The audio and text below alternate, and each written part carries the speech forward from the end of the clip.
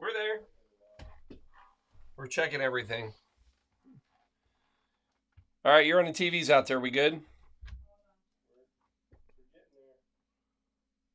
All right. Denver's going to check. He'll make sure it's okay. Denver's going to check. Or Oh, they have to. All right, folks, we're here. We're just getting it all back up.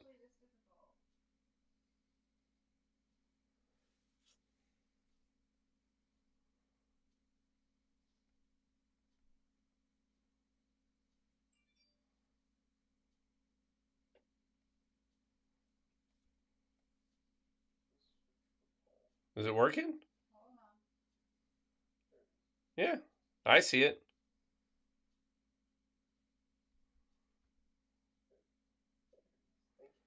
I see myself in my own phone.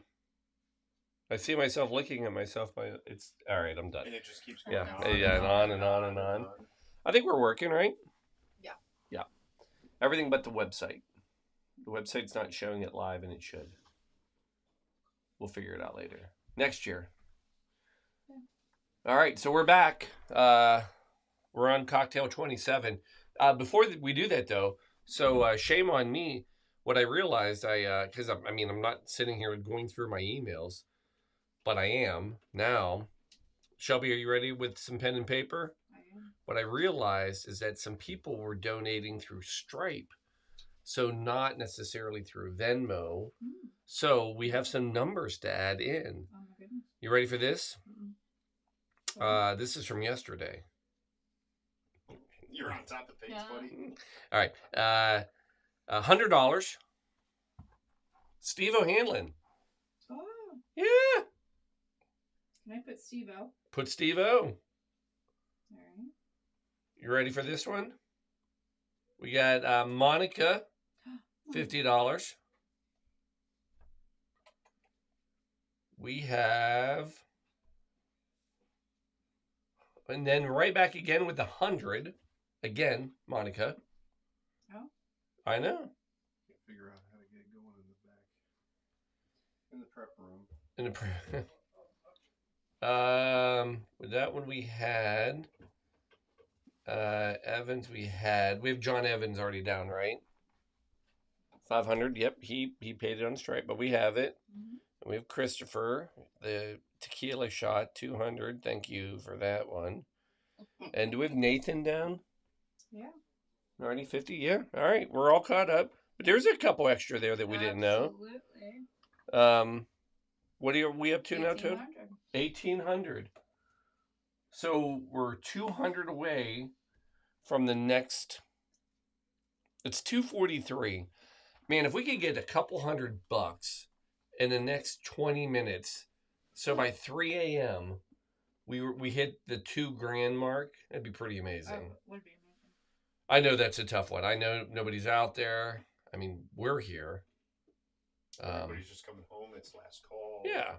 Where are my out west people? I mean, it's not even midnight there. Monica has. Right. Yeah. It's not even midnight. 11:45. Speaking of out west, we're going into cocktail number 27, and this one's we're going to go out west. Mm-hmm. This is not only is this an out west cocktail, this is for folks out west. This is for Darren, Forest Lawn. So Forest Lawn, Old Cemetery, 1906. It was actually founded by a group of businessmen from San Francisco. They now have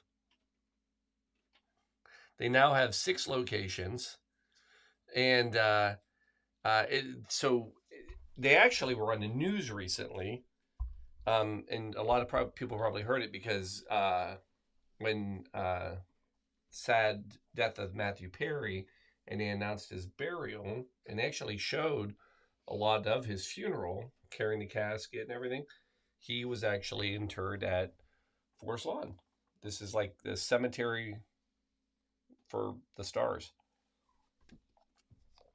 So, I wanted to pick a cocktail that would be suiting and appropriate for California.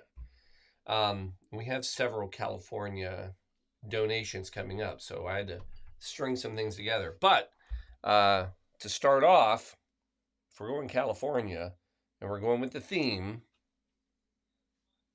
we got to do a martini. Oh.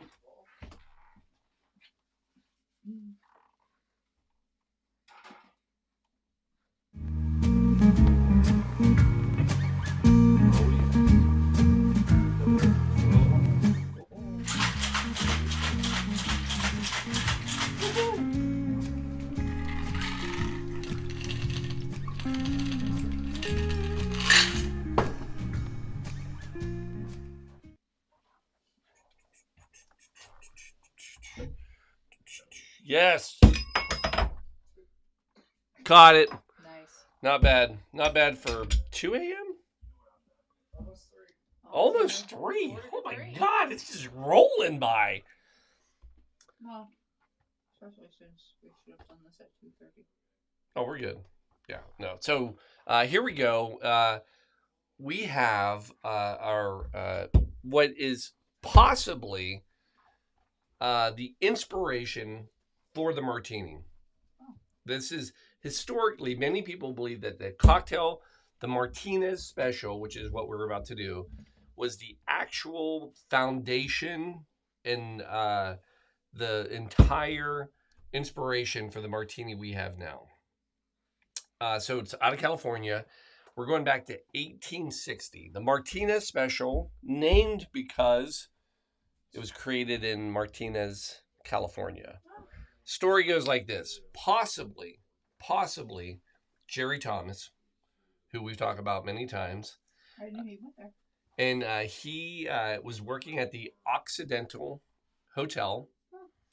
The story goes like this. Now, there are many different versions of the story, but my favorite, and since I can't tell 12 stories, I'm going to tell you one.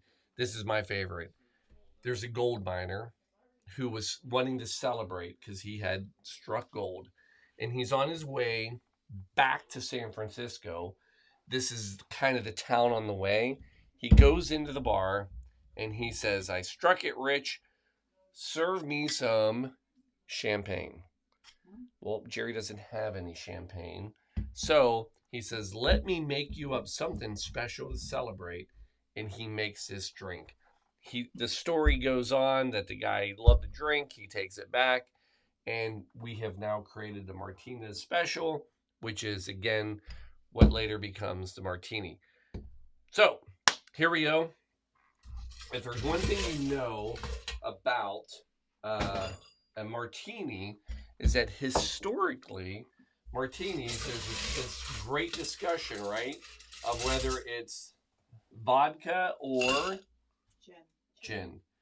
And there's a lot of people that swear by gin, and historically, and this is going to set the stage, if this truly was the basis of the martini, this was a gin drink. The question becomes, what gin do we want to use? Shelby, do you want to go with the Castle and Key? Do you want to go a little more mellow? Do you want to go... So would You want to go an Old Tom? I think Old Tom, because I think that the harvest may interfere. All right. Yeah, that's a... Hold. No, I like an Old Tom. We'll do it. Yep, left. Yep. Mm-hmm. We'll do it. I like it. Oh, finish Kill that a off. bottle. Kill it. I have another bottle. Ish. Somewhere. I know I do. But this might be it. Yeah. So, ounce and a half. Oh, yeah, that's probably about. Yeah. Done. Wow, another kicked bottle. Kicking some bottles of. All right, so ounce and a half of gin. Here's where it gets interesting, Don. Ounce and a half sweet vermouth. Yeah, the harvest would have interfered with that. Mm-hmm. I agree. love I love the harvest, but it's got a kind of a licorice, kind of a absinthe. I think you. Yeah, it's delicious. Quarter ounce maraschino liqueur, which I know. I saw it. I know. It's there somewhere. It's in here somewhere. I just feel like I moved it down here.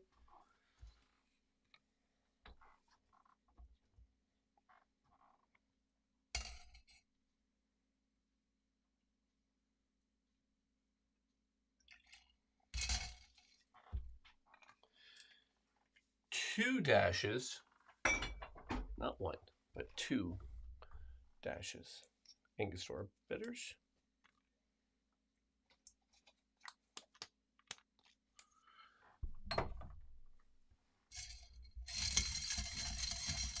I'm going to stir this time, and I'll tell you why. I believe Jerry back then, I think he would have stirred this one. I don't think he would have shaken it. There's no citrus in it. Huh? There's no citrus. There's no citrus in it, so you wouldn't, but it's a martini, so, but we're gonna bruise the gin. Yeah, we want to bruise the gin. I'm not bruising it. And it's not a bond drink, right? Because he would have shaken and he would have done vodka. Although we're getting to that one. Because there is a true bond martini.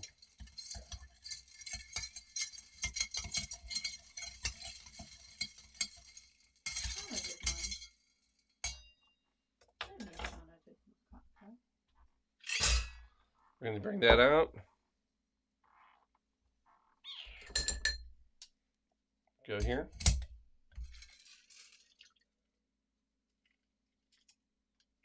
Well, that's an interesting color. Well, we had the sweet vermouth in there. Mm. Orange. I'm not usually a fan of sweet vermouth, but that looks kind of tasty. I think this will be kind of nice. I feel like you can ask What's that? without it being like with like a different. There it is. The Martinez special. Possibly the very first martini ever made. Thanks, Corey. We'll see you on the other side, my friend. Sweet dreams. Oh, that's actually. I've never done this one before. It's actually really nice. So that gin and sweet vermouth. They pair well. Oh my God, they really do. Interesting. Yeah, it's actually very mellow. You're not now. We did the sweet gin. So Old Tom is a very mild. I always tell to me it's a great entry level gin. It is. Yeah, and a lot of people that are like, oh, I don't like gin. Where did that come from? It's a gin. It came from the fact that it's 2:55. Yeah, it's 3 in the morning. We are opening the door to the witching hours. Yeah, could fall apart at any moment. It could, but you know what's at the other end of Gin hat. It is a gin hat. Was I correct? See? Yeah, it is. It's a gin hat. It seemed like it would be. Yeah, it absolutely is. Absolutely is. Yeah, it's nice though. Yeah. I like it. Oh, thanks, buddy. Don't go far with it. Why? Because after this one, no, you got two. No, He's got 2, but then he's got like 3 in a row. I know, that's why I said don't man. go with it. But You guys really are on the. No? They're on the stick, aren't they? They are. Want another shot of the gin hat? I'm good. Thank you.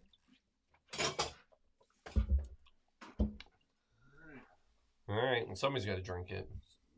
Go take it up to Peggy in bed. Did Oh, she- come on! Did she do pass it? out too? Yep. Put the camera. Who's that? Show our room. Wake her up. I can't remember. It's two. There it is. We got Alan and a dog. Yeah, I'm gonna go get her. Denver is dreaming. He is so out of it. Alan or the dog? Both. Well, Alan's both dog. of them. Yeah. But Denver is breathing hard. I mean, he's been working hard all night. Yeah, it's been Entertaining. Yeah, So, making sure everybody's okay. well, we're dipping into. I mean, this is where it gets tough. No, But there's no lie. This is the 3. the heavy- We're just getting in. So This is the witching hour. next 5 minutes are still easy. It's literally at 3 o'clock where it falls apart. Right now, it's still this is cakewalk. But at 3, forget it. That's when. That's the tough stuff, right? Yep. All right. Are we ahead or behind? 28. We're behind. What should we be on? What at 3 o'clock? Wait, cocktail. What number? We should be at. So we should have done 28 by now. Okay. 29 is at 3 a.m. Oh, we're fine. This is perfect. This is right where I want to live. I love that little bit behind spot. Buy one cocktail. Mm-hmm. Let me taste that. Oh yeah, it's not bad. Yeah, Revitalite. Again, not a sponsor, but What flavor is this one? orange. Not the biggest fan. That's mixed fruit. It's not orange. It's just colored orange. It's mixed fruit. Well, then it tastes like mixed fruit because then it's not bad. I mean, that's how they call the Gatorade flavors, by the color. I know. Nobody Orange, asks for- red, grape, purple. Yeah, Yeah. citrus, or fruit punch, they ask for red. What do you think? I like it Yeah? very much. I like fruit cocktail. I do. I like it very much. It is mixed fruit. Why would they make it orange? Damn it. Because there's orange fruit out there. It's not all red fruit. It could have just. Are you? I mean, That's what happens when you throw a fruit cocktail in the blender. It comes out that color. apparently. Huh. Like how you just make assumptions. It tastes like, you know what it does? It tastes like, I'll tell you exactly what it tastes like. Mhm. That fake cherry that's in fruit cocktail. You know what I'm talking about? Mm-hmm. That's what they should have called it. And it should be pink. It should be that pale pink color because that's what it tastes like. I like it. That would sell like gangbusters, I guarantee it. Oh my God, that's exactly what it Fake is. Cherry. Take, Can I have fake cherry, please? yeah. It's that weird, and it's not a weird texture and everything. That's what it is. Don't say weird texture. It is. Sweet. That's what it is. It's mixed fruit. It's the last piece of fruit of the fruit cocktail that you end up eating. That everyone eats around. Yeah, and then you're like, all right, I'll Oh, eat it's this. that fake cherry. Okay, Yeah. I got you now. I Yeah. understand that cherry. That's what that is. Goes with the pineapple chunk. Yeah, but at least that tastes like pineapple. The cherry doesn't taste like anything. Anyway, all right, back to the thing. So this is a fun one. I'm excited about this one. This is one of our people. Yeah. So Jen. Jen, coming from California. Thanks, Jen. Thanks, Jen. Yeah. So this is Jen, friend of ours, California, who rocks. She does rock. And she said, pick whatever. So I went with Tequila Sunrise. Again, why? Why? Because I'm going to give a nod to California. Alan's asleep. I really wanted him to actually hear this history. Oh, you can hear it? All right, you're going to like this one. This one, I don't think I've shared this before. So, I'm not taking you to bed. I'm sorry, Kat. this originally, this goes back. This actually started in 1930. No. Yeah, and it was a tea sunrise, and it was tequila, soda water, lime juice, and then like an orange liqueur. So that's how it started. Not a big hit. In the 1970s, by that time it was OJ that had been added, orange juice, and the recipe now that we have today. That's when it took off in the 70s. But here's where it gets fun, and this is why I say Jen is a rock star friend of ours. The Trident Bar, all right, California, they are having a private party for the send-off kickoff tour for the Rolling Stones. Mick Jagger orders a Tequila Sunrise, loves it, gets it for the whole band. The Tequila Sunrise then becomes the drink for the band for the entire tour. Oh my gosh. How about that, Alan? That's pretty cool. Fast forward 1973, The Eagles, right? Mm-hmm. Rock band out of California. California. They also fall in love with it. They name a song Tequila Sunrise on their Desperado album. Yeah. So this is a rock star kind of a drink. I like it. You're welcome. So, coming in, ice up your glass.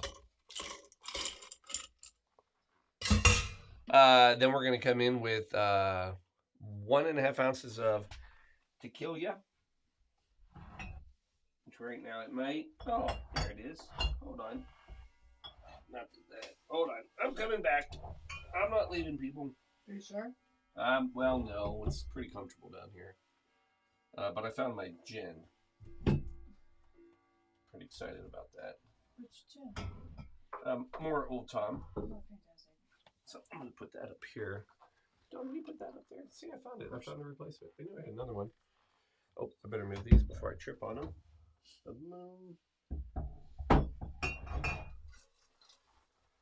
All right. So we're coming in with 1.5 ounces of tequila. Tequila. Dun, dun, dun, dun.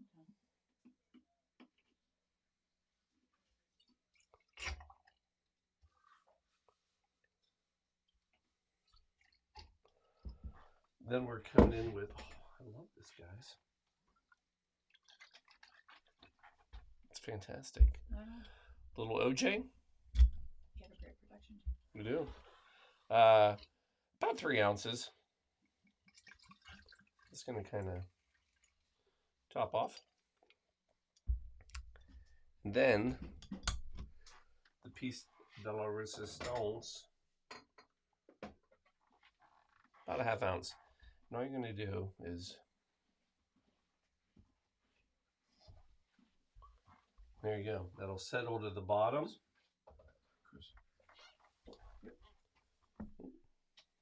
And that, my friends, we will also garnish with an orange. We have an orange here. I have one.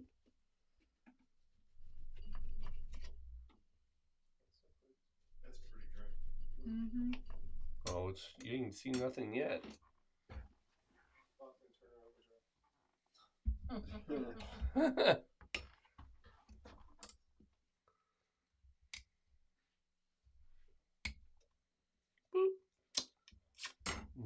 I love those cherries.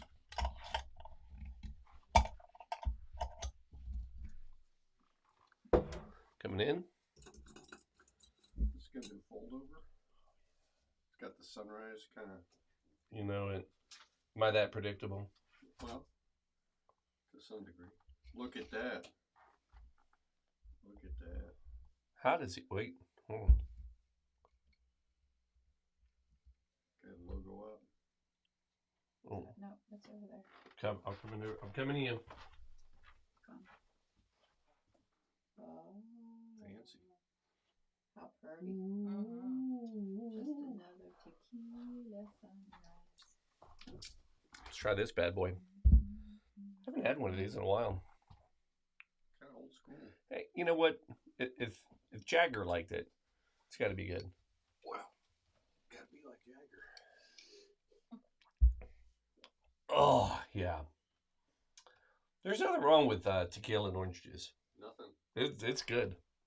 That's nice. He's still looking pretty good these days. Yeah, it does. Well, there you go. Must be the. He and your illustrious senator from Kentucky are the same age. No. Really? Yeah. What you want to call it? Turtle? Yep. Sure. Really? Yep. Sorry, they're the same Alan. age. Good old Mitch. Your turtle man is Turtle boy. All that alcohol and drugs panned out well for Nick. All right, moving on. All right? Yeah. That's pretty good, right? That's good drinking right there. It is. Another shot. Jobs? I'm good. No tequila Next for one, I you think, to... is gonna be good. Next one I wanna I try. stir away. Yeah, I know. I'm Orange. excited about this. I tried to put some in here that were like basically, Peppy. yeah. This next one's gonna be. Alan, I'm Coffee. sorry Peg's not up for her drink. What's that, Shell? I said, I'm sorry get you a Peg's not rock up for her here. drink. Oh, is that what it is? Yeah. We can make her another one. It's alright, she knows where the coffee is. So this one's going out to Peggy. Peggy. Is this her birthday drink? I think it's just her drink. Just a drink. It's her. Oh, It's her sorry, choice. folks. I didn't mean to yawn at 3 o'clock. Oh, see, I But told guess you what I what? say. Right after 3, just falls apart. Here it But goes. guess what? What's the name of the drink? The Alpine Brew. Oh, yeah, that's hers. That's hers, right? Yeah. But guess what? This should perk you right back up. Yeah. I'm. So Alan, I don't know if you know, this has it doesn't have this actually doesn't have history. It has future. Future. It has future. Did you know that? Did not. Yeah. So this drink actually hasn't even been released yet. From who? Exactly. What? This drink, I don't know how you found it. This is going to be the featured cocktail at the Food and Wine Classic in Aspen in June of 2024. Well, huh? So we are so ahead of it. We're pulling cocktails out of the future, bringing them back here, and we're making them for you. What if we're gonna get claim jumped here? Well, we'll probably get shut down. They'll be like, yeah, that was copyrighted. You can't. Yeah. Actually, there are only 3 cocktails that are kind of copyright trademarked. Shelby, you know them. Come on, give me one. Come on. The grasshopper. Hurricane? Nope. Sazerac. Sazerac. Sazerac's one. Hurricane? No. Manhattan. No. Old fashioned. No. Grasshopper. One of them, there's another one from New Orleans. Dubuque, right? Huh? Nope. Hurricane. Nope. So I said no. Hand grenade. Oh, Oh. that's right. Sadly. I try to forget about. I didn't even know that was a drink. I thought that was a container. And there's one more. One more that's trademarked. Yep. Go ahead and give it to us. I don't know. Painkiller. Painkiller Oh, is that's right. trademarked. Yep. Yep. Well, huh? Yep. Only 3 cocktails Well, that I know of. do we have to sign a waiver before you make one? Because you're making one later today. Yeah. He paid for the licensing fees. Oh, I see. Let's go with that. Yeah. Your Honor. So, but we're on to number 29, Alpine Brew, coming for Peggy from Alan. They're not here, but we're still going to make it. Well, Alan's here. I know. I'm sorry, Alan. I'm just... He's watching. Just kind of watching. He's never had this experience. I love this. Yeah. So anyway, the beauty of this drink, which I'm excited about, it's described as highly caffeinated. That's the description. Highly caffeinated. So that's good enough for me. I'll take it.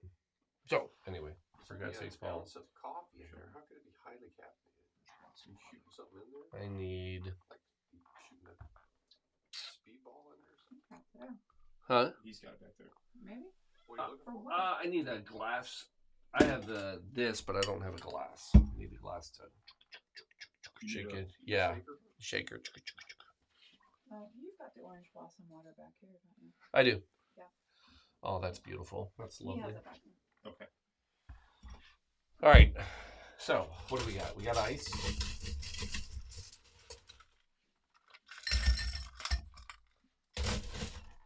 We have one of our favorite things in the world. Bourbon coming at you. New riff.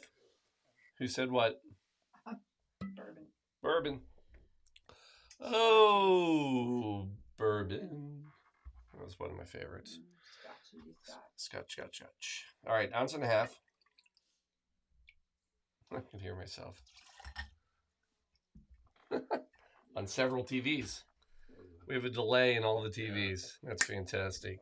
Yeah. All right, so ounce and a half. Half an ounce of coffee liqueur,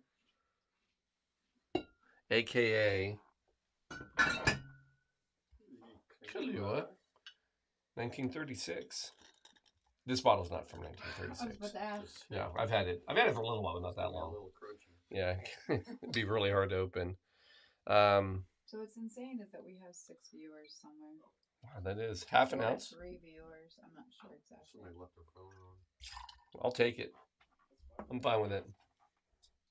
No, your phone's in here. I'm gonna take all kinds of pictures. We're gonna go with a quarter ounce of The syrup. yeah Yep. maple syrup. That's gonna be good. Ooh, Yeah, love It's me gonna be a some good maple drink, I syrup. think. right. Where'd the cold brew come from? Or where's Yeah, the, that's the right one. Where's the remainder of it? Huh? The cold brew we got in here.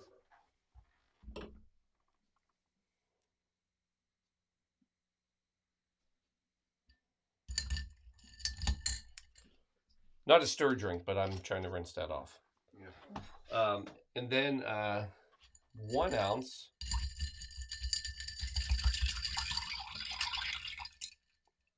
syrup. Oh boy, this is Coffee's gonna be. gonna be hard to pour. I know, but I can do it. You can pour it over that bucket, maybe. I can do it quick. That wasn't too bad. No. Could have been worse. Yep. As I drop it. See, told you. 3 o'clock. Damn it. And then, folks, we're coming in. We're shaking. I forgot something. Oh. Walnut bitters. Oh man, that's gonna be good. Did we decide I had walnut bitters? Nope. Did you?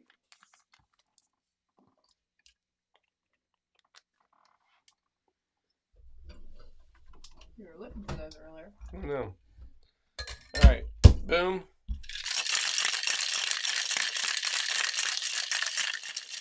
Good job.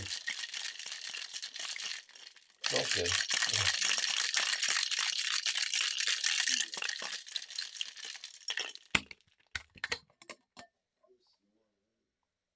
It smells nice. Smells nice. Over a big rock. Look at that. That looks pretty. So this is That looks called very the nice. Aspen what? Aspen brew. Alpine brew. Alpine. Alpine brew. Alpine brew. And then it says to garnish with some coffee beans. Yeah, and you know why? We're gonna do 3. Because we're not heathens, right? That's right. We're not animals. That's actually a good looking little. Take. Joey, can you give me the little? Look at this. That's pretty. Is that not pretty? That is pretty. Look at it for the viewers out there. For all The 6 of you. Ones and ones, Yeah. not hundreds and hundreds. The ones and ones. All right, let's give this a little I got a few. flavor. I don't Little know taste? what masochists are out there. It smells good. I bet that's pretty good. Oh, that's yes. Is that what's needed at 3 We a.m.? it is. I loaded up some caffeinated drinks here later.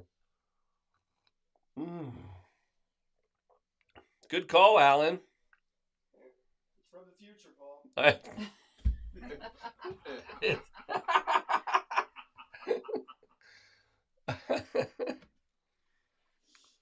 So if I didn't make this drink, would this drink still happen? Am I? Wait.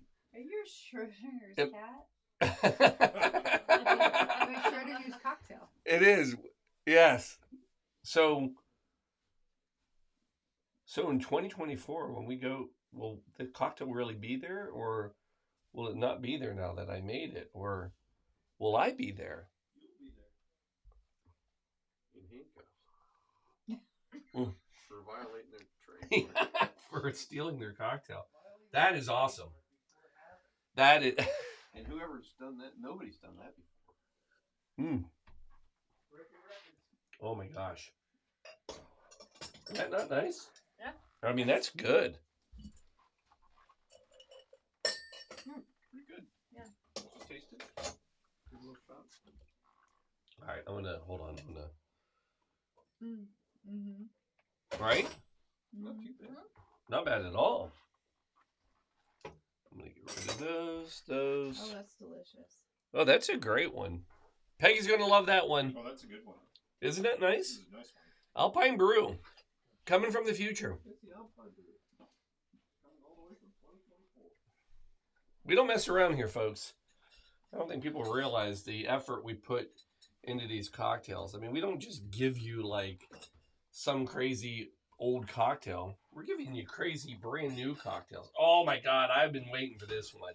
Oh, Like, yeah. not really waiting for this one, but like, It's weird. it's weird. So this was anonymous drink. So we have several people that want to be anonymous. And by anonymous, we'll just say first names. Aaron, thank you for doing this. And there was no specific request on what they wanted. They wanted a themed drink. So when it's a themed drink, and you know, it's a oh, hello, hold on, Oh. wait, hold on, let me go get it. I can't even do it. I was about to make a cocktail, and I'm like, this feels naked. Coming in. I don't know, but you're making it with beer. Absolutely. Still ends in teeny.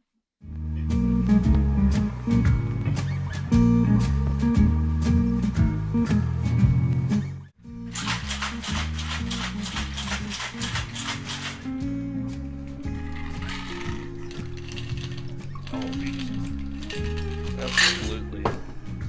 I think it's funny though that there is a martini glass because it does not go in a martini glass.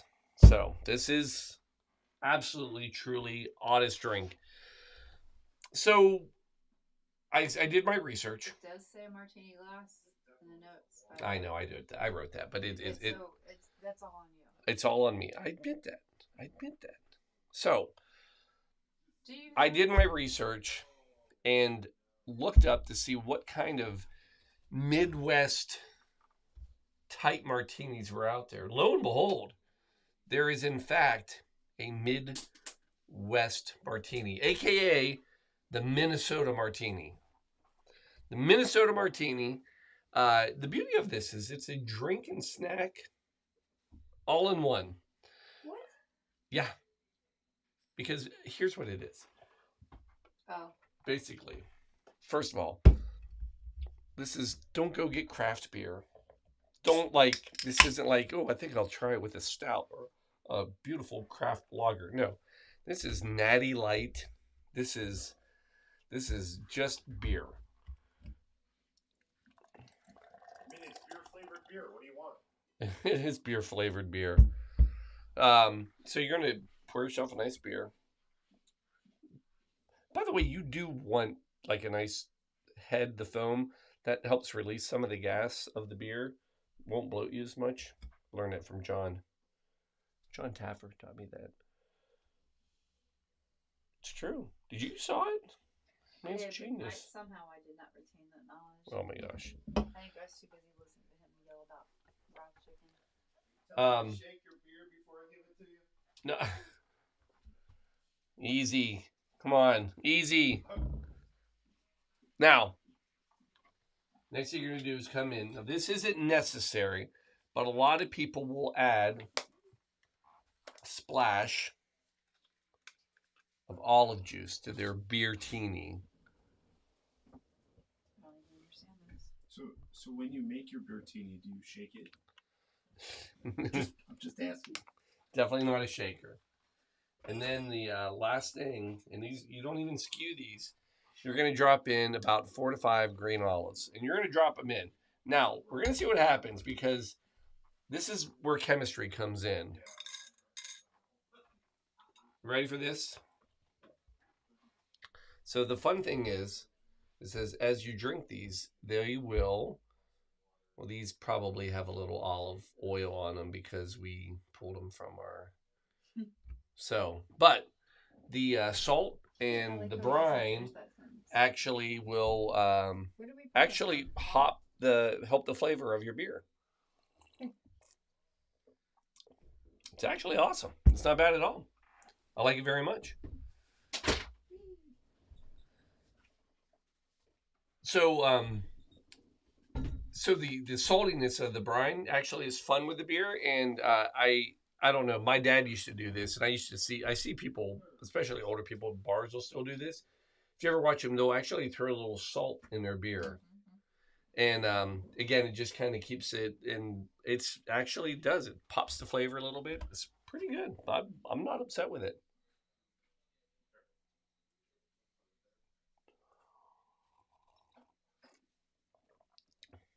Shell, little try. Don't be afraid of it.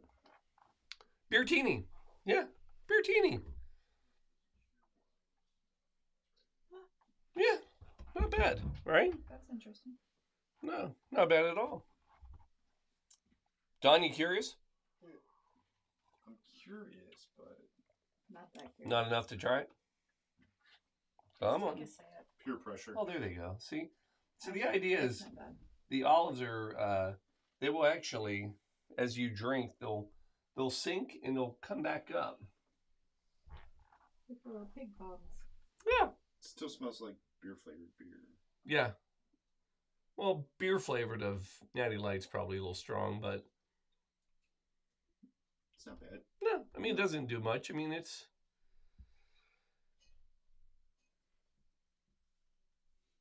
Yeah, all right. So we did it. We had a beertini, We had a beer team. you know? There's a first time for everything. I would be curious though. So this is supposedly a more of a now. I consider us to be in the Midwest. Never heard or had that before. However, in the 8 minutes of research, it was also called the Minnesota Martini. So maybe we got to go a little more west West of the mid. tornado. Yeah, West of the mid. yeah. Maybe it's a little more. Maybe it's not Midwest. Maybe it's West Mid. Might be. Yeah, but anyway, I'm willing to. I'm always willing to try, and I will try again later. You can't say you like or don't like something if you don't try it. Thank you, Don. There you go. Wise words from Don. You can't say if you like or don't like something if you don't try it. Well, we've tried a lot, folks. We've matter of fact, we're 31. We're about to. We're going to be a third of the way there soon. That's 31 is what we're walking into. Yep, 31 is what we're walking into. So we got a few more. So we're pushing. We're almost at 3:30. We're gonna see daylight soon. Maybe before We're we know- closer to daylight than when we started. Now, so this one, this is going out to Turner Vault, Steve. Now I picked this one intentionally. Oh, by the way, hold on. It's a new drink. Yeah. You're keeping that jacket on for a while. I know, but come on. I need to.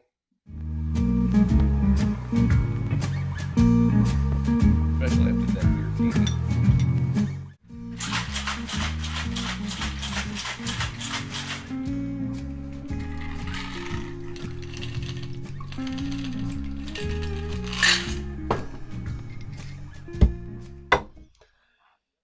Yes, we're on to another martini. So this is a great one. So I Steve, just so you know, I when I was picking out yours, because you had said themed cocktail, or maybe you didn't. I gave you one, but I think back to some of our adventures, in Steve and I have had some crazy adventures. Oh yeah. A lot of, oh my gosh, almost cinematic adventures. A lot of great searches for the lost phone, taking us over many a town. Yes, it's true. He and I, yeah, I've never had a lost phone more times than with him. Many cities. So I thought cinematic, action-packed. We need the martini. And the martini is the Vesper martini. This is the ultimate classic martini. This is absolutely the James Bond martini. This is it. This is the thing. So a few things. This martini is actually tied to 1953 Casino Royale James Bond. This drink was created by Ian Fleming. Like, so no bartender, like nobody. Ian Fleming created the cocktail for the book, for the movie, obviously.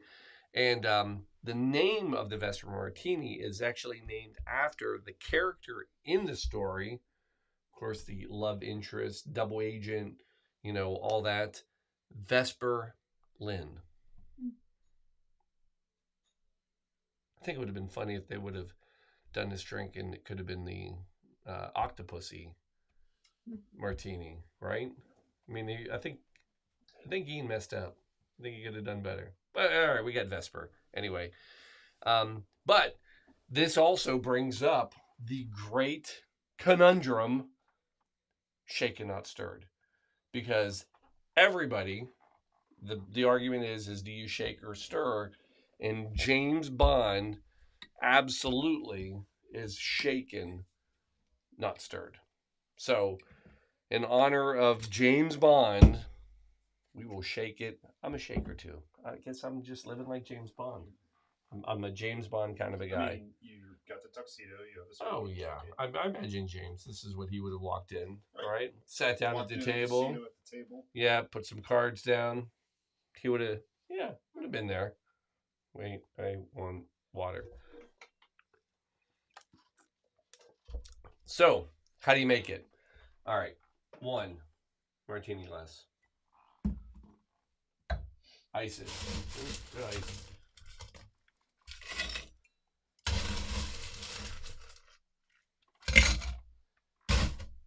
Coming in, we are going with, now, he would have gone not only gin, when he ordered it, he would have said gin, Gordon's gin.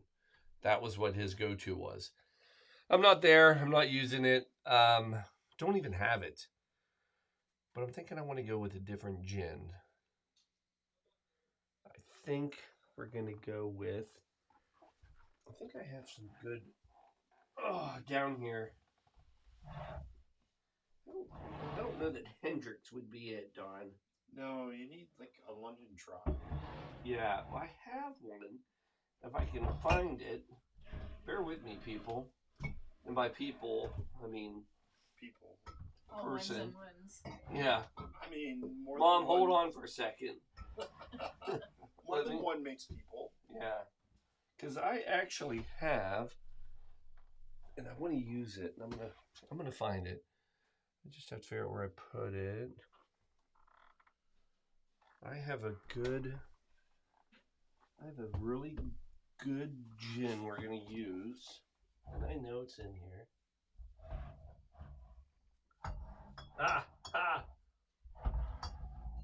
London Dry, nice botanical type gin, right? 5 stories. Local gin. Actually, hold on. I may even have a better one.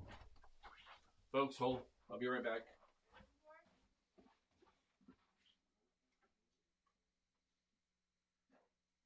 I don't think that golden gin would work. Do you? No. It's honey gin. Yeah, we'll wait. I'm going to use this botanical.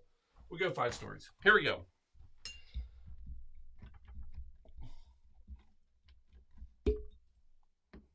Mm, 5 stories. Northern Row, right downtown, right by Rheingeist, right behind him. Thank you. We're going to go, oh my God, 3 ounces. Oh. Whew. Last Sunday night all over. Oh, don't need that. All right. 3 ounces of gin.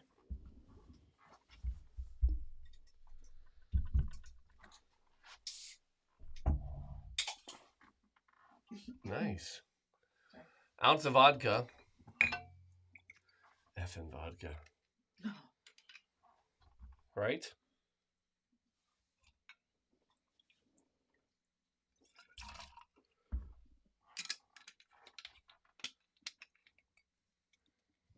Half an ounce of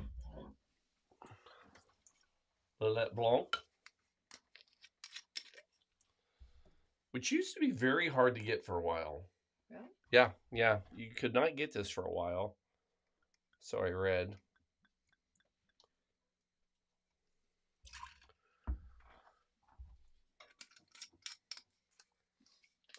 And then, half an ounce of bitters. I said half an ounce of bitters. That's a lot of bitters. How about 1 to 2 dashes? I was like, Yeah. What a difference punctuation can make. Half an ounce or 1 to 2. Whatever. Whew, it's a lot. Half an ounce of bitters. Good Lord, man. Gonna give that a nice shake. Always smile.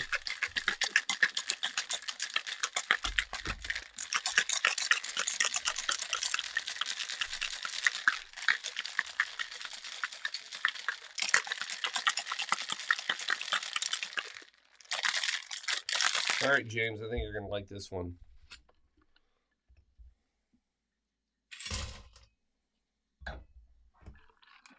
Vesper's good. I was in Croatia, and whenever I was visiting. Was this last weekend? This was a long time ago. It was on one of the last trips I took with my mother, and we would be in these bars, and Lillet was like we would drink Lillet on its own. How was it? Delicious, actually, but it could have been more of the location, and that was their drink of choice. So the last thing that James... Weird not seeing that. the last thing James would order would be Not that. a large, thin... yeah, not... Oh, Jesus, about in time. A large, thin... lemon peel, which I finally conquered.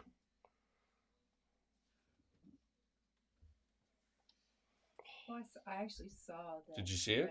I did. It's a good spritz. Somehow. Woo! In my red, Your red eyes. beady eyes. It's good glasses I got. Oh, man, that smells nice. I'm sure that's not my... You're a monster.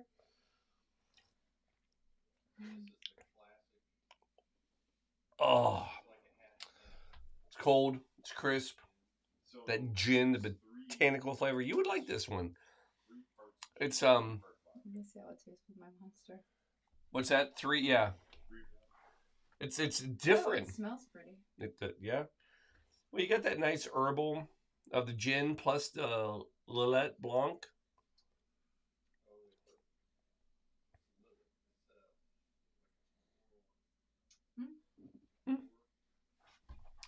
Not a resounding, like, Yeah, that's make lovely. that for me tomorrow. Want to give it a little swirl? Sure. Give it a little swirl. Give it a little swirl.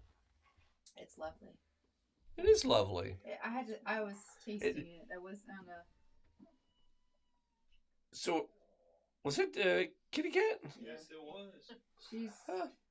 She's like, everybody get out of here. Mm-hmm. That's fine. She barfed? No, I think we might be getting there. Yeah. It's a hairball. That's company. That's a distress signal. Yeah. That's like when you get out of bed, like in 4 seconds. You know? Yeah. That's like, She's I'm not getting out of bed, and then you hear that, and you're like, I'm up! I'm up! She's... Oh, no. She's... Go, get out of the wood floor. There you go. She's We're chasing a cat onto the wood floor. That's a friend right there. That is a friend. That's what you do with a dog. channeling where we should all be. Oh, yeah. Dawn, did you save her? It Yeah. went to the wood floor. Oh, that's perfect. She's channeling where we should all be. I'll get it in a minute. All right. We did it. We were pushing in. Oh, this. Probably was thinking about that drink you just made. Oh, We're wow. pushing You're out. really. You guys, So look I'm at really this. curious about this one because I really love the person who made it, who ordered it. Yeah, so we're back to California again. We're still in California. Well, no, we came back to Ohio. Got cat yaks fever going on out there. All right. Well, while everybody takes care of a cat, I need to hold on.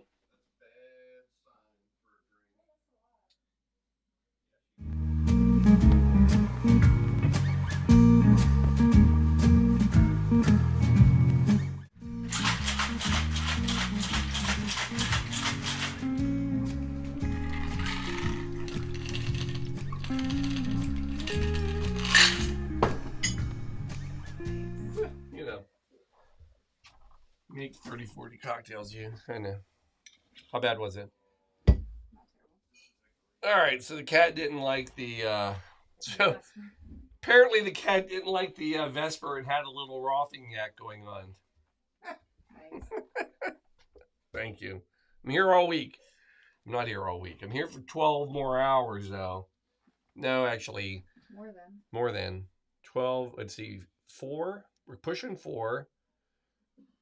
4 and 16 more hours. 3:30. I've almost finished an 8-hour shift. I'm almost getting into overtime. Mm-hmm. How you doing?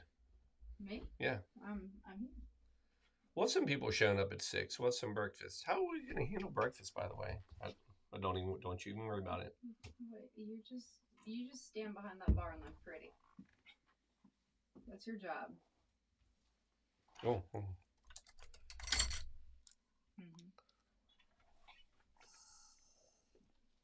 Why are you blowing into it?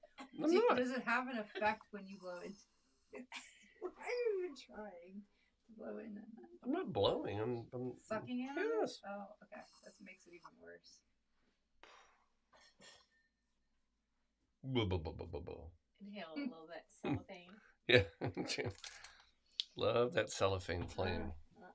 All right, so we got another one. Here we go. We are still making martinis. We are in a little martini roll right here. We are. And I don't know that we're... Oh, yeah, I guess we are off of it. Yeah. No, we take a break and then we go back into it. All right, we're making martinis. So here we are, staying in California. So again, the challenge was theme drink. So anytime somebody orders a drink and says, "Paul, pick for me," I don't just like,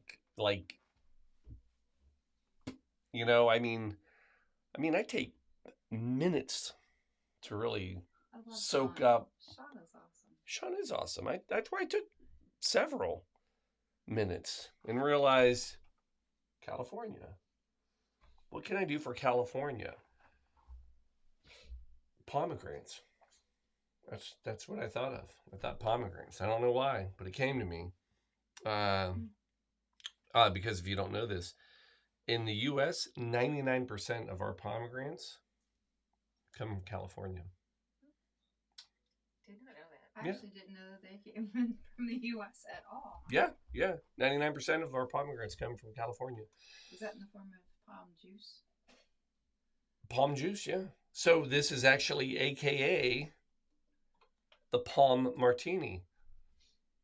So similar to the Cosmo, except pomegranate instead of cranberry. And this actually got pretty popular because Oprah Winfrey did this cocktail on one of her shows with Rachel Ray for the holidays. So guess what, folks? You get a palm. You get a palm. You get a palm. Everybody's getting a palm martini. No, I'm going to make one because you guys are tired and nobody's... Yeah, we're having trouble getting these drinks down. But we're going to get them down. Oh, I'll drink this one. Yeah, this is going to be delicious. Not the next one, but I'll drink this one. Oh, it's going to be good. All right, so... I may drink chippers, too. Coming in right there. Let's make this bad boy. So, little ice. Coming in with, oh, this is nice. 3 ounces of pomegranate juice. Finally, a little heavy juice. About time. A little healthy. Literally juice, or is that grenadine? No, this is pomegranate juice. Pomegranate I'm juice. just- Yeah. That's not grenadine. my I was God, that would oh, I be. didn't The bring it. grenadine has the grenadine on it. Oh yeah, could you imagine 3 ounces of Okay. grenadine? Well, I didn't bring the Oh. palm juice down, so thank you for going buying it, Somebody. Chris. Thank you. All right, we got 3 ounces. Then we're coming in with vodka, but if you have it, I do. Coming in with a citrus. Any citrus will do. You go with lemon, you go with lime. I'm going to go with an orange. Feel better, little girl. Little orange vodka. 1.5 ounces.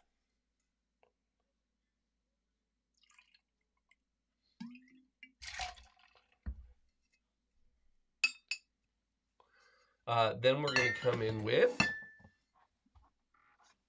Contra. My new fancy new bottle. 1/2 ounce.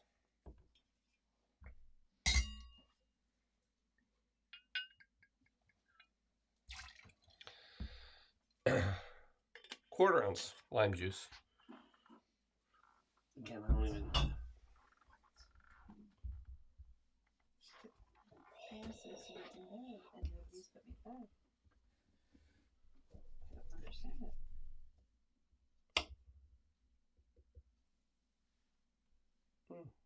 Just go find a spot like Denver. What are you looking for? Nothing. Just go find a spot like Denver. So 1/4 ounce, we're going to go with that much. Oh. I mean, 1/4 ounce, that's really tough. 2 dashes of orange blossom water. Who in the world has orange blossom water? Monkey Quarantino. 2 ounces. Just kidding, 2 dashes.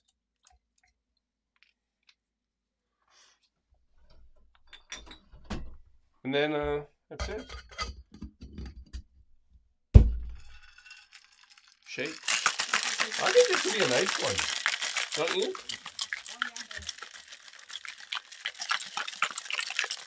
If you ever travel to Turkey, pomegranates are good luck. Random things you would not know.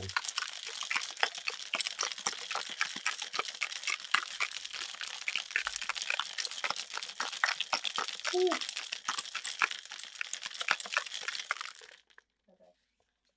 There we go. Oh, I think this will be a good one.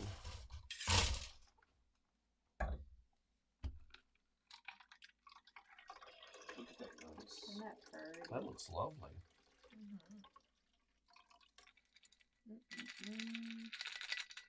That is beautiful. Yeah, I agree. That's a good looking cocktail right there. Very, Right? very festive.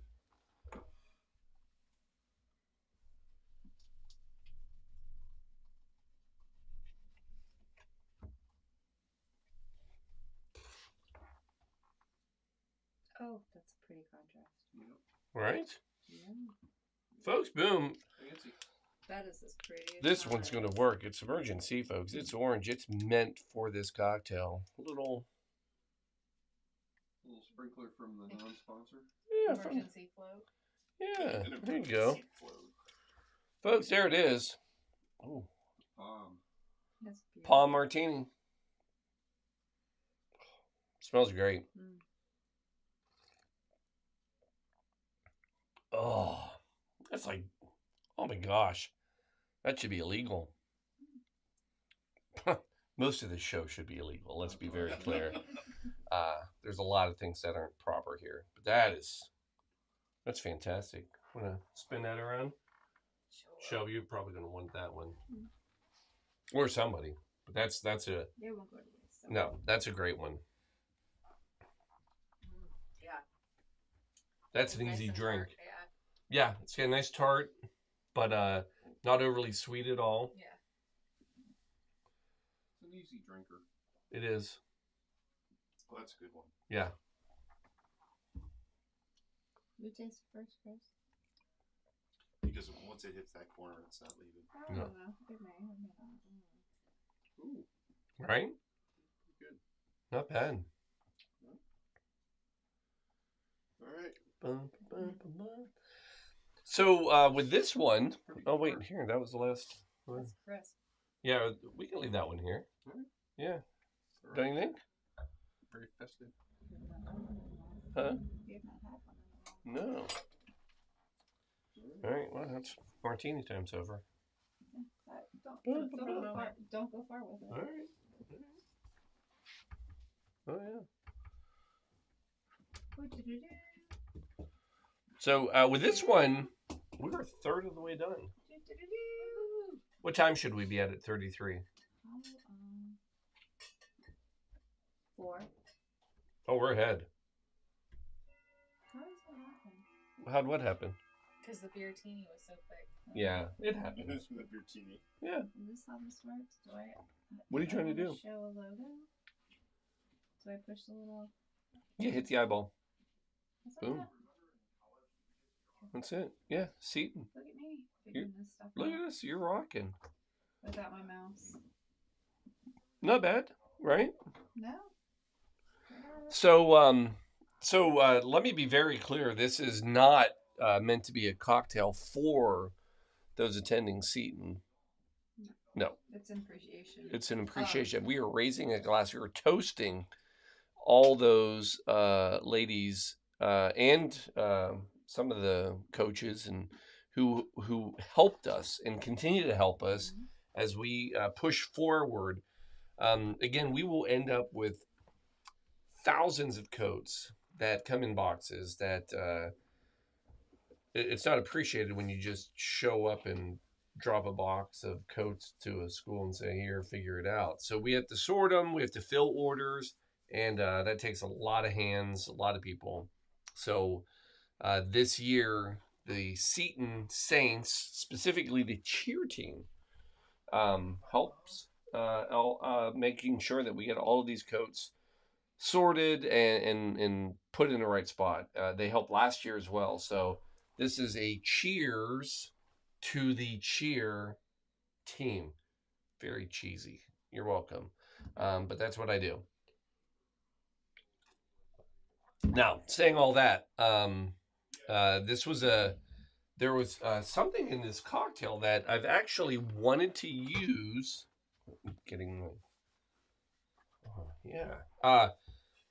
There is something in this cocktail that I've wanted to make a drink with for many years, and that is cheer wine. I thought, what's more appropriate for a cheer team to say cheers than a cheer wine cola? Now, so let's be very clear for everybody that is actually in. I also buried this cocktail in the middle of the morning, so hopefully nobody's like, I can't imagine like everybody's up from Seton going, oh, it's 4 o'clock in the morning. Let's see what's going on if we can find a cocktail. I feel like I'm pretty safe doing this one then. But I've always been curious of cheer wine. Have you heard of this? I've heard of it. I've never had it. I've never had it either. So, step one, let's see what this thing tastes like. I do know the history of it. I did.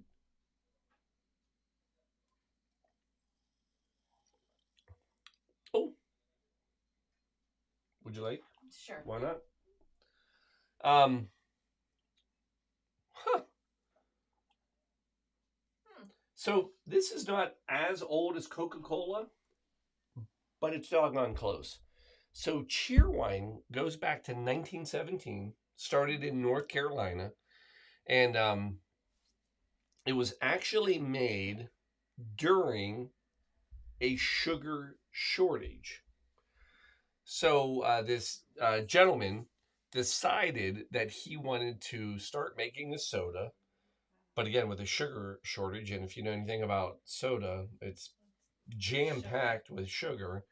So he created cheer wine, and that flavor, that kind of distinct flavor, that kind of cherryish, it's because it was made with this cherry flavor packet of substance that was kind of, he found some guy selling it, and he turned it into a soda, and it's been in existence ever since. Again, not as old as Coca-Cola, but it's pretty close. And It was again created in North Carolina, so it's kind of a North Carolina, South Carolina thing. Mm-hmm. However, you can find it other places now. Obviously, because I found it. So anyway, that's going to be part of our cocktail, and yeah, the rest of this looks pretty good too. So yeah, let's see what we got. We're gonna go with I think we're gonna do this. This one is a kind of a right in the glass kind of a cocktail. One of my favorites.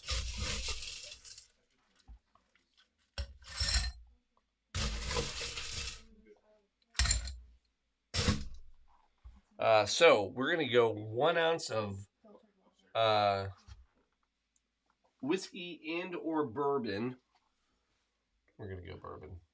Yeah. Yeah. Why not? Why not? I mean, bourbon's whiskey. I was gonna say this. Not all whiskeys are bourbon, but all bourbons are whiskeys. So we're there. So we'll do that. It's nice. It's only 1 ounce. So finally.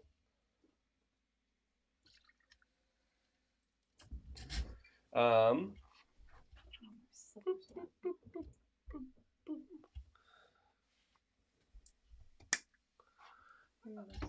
we're gonna go ounce of amaretto.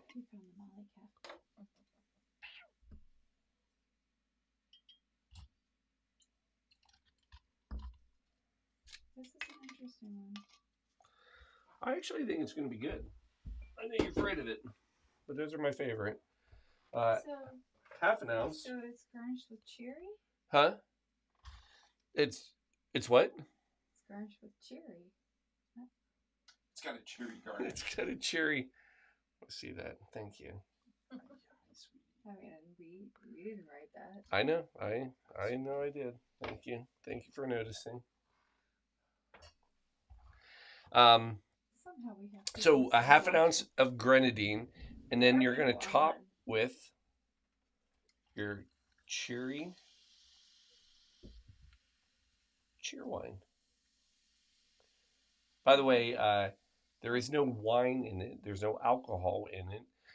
They named it cheer wine because they thought it resembled the color of a red wine. Oh, look at that. So there you go. And then yes, we're going to garnish it with cherry, aka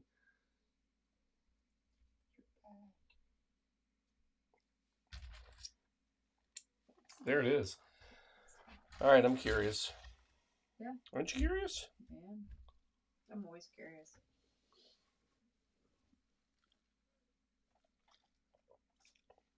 Oh. Yeah? Yeah. Really? No, not bad. I like it. Not bad, but no. I mean, it's not like top 10, but I mean, I'm going to finish it. I mean, I'm not going to finish it. I'm kind of taking a little. Actually, It's good. that's.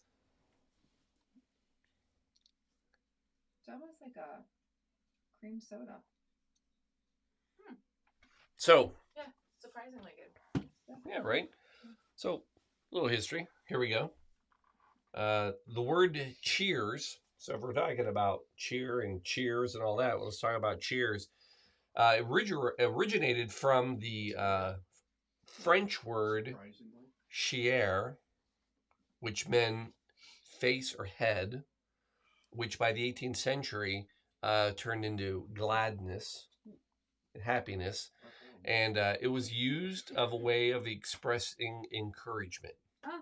However, there's also the act of cheers, and there's a couple parts of it that actually serve purposes. So one of which is when people yell like cheers, that making noise was part of a ritual, and it was meant to scare away evil spirits. So that was a thing. And the other thing is like when you clink glasses, if in olden times, they would make sure that when they would clink that their liquid would spill. specifically, it would spill into each other's drink, and it was meant to make sure that the other person wasn't poisoning you. So when you cheersed, you wanted to spill into the other ones to prove that neither one of you were being poisoned. So, yeah, there you go. Of course, we don't do that here because we don't poison each other. Unless you consider alcohol. Well, yeah, except for the entire 24 hours or whatever this nonsense is. And with that, we're a third of the way done. Cheers. Cheers. Cheers. Hey, and it's 4 o'clock.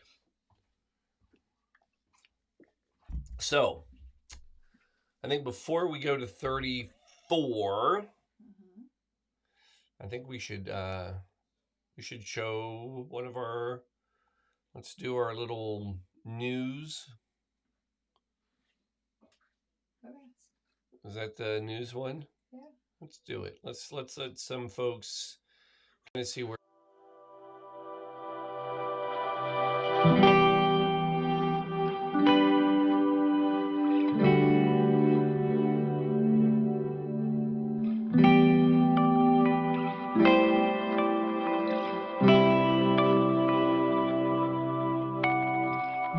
From behind a bar, Paul Lemasters is serving up cocktails for Coats. He's using what started as a way to get through COVID-19 lockdown to now raise money for Coats this winter.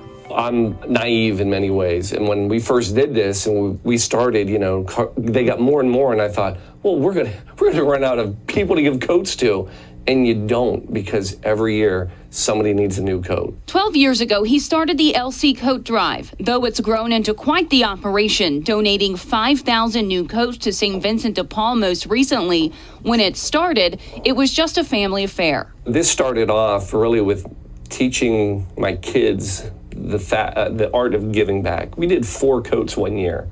4 coats, and we bought new coats, took them to St. Vincent de Paul. I wanted my kids to see what that was like. And it stuck. He didn't expect the reaction 1 year later. And the next year, my kids kind of threw it back at me and said, hey, are we giving more coats this year? No, what do you say?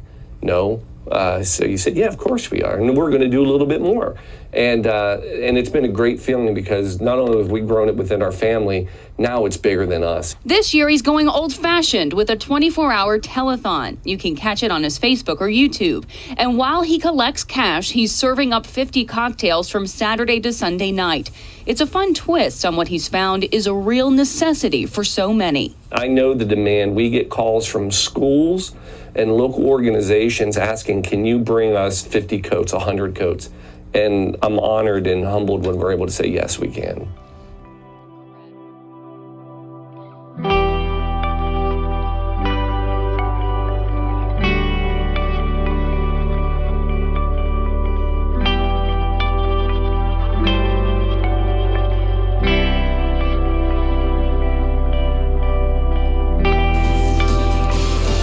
As we move into winter, St. Vincent de Paul is gearing up to help the less fortunate. Fox 19 Now's Jordan Valines is live at the West End YMCA with how folks can get a free coat today. And the time is now, right?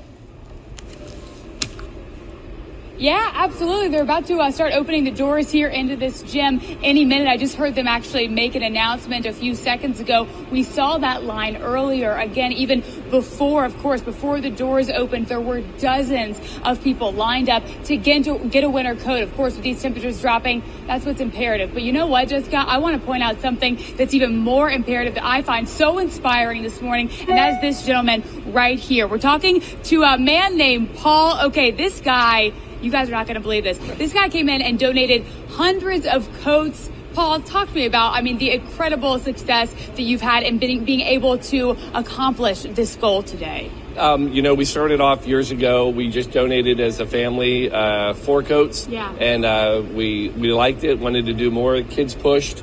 And so we just, every year we grew it, and I started asking for people to donate money. Right. And so we raise, almost $20,000 every year. Wow. And then we go to Old Navy and we buy new coats. And this was our largest year. We were able to buy 750 brand new coats, and then we bring them down and give them away. Paul, the miracle maker, right here on this Saturday morning. Thank you so much, Paul. I'll toss it back to you guys. But, we did talk with Paul earlier, so you're going to be able to hear from him throughout the day and also on tonight's newscast as well. For now, reporting live, Jordan Valines, Fox 19 Now.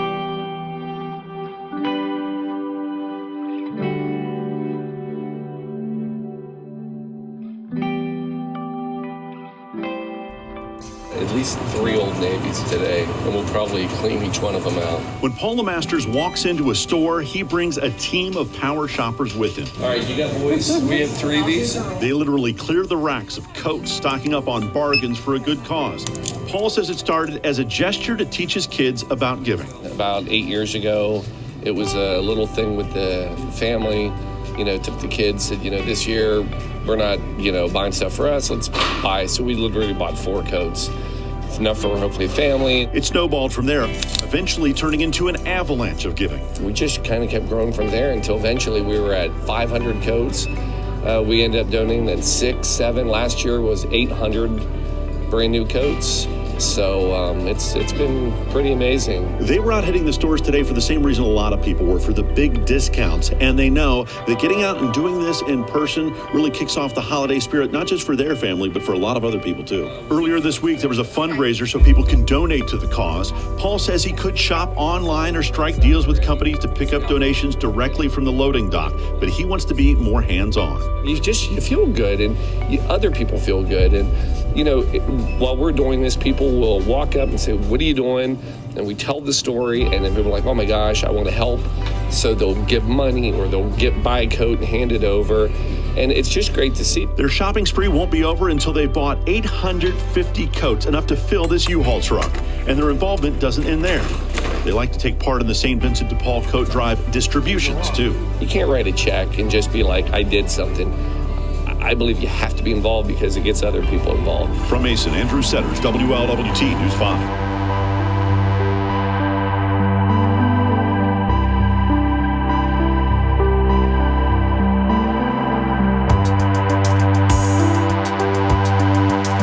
Shout out to everybody who donated.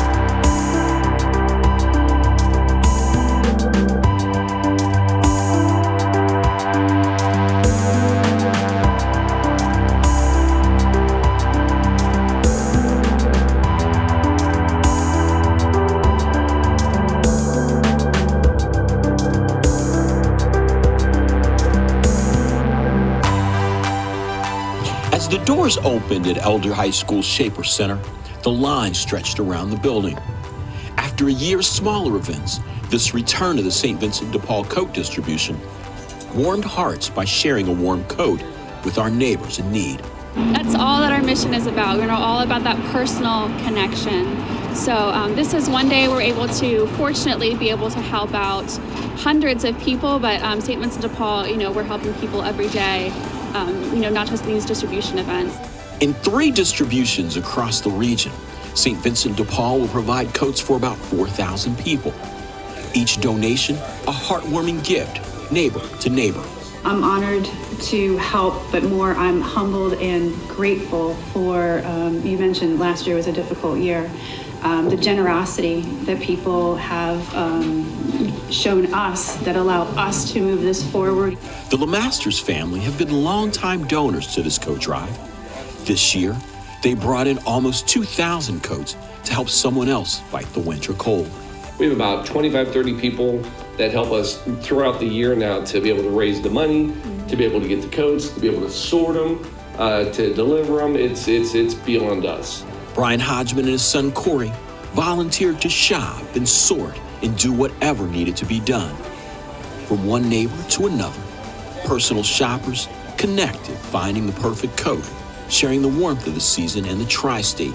How are you? Good. Did you find what you like? Hi. How are you today? And the message of caring for each other. We've seen a lot of people come through these doors today, and it's been all demographics, and great to see the kids at Elder getting out, and then also the parents like me as well. Richard Childs, WLWT News 5.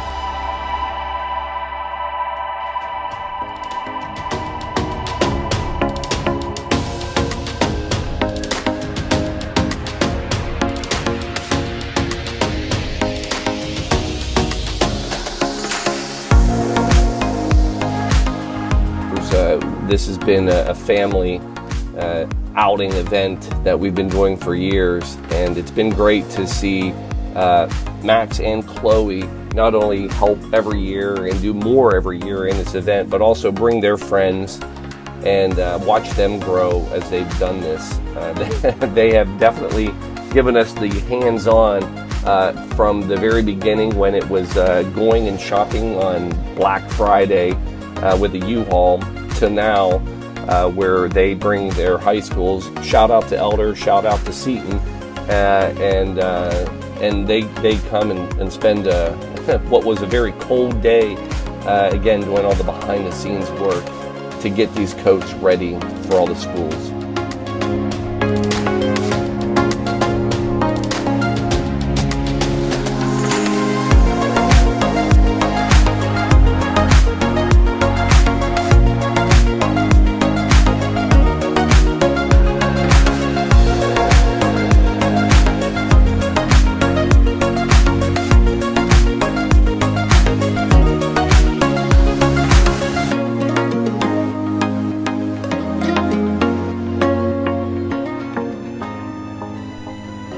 Coats, coats, and more coats.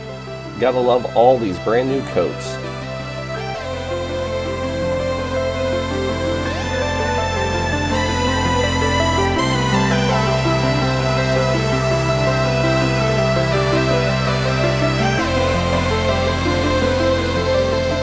And from pallets and boxes to bagged coats that are all now part of our inventory, we now get ready for the final part, and that's getting to deliver these coats to a lot of schools, a lot of organizations, a lot of kids and a lot of adults that will walk away with a brand new coat. So not only shout out to everybody that helps us behind the scenes get it ready, shout out to everybody out there who helped to donate and give us the funding so we're able to do it. You are looking at somewhere between $40,000 to $50,000 worth of coats that are going to make hopefully 2,000 kids smile and stay warm this year. So thanks to all of you.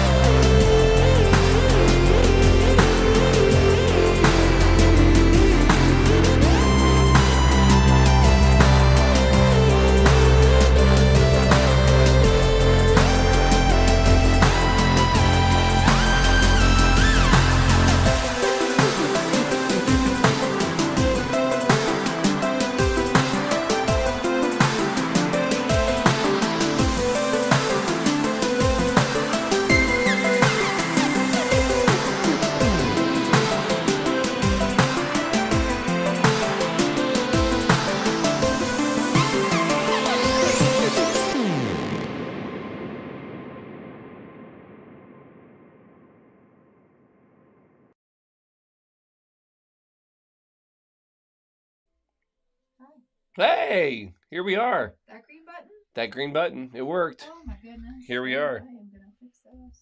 What are you fixing? Well, I gotta be on the right. Oh yeah, come on. We are at 34. Here we go. Wait.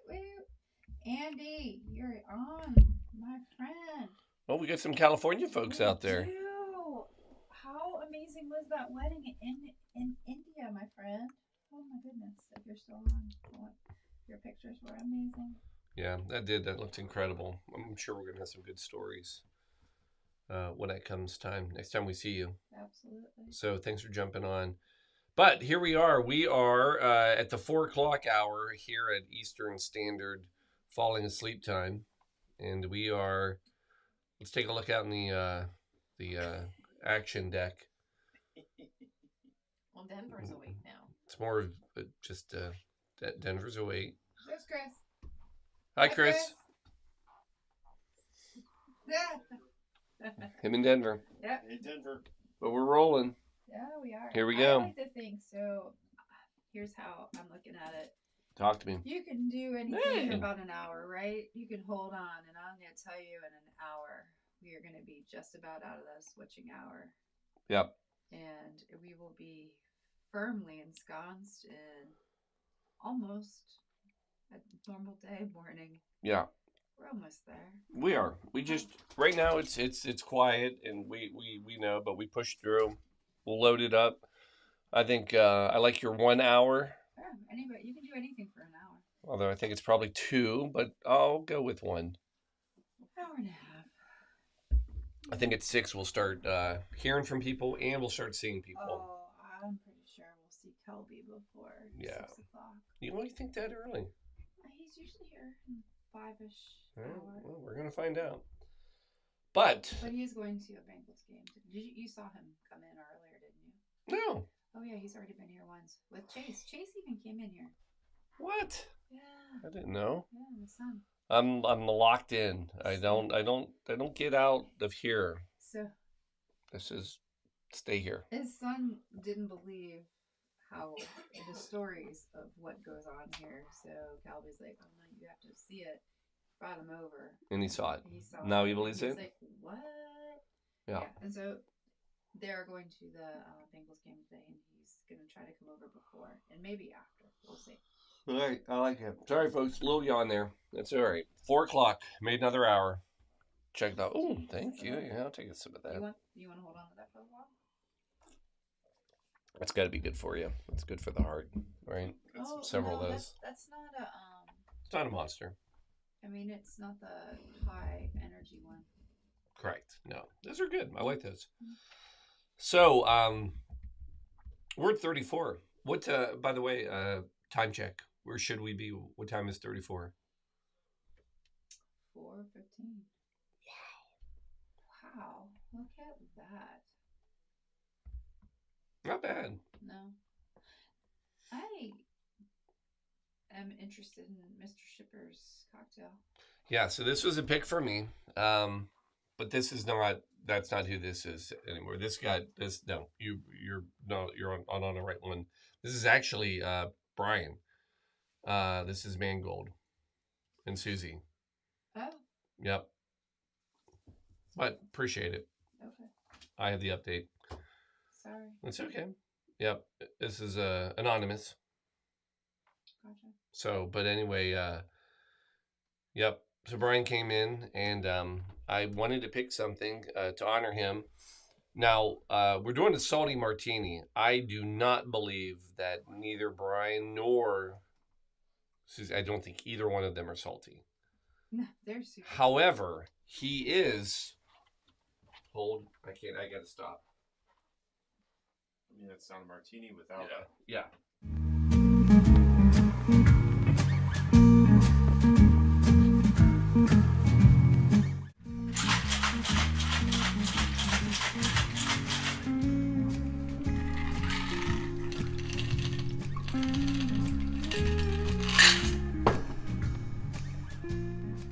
So I think that you need to keep that combo for Christmas. This is nice, right? I can wear this out to dinner. Right? It does feel. Christmassy. Well, this is not a Christmassy cocktail at all. So, so I picked this one again, not because Brian's salty, not at all. Well, except he does a little salty patch of hair, so we'll give him a little. Let's get a little salty hair, but we all get salty. I don't. No, the Viking. I do not, but I hear people do. Your wife certainly does. Yeah, you get salt. Yeah, there's some salt. Yeah, a little salt. A little salt? I got no salt. But, no, you got vinegar. I do.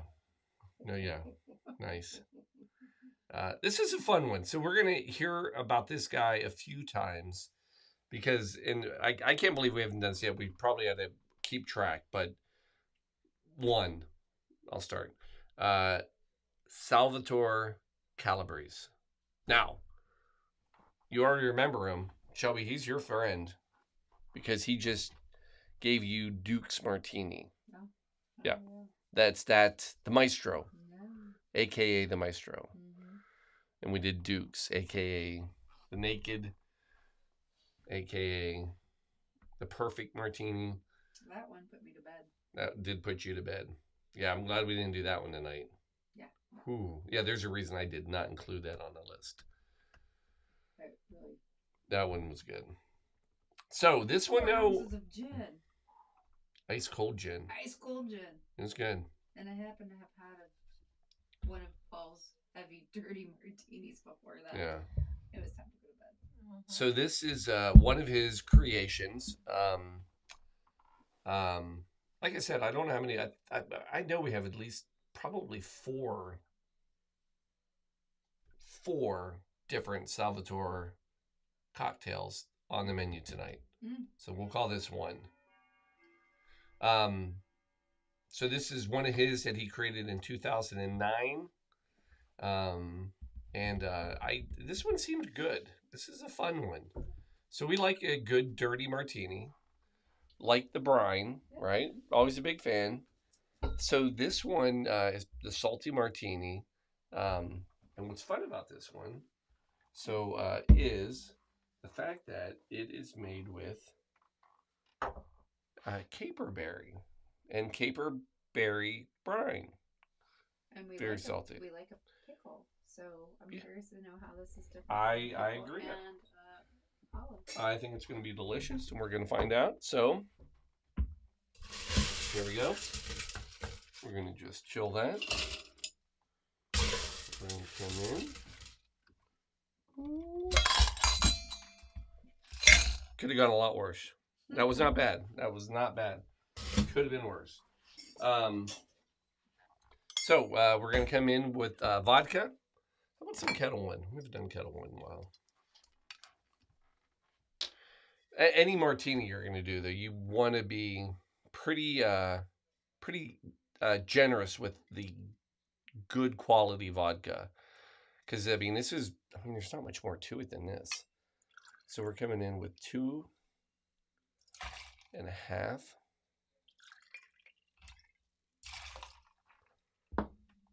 ounces of vodka. Oh, we got a new cat.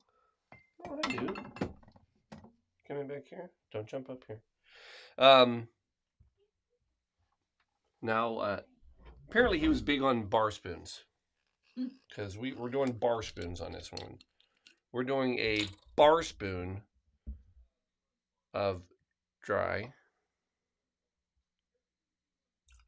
It's not easy to measure. Then we're doing a bar spoon of sherry. Your clothes are every orange. It's fine. I have a little.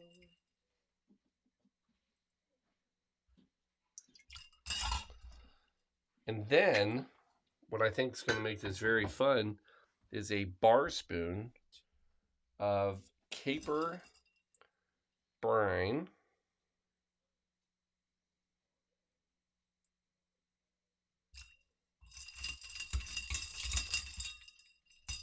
The barback team does not mess around. They do not mess around. They don't mess around. Okay. Hey. And then, we're going to give that a shake.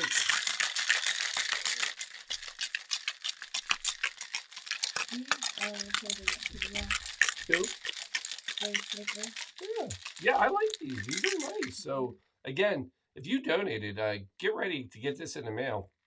The official Blue Monkey Quarantini 2023 cocktail. I'm just marathon martini. I don't know. You're gonna get this. But it's nice. It worked well. I'm very pleased with it. Nice. Nice and cold.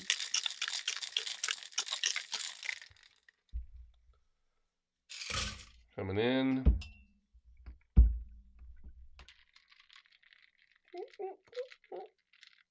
Oh, I spoke too soon. I froze it.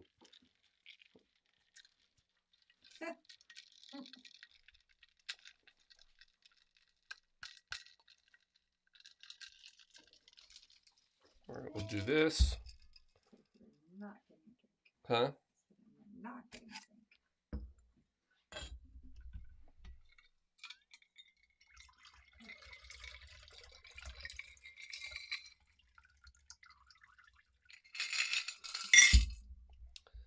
The garnish is one large caperberry. How fun. It's a pretty drink. It's fun. I mean, it looks nice. Absolutely. It smells great. It's pretty because it's clear. Oh, well, I meant that. Oh, nice. That's fun. Let's get a nice. It's a. I didn't think there'd be much of a difference of a flavor, honestly. You know what I mean? But I think the sherry, and then the brine. I think that definitely makes it. It pops. It's very crisp. Let's. I'm gonna come over. We're gonna camera this one up. There it is, like that. Now, I will tell you, when you're looking for capers, you want to make sure you get caper berries, Not nonpareils. not just small capers, because if you garnish it with tiny capers in there, it'll look like rabbit poop inside of a He just went there. martini. Yeah, it'll look like somebody got a hold of your martini and a rabbit just crapped in it. And all of a sudden the drink's very different. It's not nearly as decadent. Festive. No, it's not festive at all. So yeah, anyway. Yeah, that's nice. Try? I'm gonna pass on that one. She's passing. Don? I'm passing Shelby? on that one. Man, I do love capers. we like capers. Well, that's good. Uh-oh. A little much? A little much. Well, it could be it's 4 a.m. I mean, I'm not going to lie. I don't know, at 4:22 a.m. Now, I say that. We're going to end up with some good other martinis for early morning, but Absolutely. I'm not going to lie. It's tough to sit here and swallow 3 ounces of... A breakfast martini. We do have a breakfast martini. All right, so here we go. Moving on. 35? They can't all be winners, folks. They cannot all be winners. No. Mm-hmm. Look at this. We are number 35. Moving right along, folks. Here we go. So this is another anonymous drink, and I appreciate that. I love people that donate and say, hey, I want to donate, but at the same time, I'm waiting. That is your measured out. Oh, cranberry juice. That's just a huge ounce. No, not really. Eh, Just so we now know how much those shot glasses hold. all right. I believe. But, so this is a little kind of a crazy drink, kind of something fun. So, again, trying to... Oh, wait a second. Wrong cocktail. Can't do it. Gotta pop that off. Can't do it. It's not a martini. Yeah.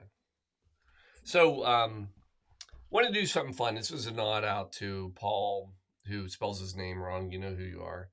And up north, it's, you can't all spell them right. And so I was trying to think of some cocktails. So there's a little play. We have a kind of a fun martini coming up later tied to up north.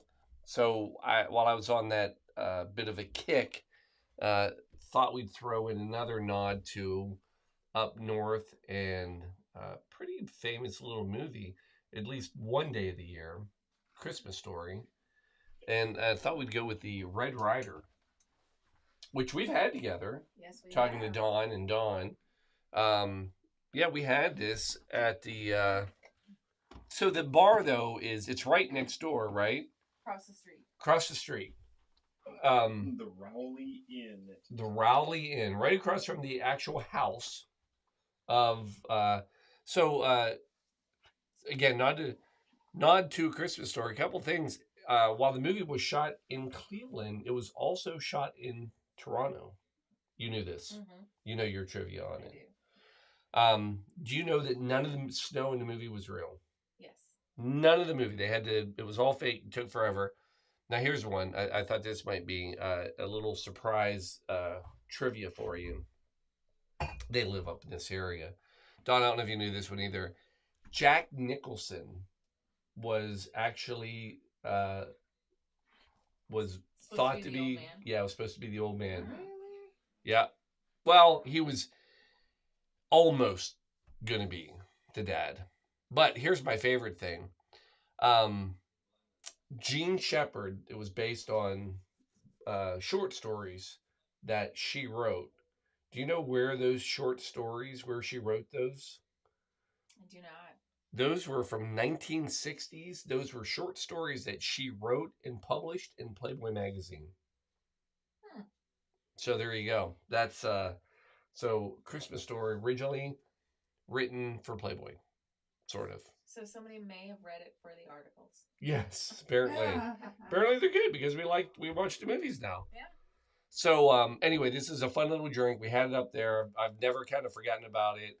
And when I had somebody from up in the Cleveland area, I thought this could be a fun little, it's not a historical cocktail, but yet it's definitely a fun little cocktail. So we're coming in. And ice. Let's get that blue monkey turned the right way, right? Right. We're going to... Oh, I like this. Yeah, that's the way to serve it. That's going to be fun. 1.5 ounces of bourbon. New Riff. Actually, New Riff is sponsoring us. So, yeah, New Riff, thank you. Kentucky's finest. We'll go 1.5 ounces.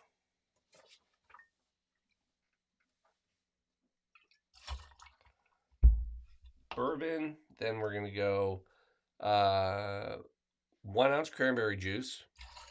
This one's interesting. Then we're going to go 1/2 ounce of maple syrup. I'm sure Jeff is not looking at this, but Jeff, thank you for this fresh maple syrup coming from Ontario.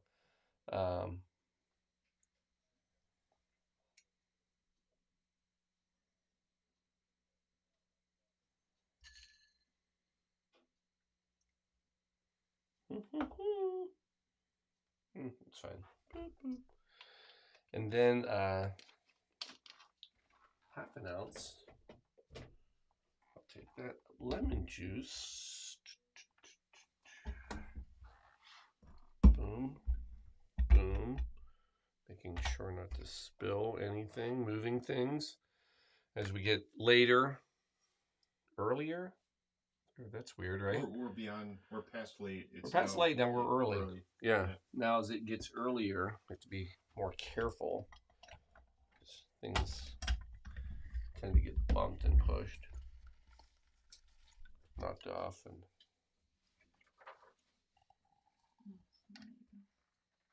what's that, Joe? 1/2 ounce. I just hold on to that. And then we're going to shake.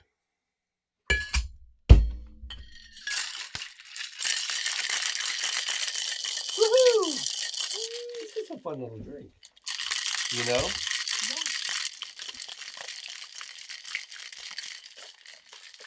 Yeah, if you've not been, you can actually now, you can stay in the house, can't you?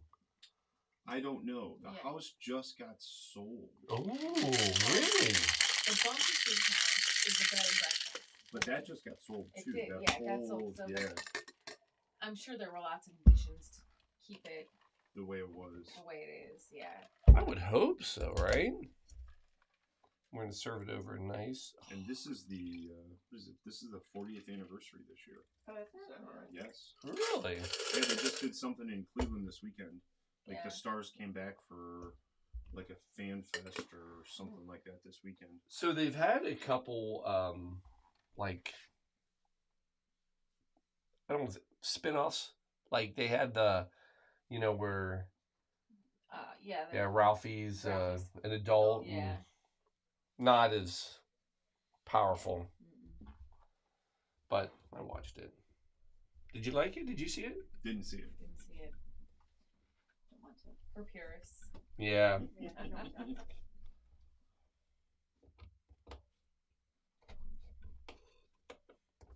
Do a little, just What drink's that? The Red Rider. The Red Rider. yeah. Shoot your eye out. Shoot your eye out. So I should leave a seed in there like a little BB. Yeah. You know. That's right. Right. So I'll do this one. There it is. It's a pretty drink. Right? Red Rider. All right. Oh, smells good. Yeah, we have had a lot of red drinks. Red Rum. Oh. The maple. Oh man, that's nice. You forgot how good it was, didn't you? I did. That's an easy drink. Yeah.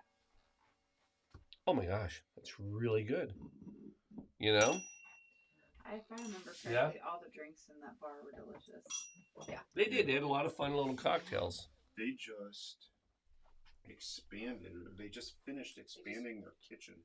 They were closed for like 10 weeks while they added on in the back of the building. Really? Yeah. So now more food, more available.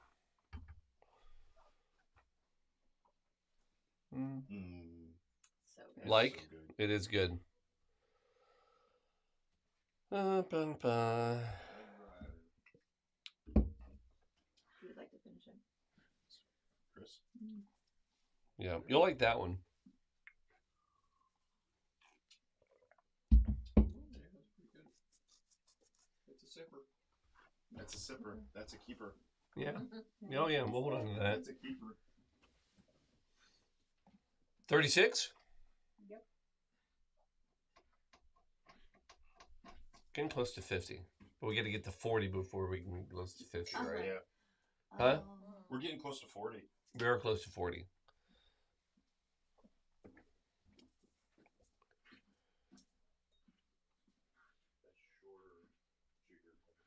So we're still moving.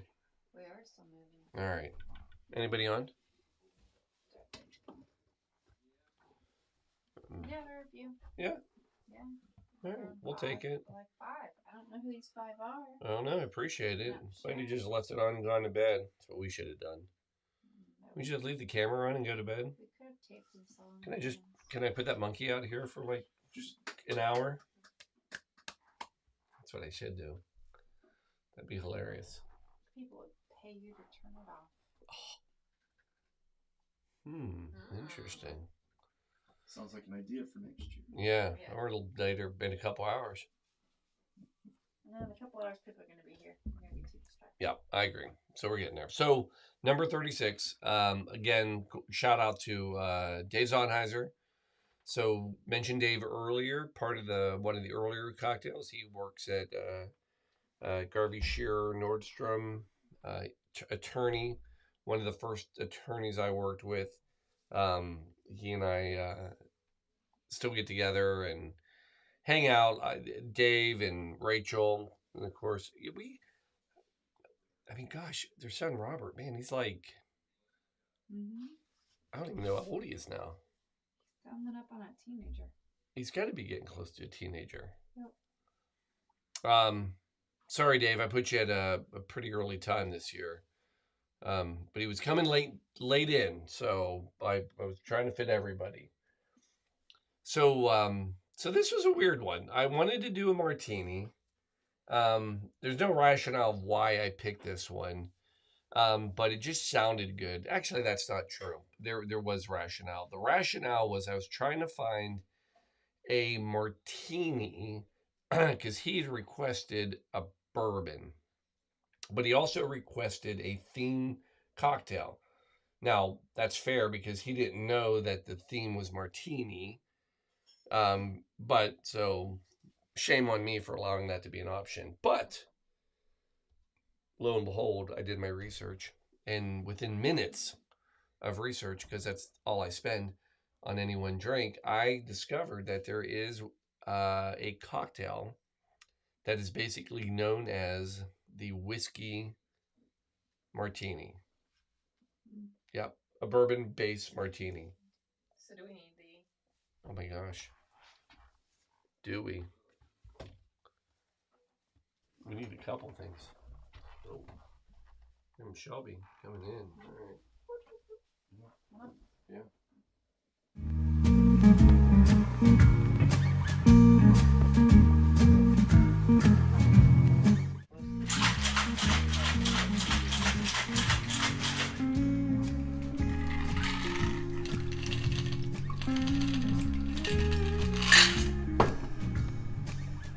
Cocktail being made.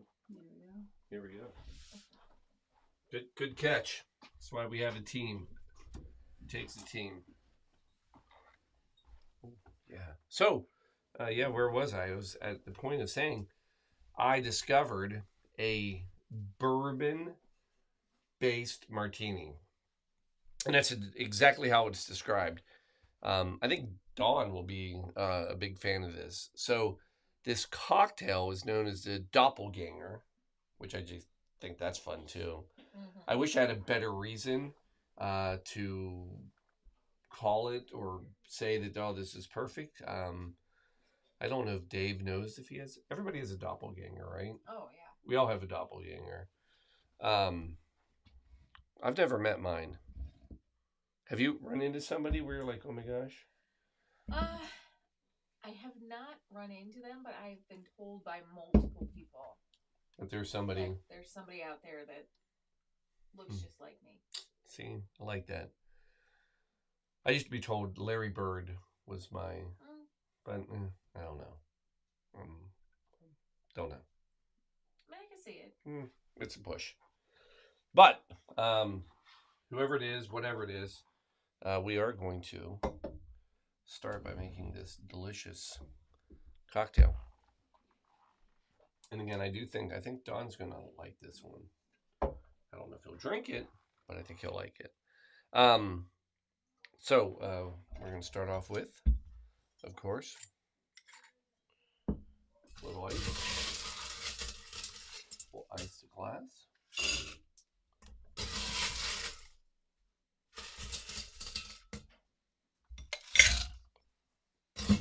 Oh, smart. I like where you headed with that.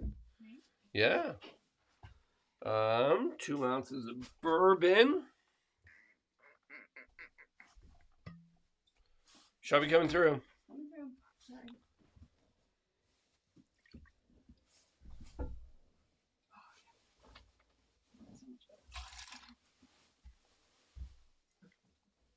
2 ounces of New Riff bourbon. Thank you, New Riff, once again for the cases of bourbon and rye. Then we're coming in with 1/2 ounce of dry vermouth.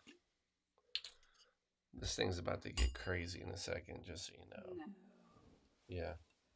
What are you talking about, Wills? 1/2 ounce. Then sugar. Oh, Don's making coffee. Ready for this? Here's where it gets crazy. Do you need some coffee? I don't do coffee. What do you do? Talk to us. Tea.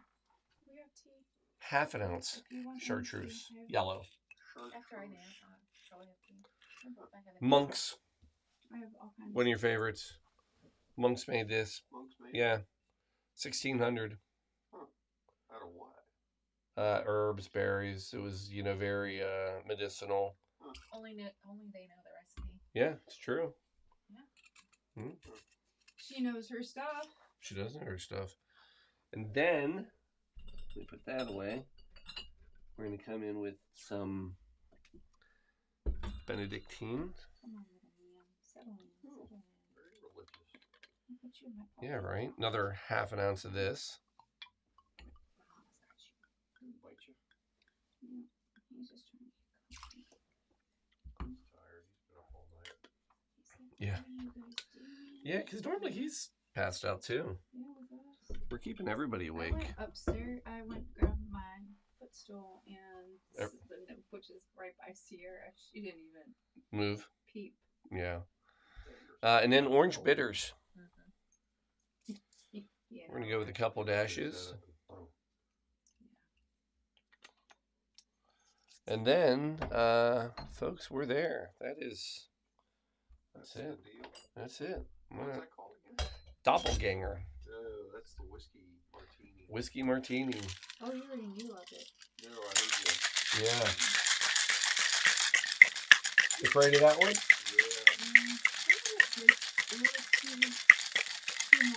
I'm not that advanced.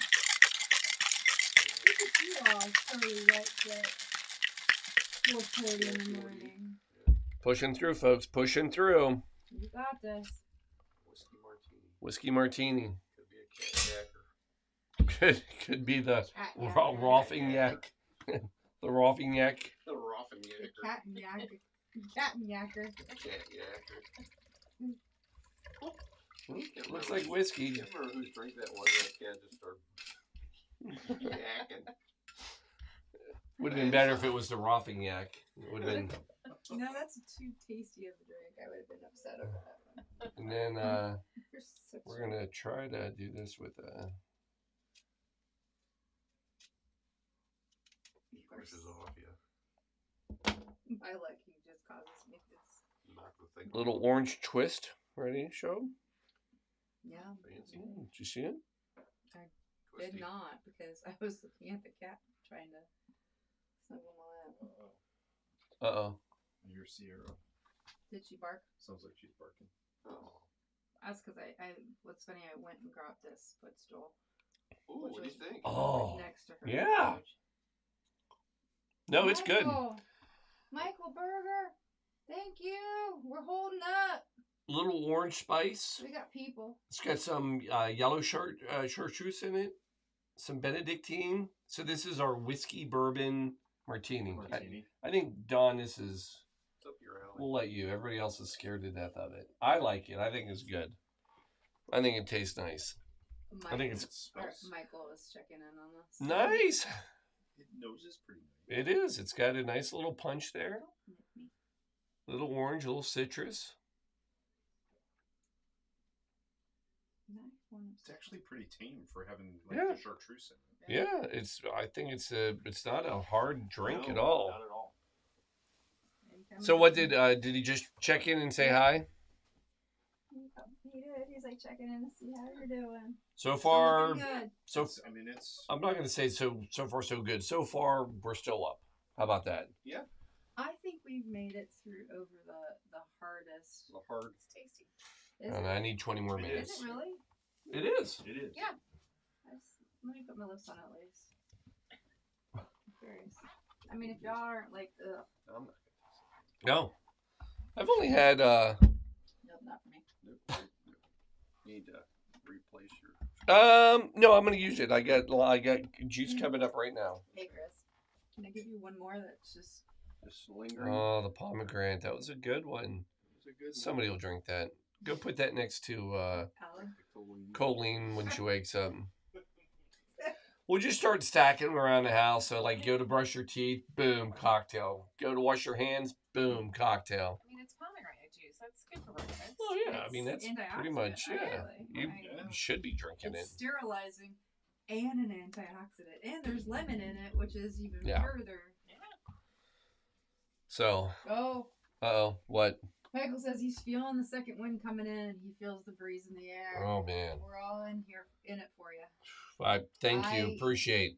You're sending that energy, Michael. I need it. Appreciate you, my Taking it. friend. We're taking your energy. All right, 37. 37. Oh, my gosh, Gotta fix 37. that. Right? 63 to go. It's a lot of cocktails to go. It's a lot to go. We're just taking it. We're eating this One at a time. Elephant, one. Yep, one bite at a time. One sip at a time, my friend. One sip at a time. Meow, meow, meow. All right. So we're at 37. We are going.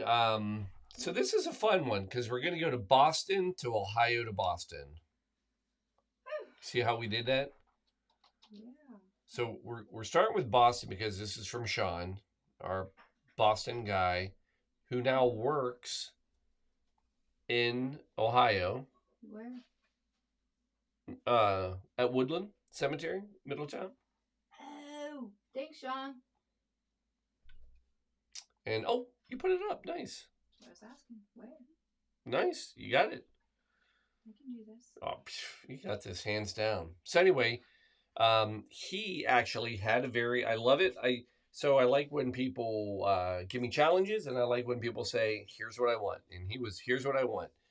I want you to talk about the DTO. Don, have you heard of the DTO? I have not. It's the daiquiri timeout. What? So Daiquiri timeout. this is a Boston thing. Now, a lot of, if you heard of a daiquiri timeout, first thing you'd probably imagine is it's like a, all right, hey, you've had enough. No more daiquiris. You need to take a timeout. You need to step away. There's also the timeout to have a daiquiri. Yeah, and you take a break. And actually, this is closer to the timeout. And this actually started back in, so the legend goes, in 2010.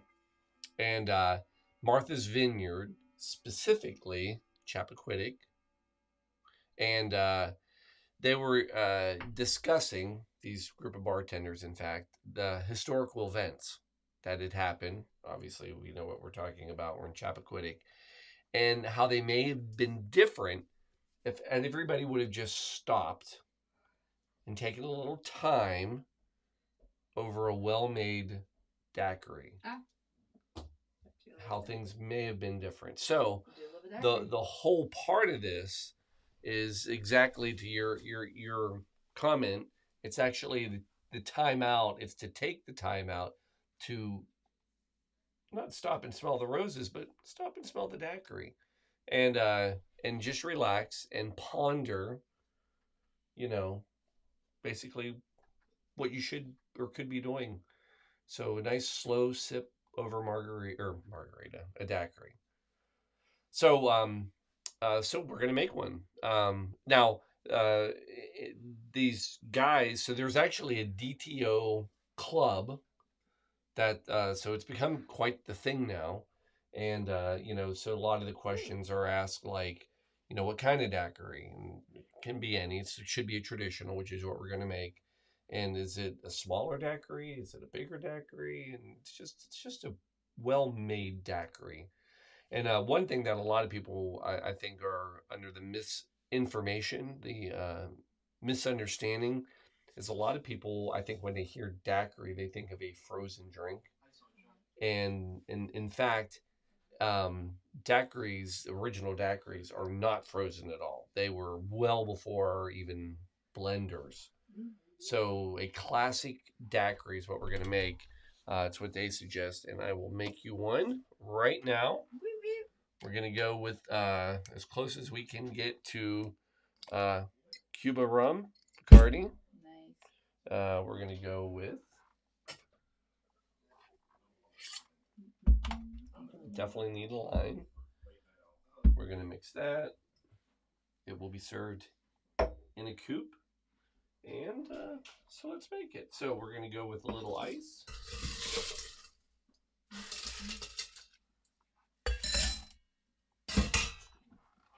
We're going to go 2 ounces of rum.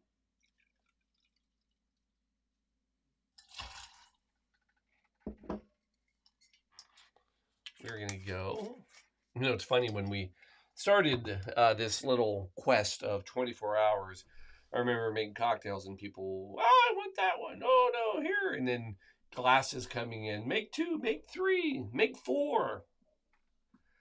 Now we are challenging each other to take a sip and try one. It's also now just down to the illustrious. Yes, we are down to the few. Yeah.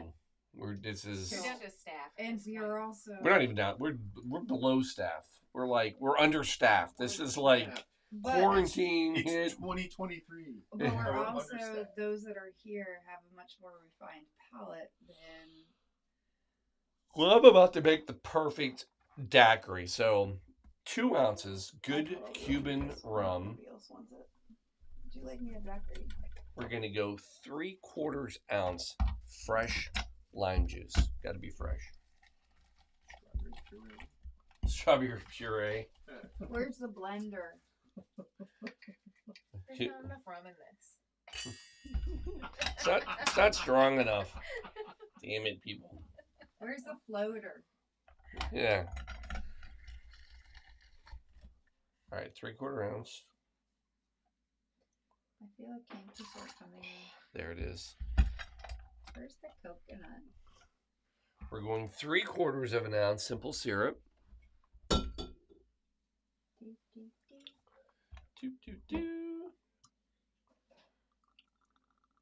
Now you may remember Papa Hemingway. I was like, why He also was a big Papa's rum? No, But this it's a is dark rum. yeah, it's a dark rum. This is a classic. And then we're gonna do a dash of Peychaud's bitters. So Peychaud's house in New Orleans is now like a boutique. Hey, sunshine. Hey. Is a boutique hotel. I'm making you one. Where we at? How you doing?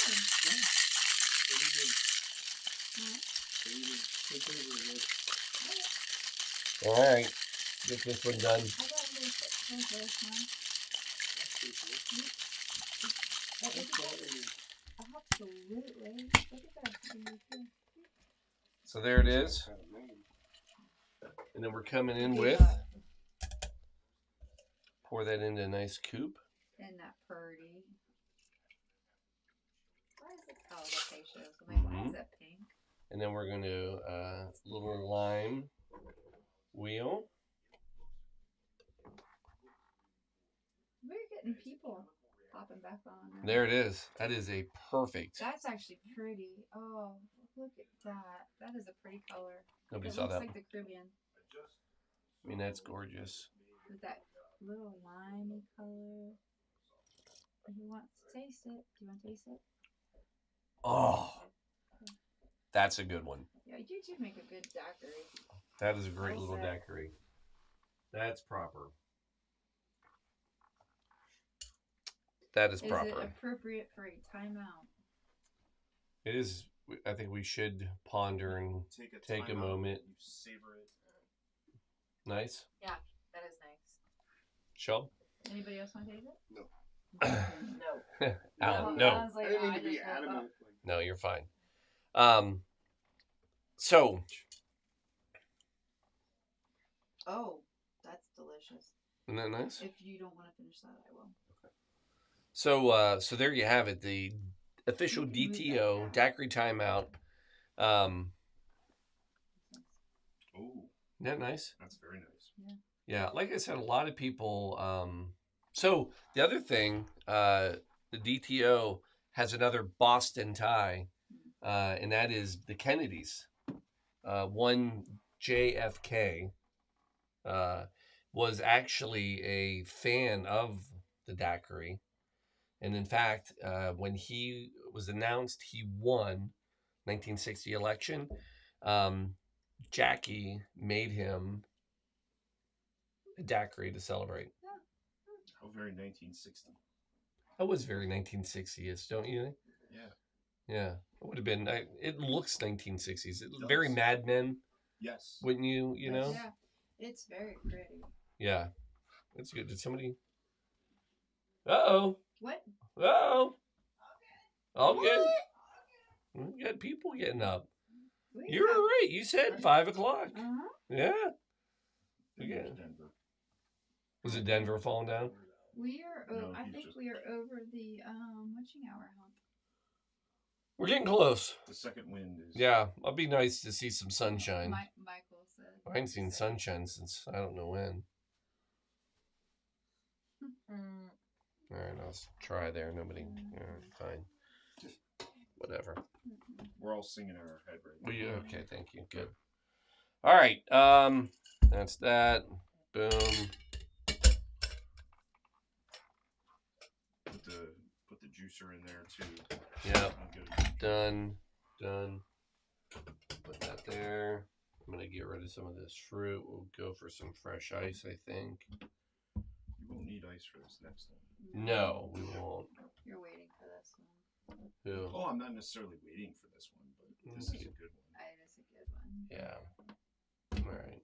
Good. jigger. Yes, sir. Man. A lot of, Cleaning 'em out. I know, Jesus. Hey. You were saying hi. Now I see. Oh, I don't know what's happening. I don't want to throw it away until I knew, like, was this? Ho, ho, ho, ho. Yeah. This is a good one. Don't need much for this. You have 2. I say Prosecco. Done. I like your choice. It's a little drier. This is a little too sweet for that. Yeah. So this is going to. So we just started. Speaking of Papa, the daiquiri. I mean, goes right to segue Ernest. Perfectly. Yeah, look at that. Like I planned it. I didn't at all. It was like you did. Like I did.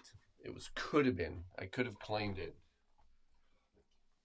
But yes. Sorry, I'm fixing my. No, that's fine. I was trying to make him warm. Yeah.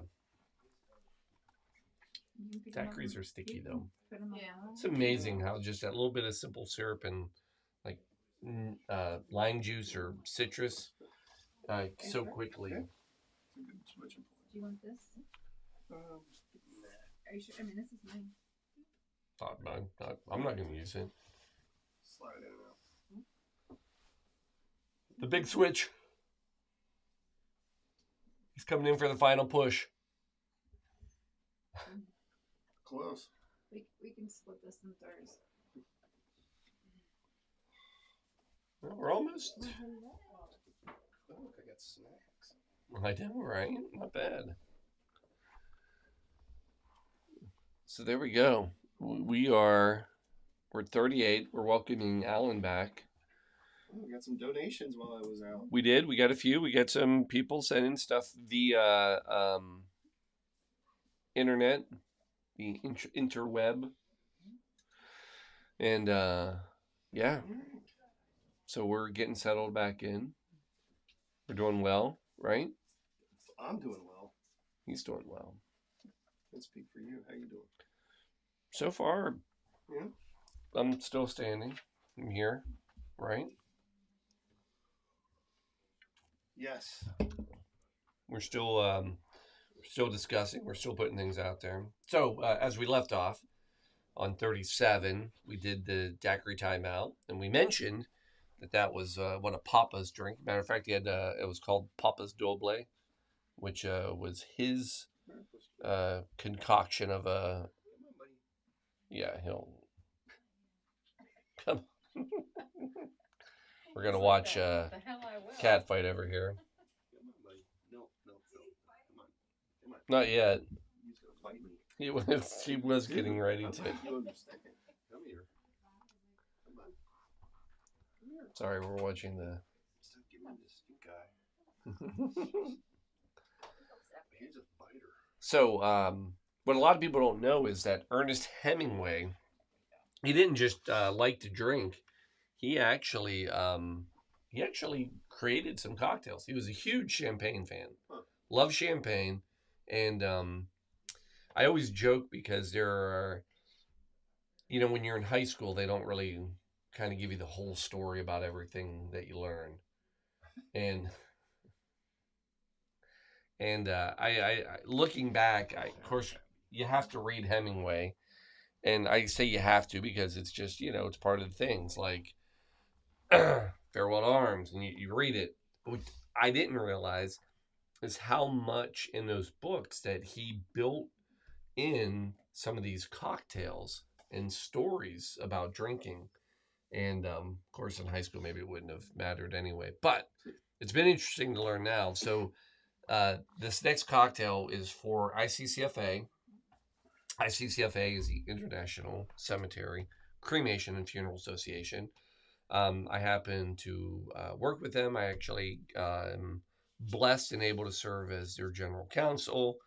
We do a lot of stuff. They're an amazing organization, great members. And so they help out every year. And sadly, this year I thought I've got the perfect cocktail for them.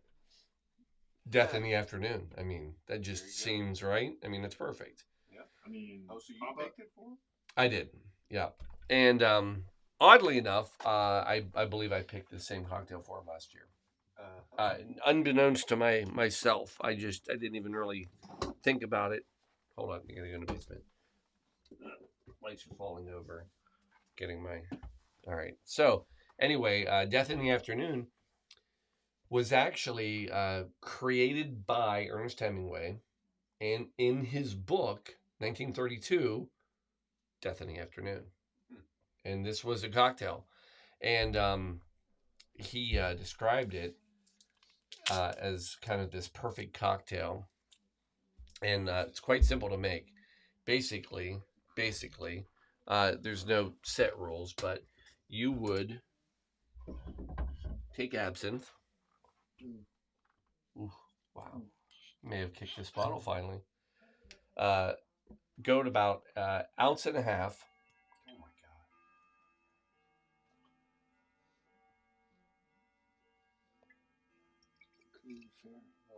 The Green Fairy, the Green Goddess, the Green Fairy. It's delicious stuff. We did the at your house. We did the Friday show, the frappe. We did the absinthe frappe. Yeah, the absinthe frappe. It was good. So this is an easy drink. Literally, it's absinthe, champagne, and you just add it as he described until you hit the opalescent. So you can kind of see. It's hard to see here, but you can just start to see this kind of that like dilution. Yeah, it's very mesmerizing. And then that's it. That's your wait. No, that's not it. You're gonna go with a garnish of a lemon twist.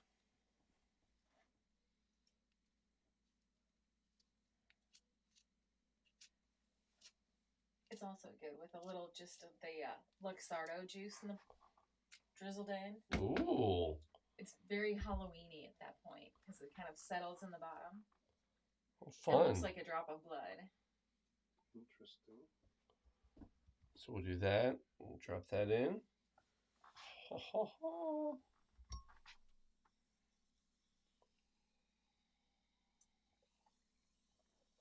Oh, nice. That's good. What did he say?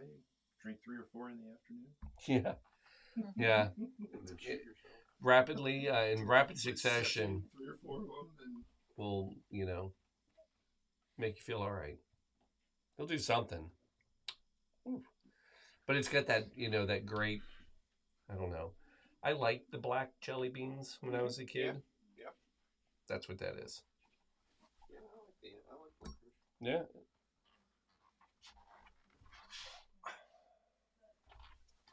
There it is. Ooh, a little bit of champagne left.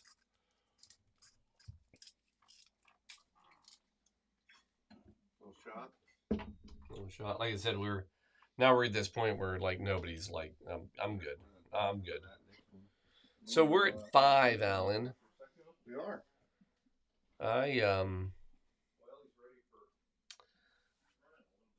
Are we? What are we? Huh? We're ahead. If that's what you're after. So we could go for a few minutes. We could actually go for 25. That far ahead? 39 begins at 5:30. We're at 5:04. All right, let's do the story of the BMQ. We'll, as we get ready, everybody needs to probably get a little breakfast. We'll get ready for the next one. We're gonna do a little cleanup here. You want to do the story? Sure. All right, let's do it. All right, we'll see you a little bit. Yeah, we'll be right back, everybody.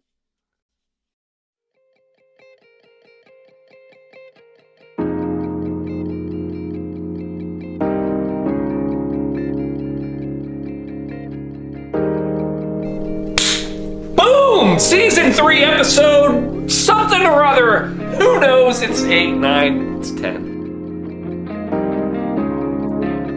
The walk through life is often beautiful for most of us. Imagine, though, if you were without some of the most basic items like food, water, shelter, or warmth. The things most people take for granted, others can struggle to find. Reaching out to those in need can really help them find the beauty in life we all want. The road to help others is a choice. It is something you must think through, something you must work hard at, something you must enjoy. For over a year, Paul and Shelby Lemasters have been creating a cocktail show for all of us to enjoy.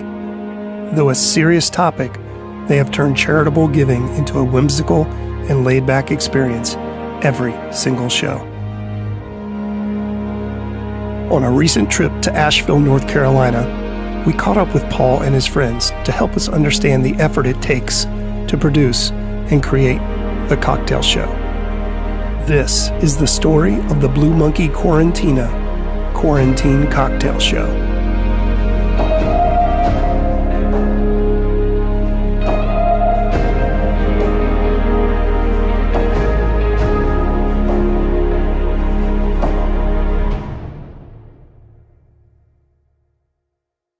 Now, to understand how the cocktail show began, you need to understand the history of how Paul and his family got started in charity work. Basically, 10 years ago, I decided that it was important for my kids to understand that there was more than receiving for Christmas. So we went out and we bought 4 coats. That was the coat drive.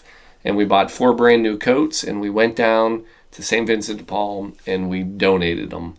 And it worked, because the following year, my kid said to me, "Are we going to do the coats again?" At which point, I had 2 choices to say, no, we only give on odd years, or whatever year that worked out at, or you say, yeah, of course we are. And not only did we do it, but we kind of started this little thing that we didn't realize that, and we can do better. And better they did.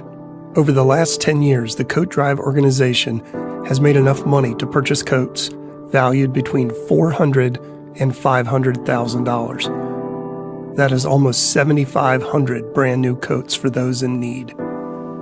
And we just did a little bit better, and we gave more coats, and that was literally how it all started. Make no mistake in understanding how work like this is needed for our communities and the immediate positive impact this effort provides to others. The year 2020 started off like any other fundraising year. And then it happened. A new virus called COVID-19 began spreading all over the world. In order to slow the spread, everyone was being required to quarantine. The new restrictions gave Paul a great idea. And this year, we always are thinking, all right, what do we do? What do we do? And then the quarantine hit. And then I will say this, at no point early on did it click that this would be the fundraiser. And I think, and this will sound a little goofy, whatever word you want to use. But it happened. It worked. So when we started the Quarantine Cocktail Show, so it was day 1 of the quarantine, DeWine had said, this evening at 9 p.m., all bars will shut down, and that will be it. And of course, where were we when that happened? We were at a bar, a brewery. That sounds better. That sounds less alcoholic. But we were at a brewery, and literally everybody almost remorsed, and we cheersed at the bar. It was like, this is it. This is our last drink in public. And that's when I told Shelby, when we get home, I'm going to make us a quarantini. It had already been out there. I'm not saying I invented the quarantini. It was out there. I'm saying I'm going to make us one when we get home. And that's when, our relationship, and this is how we work, but wait, you need to do this. And that's when Shelby said, let's put it on Facebook. I said, fine. I'd had a few beers. Apparently we were pre-gaming and didn't even know it. And then so we come back and we did what ended up being the first quarantine cocktail show. And at that point, we made our little quarantini. And when we were done, we were like, that was ridiculous. That was silly. And then somebody, and I don't remember who it was, but chimed up and said, you're going to do it again tomorrow, right? Of course we are. And then that rolled night after night after night. And the quarantine cocktail show started. Are you ready? Folks, we're ready. Let's just get rid of the purple elephant in the room tonight. So after 1 year and well over 100 shows, Paul and Shelby weekly still create the Quarantine Cocktail Show in the Blue Monkey Quarantina for our entertainment.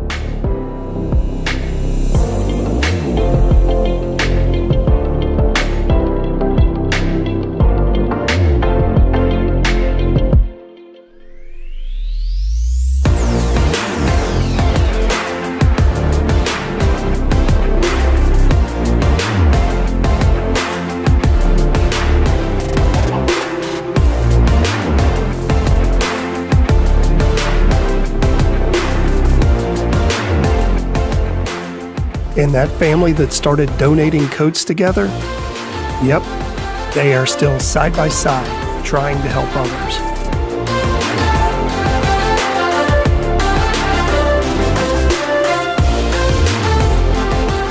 People often ask Paul how he puts the show together. He often responds with 8 minutes of preparation.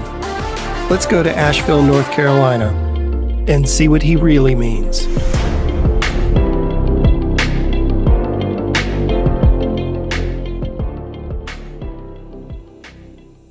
Paul has perfected a process that he goes through the day of the show. The most important of the items being which drink to pick, which shirt to wear, and how much pregame to do. Yes, there is real work to do also when it comes to the research and the notes and putting together the graphics for the show. Today is no different. Let's follow the crew around Asheville as they work their way to showtime.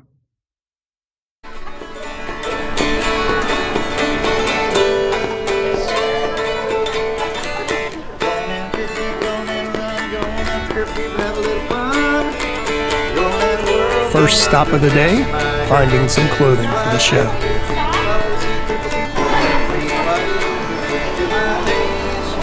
Score.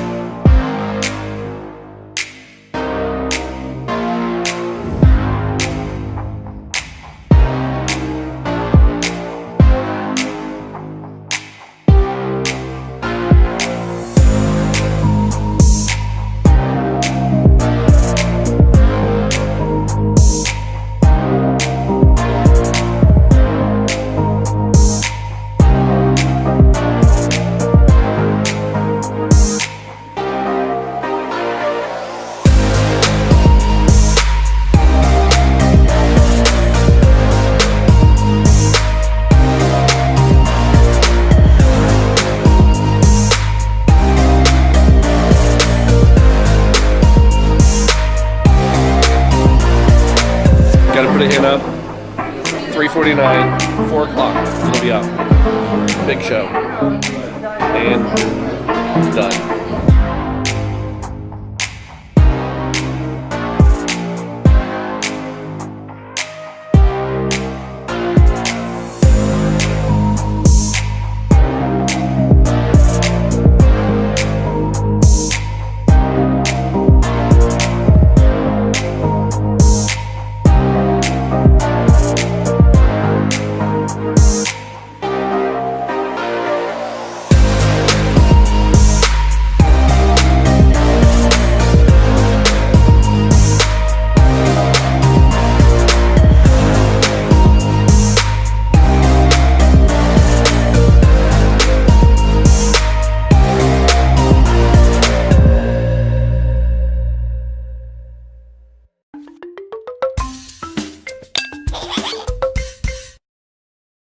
happening? Oh yeah, and that's happening.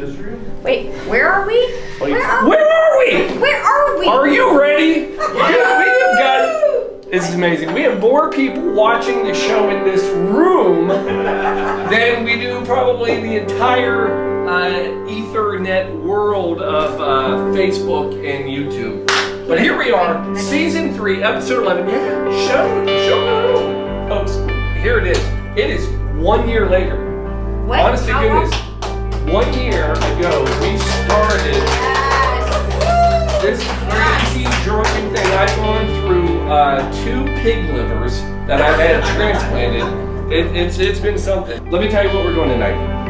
So we are going quarantine style highball, but we're going Irish whiskey. Oh, did I? The recipe's over. Oh, is it up? Wait, hold on. Is it? It's over? No, it's. There it is. See, you guys can't see it, but right here, I've got it. So yeah, 2 ounces of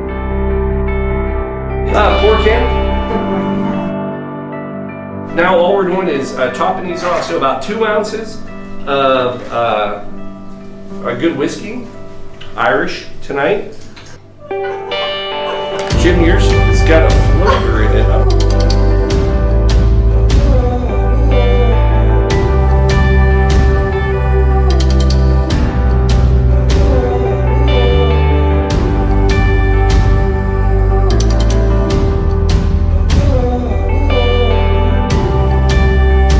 So, as you have just watched, this show was born from the heart. It has been this family's desire to continue to do whatever they can, wherever they are, to not only have fun, but ultimately make a difference in the lives of others. A year ago when we started it, we did this to add a little bit of laughter and joy as COVID hit, and we wanted to have fun, and here we are with groups of people, and I will tell you, I believe we've delivered. We have delivered, but we've had fun, and I want people to continue to deliver, and here's what it reminds me of a story. Please, what's your story? Once upon a time. Once upon a time. No, I want everybody to just keep giving, right? You've given to the coat drive, but when you go out, give, have some fun, buy a round. Last night we went out and bought a round of drinks for somebody. Cheers, folks. Love you all. Shelby, Chink. Oh boy, that was almost bad, folks. Hey, we'll see you next Sunday.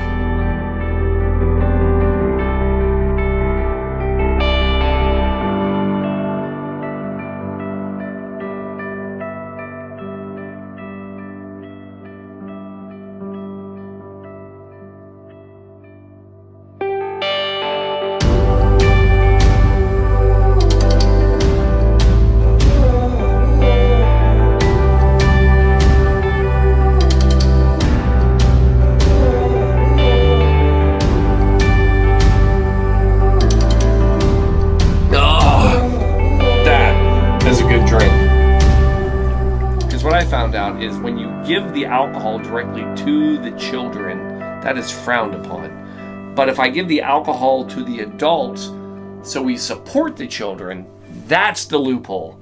And that's where I live.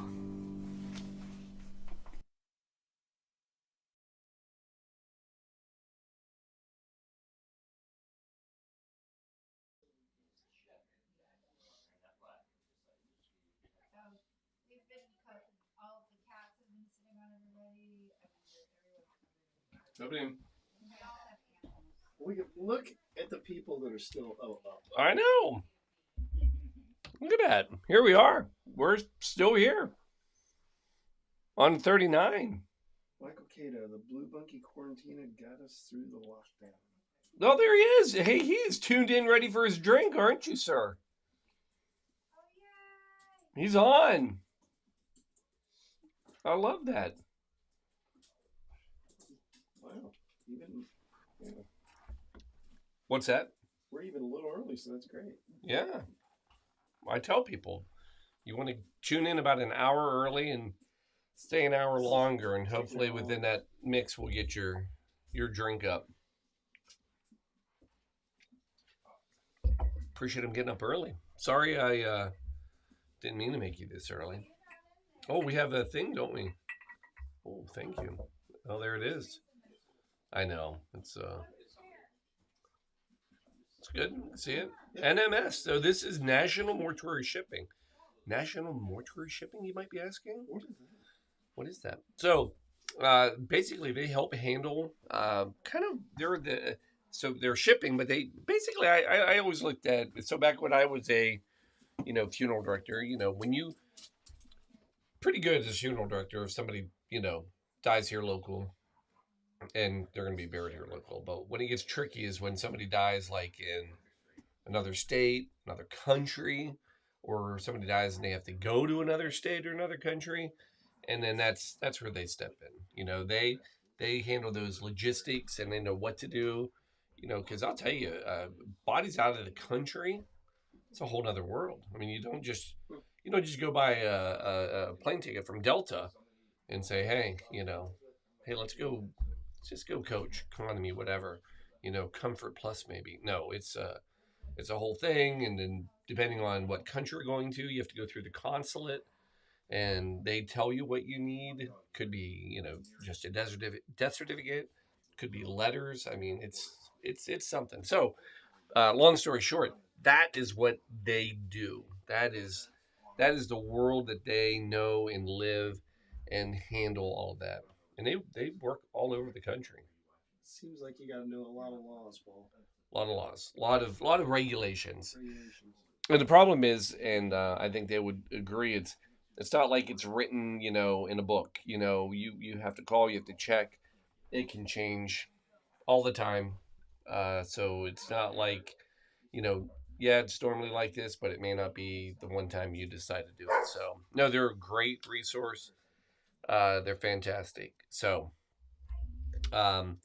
so the two of the folks we I know and deal with mostly there are Angie and Kaylin, and so doing this one,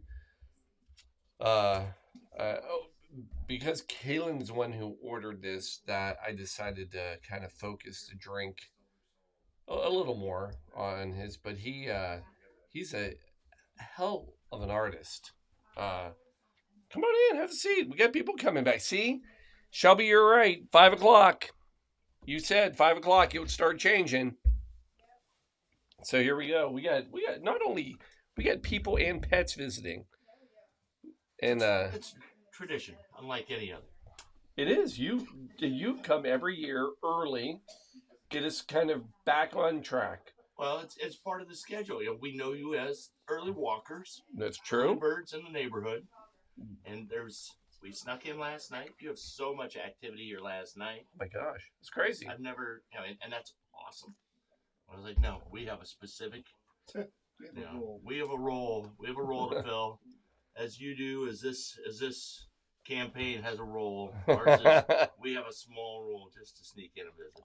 Well, it's appreciated, and it is great timing because this is kind of the we did it. I agree. We got through the witching hours.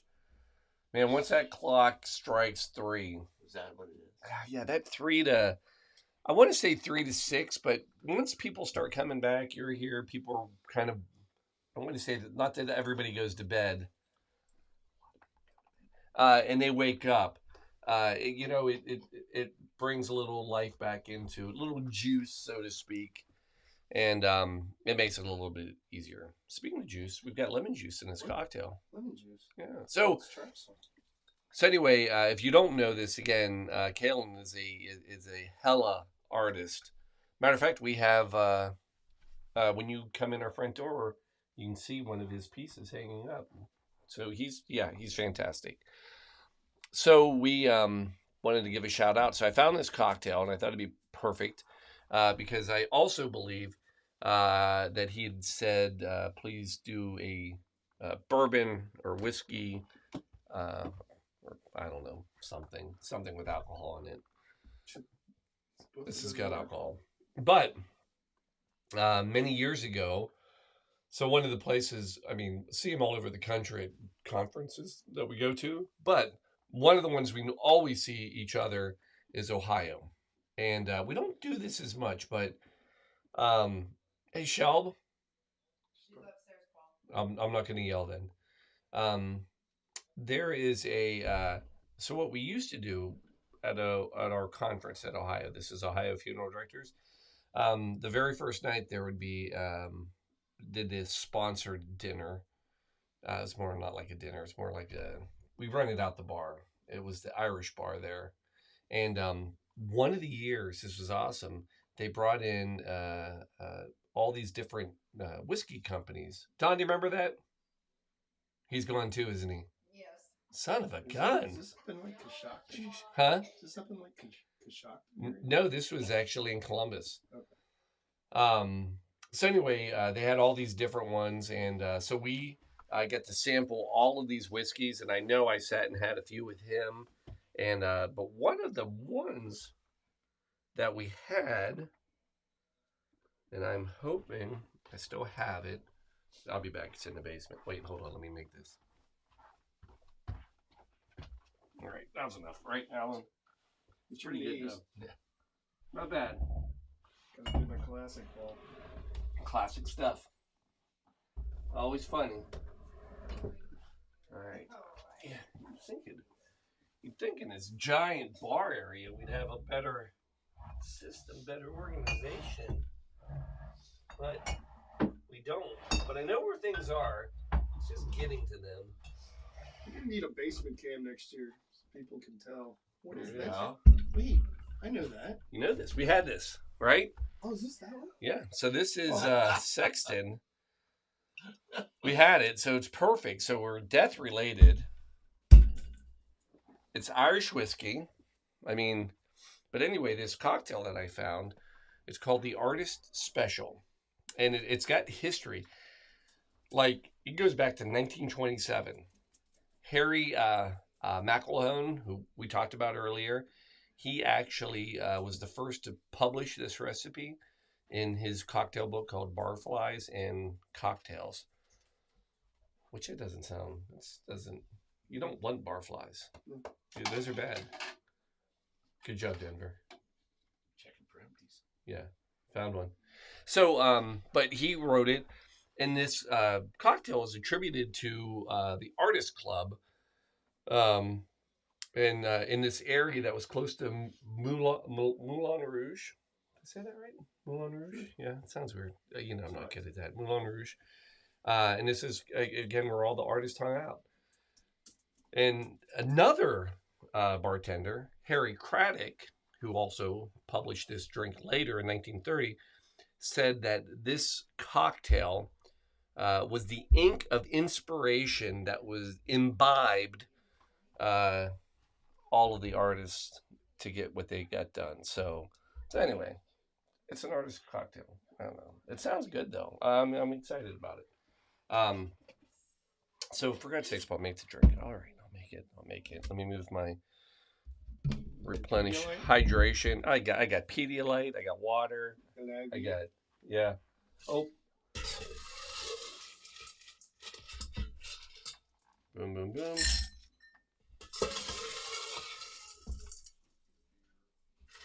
End of. I think they heard the noise. Huh? They hear the noise? Yeah, they're coming. All right. So we're going to go 1.5 ounces of whiskey. Irish whiskey. And we're going with the Sexton, which we've had. We like it. It's delicious. Actually, it's in the video. Yeah. So there's 1.5 ounces of some Sexton Irish whiskey. 1.5 ounces of some sherry, equal parts. It's a little surprising, I'm not going to lie. Kind of hoping I wrote this down right. Why is that surprising? Oh, no, it's just a lot of sherry. Yeah. You know? But hey, who am I to question why, you know? Although I will admit earlier when you were, instead of writing 1 to 2 dashes of bitters, I put 1/2, so it looked 1/2 ounce of bitters. It's a lot of bitters. I knew what it was. I knew it was 1 to 2, but that would have been a lot. That's a lot of, yeah. You would have been able to tell. Hey, Chris, can I have a juicer as well?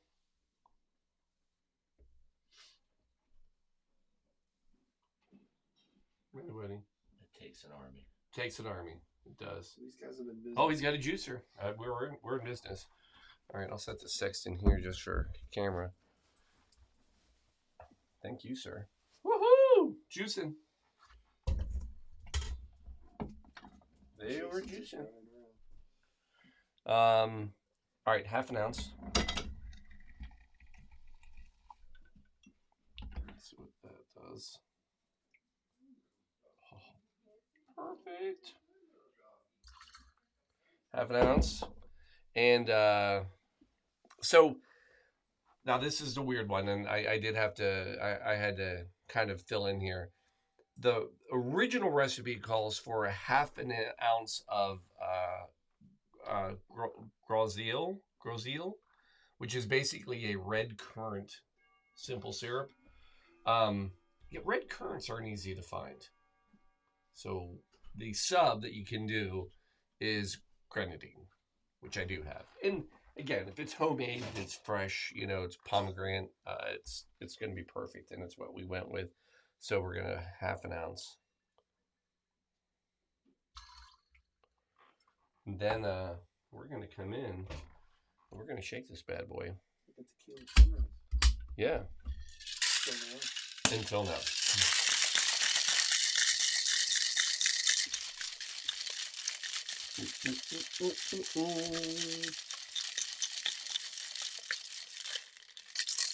What's Kalen saying? He just said you guys are awesome. Aww. Michael Cato. Yes, yes. I know. Man of mystery man. So then we're going to come in, pour that over a cube.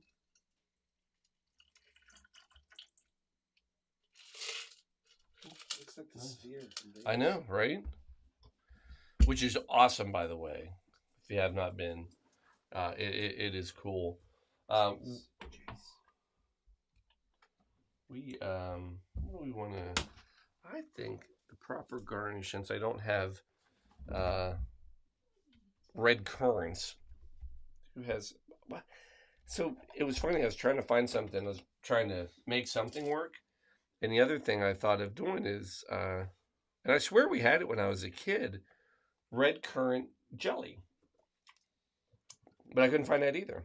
Did nobody have that when they were a kid? No, where'd you grow up? Denmark. So, yeah. Maybe that explains we did mean that. streets. Yeah, the mean streets of Denmark, where, you know, there's a red currant pusher on every corner. I don't know. So we're going to come in with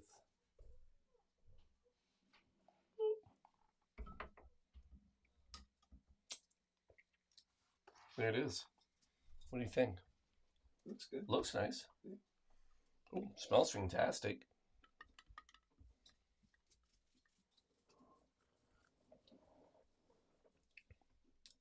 Oh, nice. So it's sweet. So it's equal parts Irish whiskey and sherry. Yeah. So definitely, but it's not like a sweet like candy. Not sweet candy flavor, but a sweet wine almost. Actually, that's what comes across. It's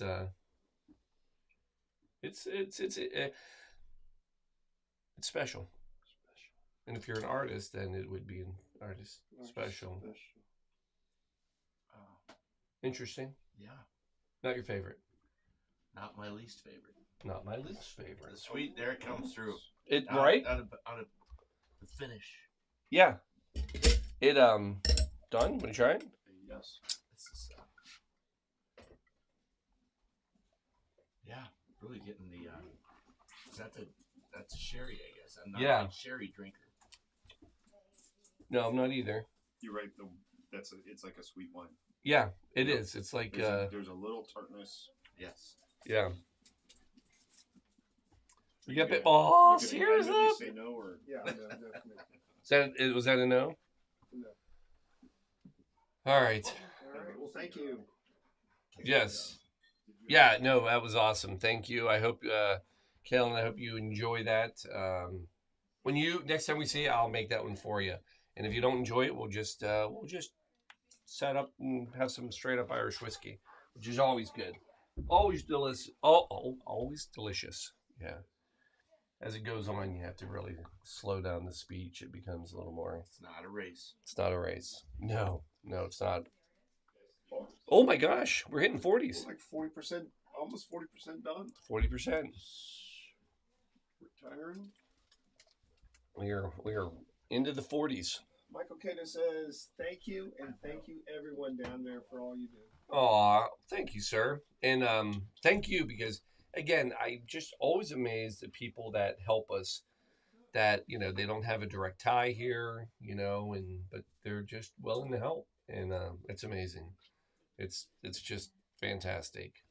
And I learned they're the FedEx of the death industry. Yeah. They're my travel agent. Yeah. They're my travel agent. That's how I describe them. They, that's exactly what they are. My travel agent. They are the travel agent for the dead. Travel agent for the dead. So this one, this was a fun one. So, got a picture from them earlier. I would love to know, Miss Kathy, if you are still all watching, because I got a picture from Kathy and her crew. Now they are up in Rochester, New York, at Holy Sepulchre. Yeah, it's a tough one for me. Yeah. And Ascension Garden, that's their cemetery. And I feel bad because I was up in Rochester and I didn't get to stay long enough to go on the tour of their cemetery. But it's I've seen pictures and I've heard people, and it's gorgeous, beautiful, and around the river. Rochester is a gorgeous river. They do. Large runs through town. Yeah, with a great waterfall. Yes. Yeah. Yes. I've been there. And so anyway, I don't know if they're still up or if they're waking back up, but I actually have from them, I have the photo of them watching. They probably don't want me to show that, but they were in it. They were watching. So what was funny is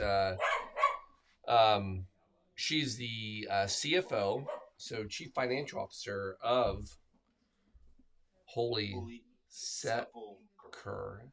Holy Sepulchre. Batman. Robin. Holy Sepulchre.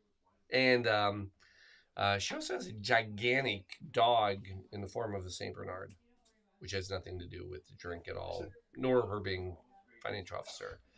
But what does have to do with the drink is she sent a request in, and she said, I really wanted to ask for a French martini, but I actually really wanted to have one of the theme drinks as well.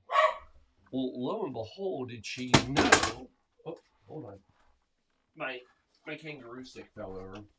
What she didn't realize is that by her picking the martini, the French martini, she in fact was picking the theme drink. So Kelby's our newcomer. He's got a. Oh yeah. What's that? I'm sorry. Can you help me for a second? Sure. Alan? Yeah. Because you are. Are you going for a?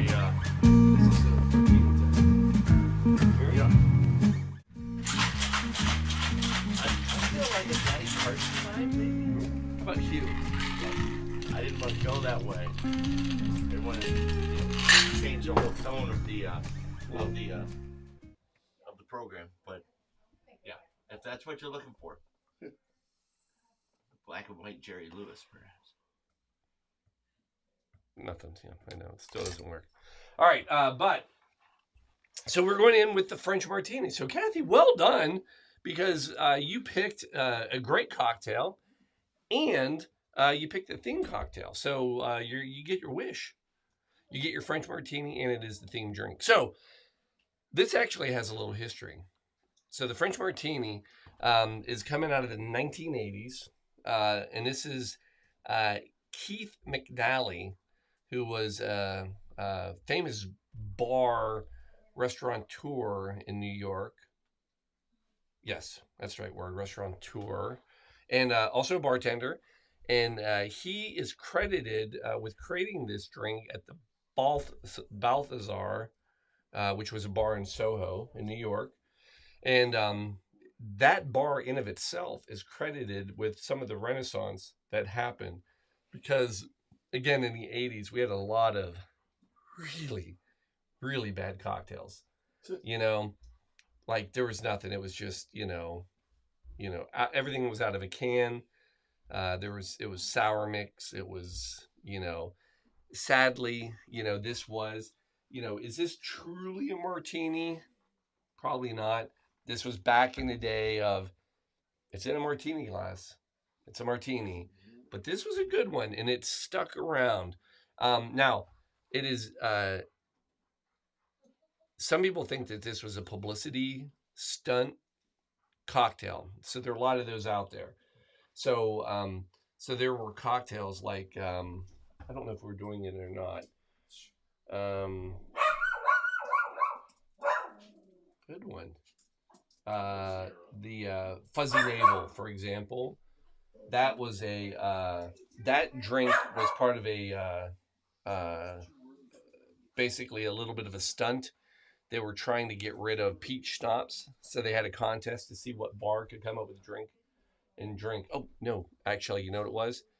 Sex on the Beach, and we're going to talk about that drink a little bit later. So I'll come back to it. But anyway, this was actually a legit cocktail that was made, and it was named the French Martini because, Paul, tell me why. I'll tell you why. Paul, tell me why. I will tell you why. It's because of this bad boy and the Chambord, which is a French blackberry liqueur that is used in it. And that's why it's the French Martini. So, just make it, Paul. So, a little ice in a martini glass. Gosh, I wonder how many martinis. I should have probably kept track. I didn't. We've made a few. I can tell you. Oh, yeah? So far, how many we've made? Yeah. We've made a lot.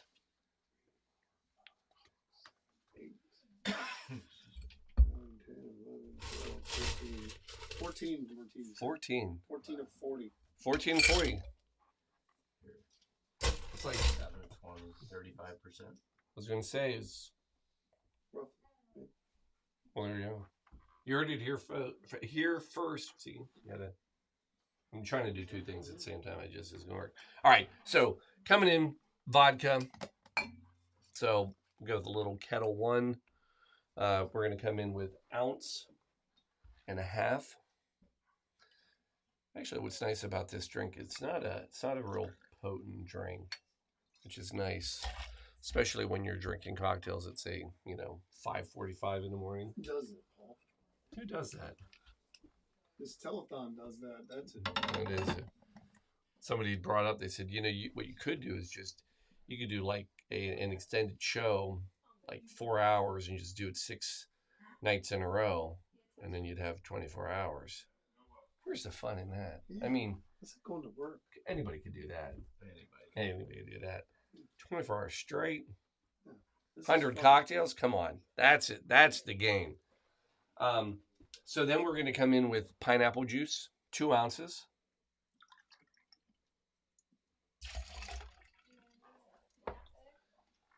And then again, the Chambord, 1/2 ounce. Nothing crazy.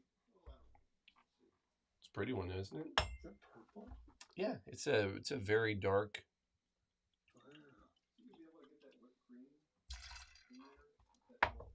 Cool.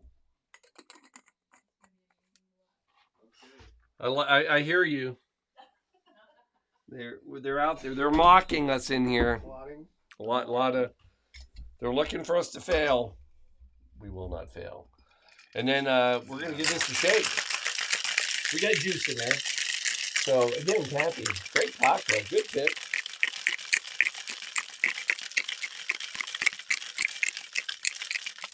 Ooh, nice and cold.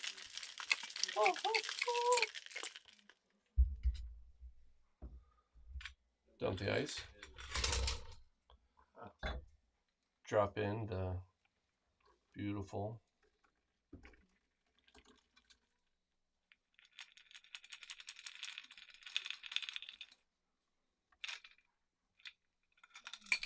and then we're going to garnish it with a little lemon twist.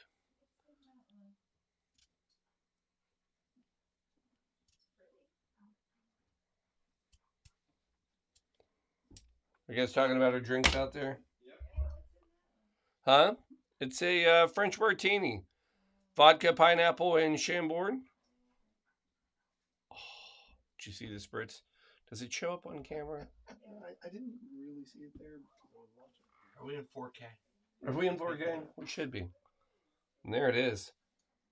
Oh, I mean, it's pineapple, it's vodka, it's Chambord. I mean, there's nothing wrong with this cocktail at all.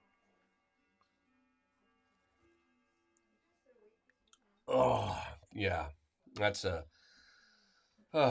nice. This is almost breakfast. I mean, pineapple juice, and it's pineapple forward. She's a beaut, Clark. Real beaut, Clark. The beauty of it, speaking of beaut, want to try that one? Sure. Look at this. Is the fact that it's not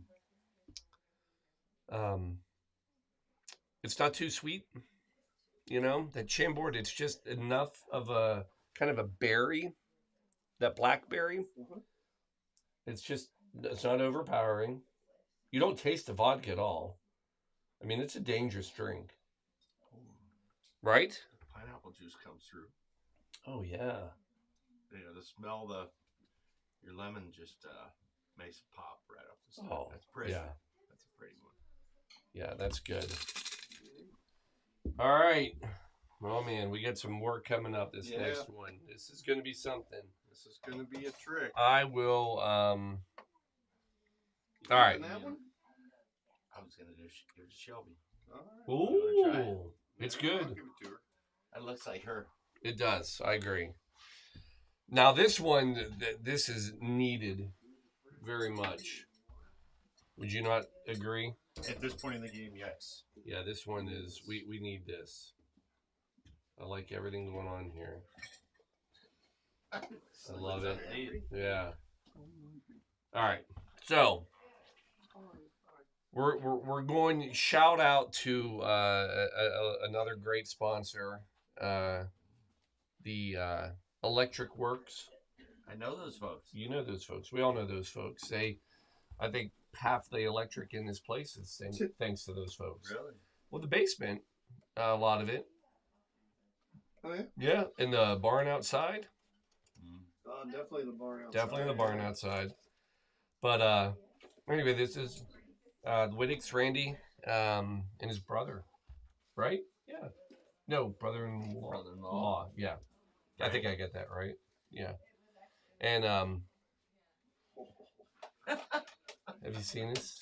I've seen the setup when we got started. I know. Yeah. Sorry. Wait. I'm not making a martini. I have to take this off. I get distracted. Hey. Oh, thank you. Charging a phone off of a. It's the coolest thing. Oh, I thought you were charging that device. I could. But anyway, Randy, they're awesome. I love their. Oh, you do have their logo up. God bless it, they're on it. Jeez, well, yeah, just give me a little bit of rest, and I can try to keep up. So, it's Electric Works, WORXX. I would have gone with the third X. Ooh. Really racy. You know what I mean? That's to that level. Oh yeah, I would have done it. Yeah. But I'm also making drinks 24 hours in a row. So. Maybe they'll do that at the next location. Oh, there you go. When they 2 location, third one. That'd be a good story. Speaking of a good story, Irish coffee. First place you think? Dublin. There you go. Most people actually think San Francisco, and here's why. Irish coffee, Buena Vista, is a bar in San Francisco. They serve about 2,500 cups of Irish coffee every day. Wow. Yeah. So That's a lot. it's a lot. So what's interesting is the story of this. It's kind of crazy. So 1952 in Buena Vista, Jack Kepler, all right? So he's the owner, and he's talking to this guy, Delaplane, who we've talked about Delaplane. We'll come back to him. But Delaplane is telling Jack, Delaplane's a writer for the San Francisco Chronicle, and he's telling about how he had this Gaelic coffee, and he's like, it's incredible. You got to try it. So he explains it to him, and these two guys try to replicate the recipe. So they're calling it Gaelic coffee, but in fact it was Irish coffee, and but that's how he knew it, and they just can't get it. So they don't know how to do it. So they literally fly to, at the time, Foynes Air Base, Shannon Airport now. I've been there. Been there. We've been there. Been there. Yeah, it's what we do. We go to great lengths to prove these cocktails. So we went there ourselves to see it. And then we realized that it was in 1952, so it wasn't there. But we still went. We still looked. But so they went there to get the original recipe from Joe Sheridan, who was said to have created the drink, and they did. Now, that's not really the whole gist of the story, because it actually was created by Joe Sheridan on another trip. So Joe Sheridan in 1943 was working at, we'll call it Shannon Airport because it's easier for me to say. And what happened was there was a Pan Am flight. Pan Am, for younger viewers, was an airline that no longer exists. But if you watch What's His Face in that movie, you'll see that he does what was that? Catch Me If You Can. Leonardo DiCaprio, that's right. And he was pilot for Pan. Anyway, it doesn't matter. But I'm getting a second wind, so the stories are starting to flow again. So anyway, this Pan Am flight is headed to New York, and they get really bad weather, and they have to come back. So they come back, land in Shannon. So all these dejected, tired, weary, travelers that are trying to get back home to New York come off the plane. And Sheridan's like, all right, I'm going to make something to get them, pick them up. So he creates, at that moment, Irish coffee. So he wanted to give them something. And how he described this is he wanted to give them a little hit of the Irish nip, some coffee to wake them up. But he also knew, since they were Yanks, that was going to be too much. So he had to sweeten it and make it a little more palatable for those Yanks. And without knowing it, he created what we now know as Irish coffee. You want some? Sure. Yeah, I do too. All right, here we go. We're going to see how this works. So, perfect world, you would put some hot water in this. All right. Shel, will you do me a favor? Because we got time. I want to do it right. Can somebody bring me just a little bit of really hot water? Just like it could be out of the tap, but just hot water. I see what you're gonna do. Oh yeah, I mean it'll burn you. Oh, we got a spoon. That'll work. Just watch this little show. Oh, you're curious. You don't think this is gonna work?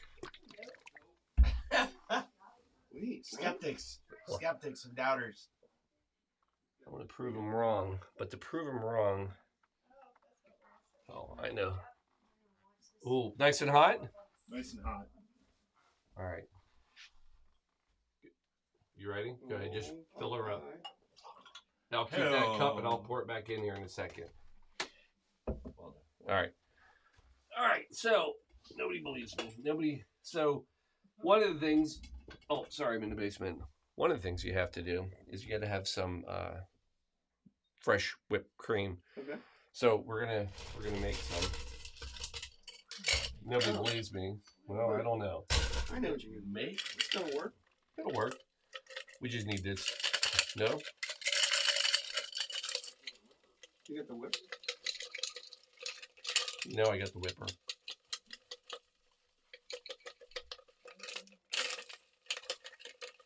This is a TikTok thing. You gotta get this cold. If that's not cold, that'll make it harder to do. It'll still work. All right. So, take a little cream.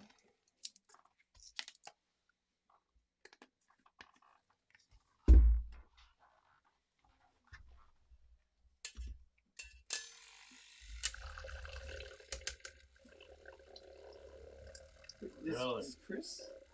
Is he doubting? Everybody is. It's the whole crew. It works. Well, that was it. I know it works. Are they laughing? They are. Why are they laughing? Where do they go now? What? The peanut gallery. Yeah. Tell you what, nobody's gonna get this drink. Tell you that. Good dog fight and 4 people laughing at us. Well, now it's 3 dogs. That's a 3-dog night. Shovel. So we're making whipped cream, folks. That's what we're doing right now. Paul, you know, some of this stuff I think you could prep ahead of time and probably make your show go quicker. Folks, this is not a race. You're right. If I wanted to, I could probably do 200 cocktails and just whip them out of here like a doggone bar, but this is an experience. That's exactly what I tell people. It's an experience. Thank you. Come into the quarantine. Huh? It is. Amazing. You guys don't think it's working. I got like 12 gallons of whipped cream in here. You need a mop. Well, it's a big container. They don't think it's working. It's working. So, we know the story. Now, again, if you go to San Francisco and if you go to Buena Vista, if you watch, he'll make like 20 of these at a time. Have you ever seen it? Yeah, they just line them up, and it's oh my God, it's just but they're made evenly. It's unbelievable. I mean, ooh, that didn't sound good. Well, it's perfect. All right, so we got nice hot glass. That helps. I'm gonna just here's what we'll do this. I'm gonna just put that in there. So, what do? Here's what you do. Take your glass. You're gonna put in about to flavor, but maybe 2 teaspoons brown sugar. Right? See, it's already melting. That was probably 1. Well, Is it supposed to melt? yeah, it's warm. We need it to. Then you're going to come in after that with some hot coffee, about 4 ounces. Like I said, if you were there, it would have just been like, and you want this nice and warm, it will melt, right? Smells good already, doesn't it? More Irish whiskey. Oh, here we go. Let's go with Egan's. Is that Irish? Well, yeah. Irish as it gets. Right on the label. Egan's, right there. Literally, it says Heart of Ireland. So, ounce and a half. Not an arm or a leg. Part of it. Heart of it, Oh, yeah. Part of it. Okay. I know.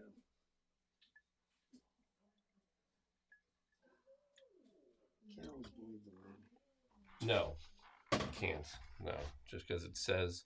I drink a beer that says it's the best on the front. It's not. And then we're gonna. Oh, it worked! Look who made whipped cream! And there it is, folks. Oh, wait. Yeah, That was my garnish, whipped cream. And there it is, folks. That is a Irish coffee, legit fresh cream. Lassies.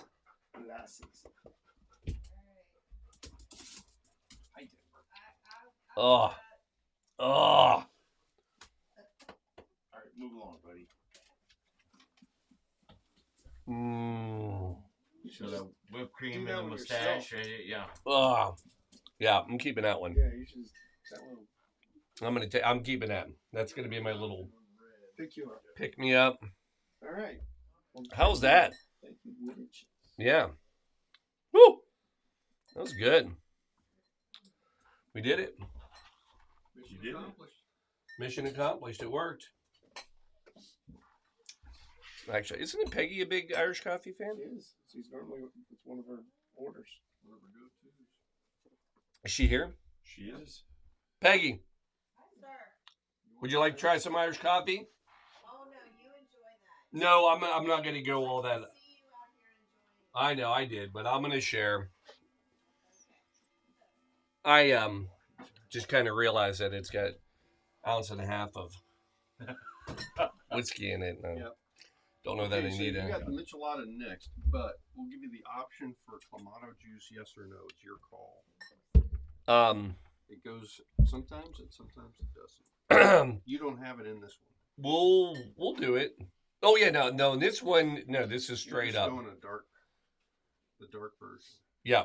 Okay. Yeah. All right, I'll take it away. Yep, take it away. This is straight up. So this is more of a classic michelada. So first of all, this is going out to so he'll be here later. He said he'll be here later. Mark, so Mark and Lori. This is our son Max's. I think we're allowed to sell this. Girlfriend's parents. Their daughter's Elizabeth. So they've been together for a while. So I think we can say that. Comes a holiday dinner, so that counts. Yeah, that counts. Yeah, that's deep. It's deep, and we've hung out. She actually went on vacation with us, so we all went to Hawaii. So it counts. It counts. But anyway, doing this one not only for Mark and Lori and all them, but also for him. He's got his company, Jackson Home Pro, doing like roofing and siding and all sorts of stuff. About to conquer at some point we're going to conquer a roof on an old movie theater. Really? Oh yeah, it's on the list.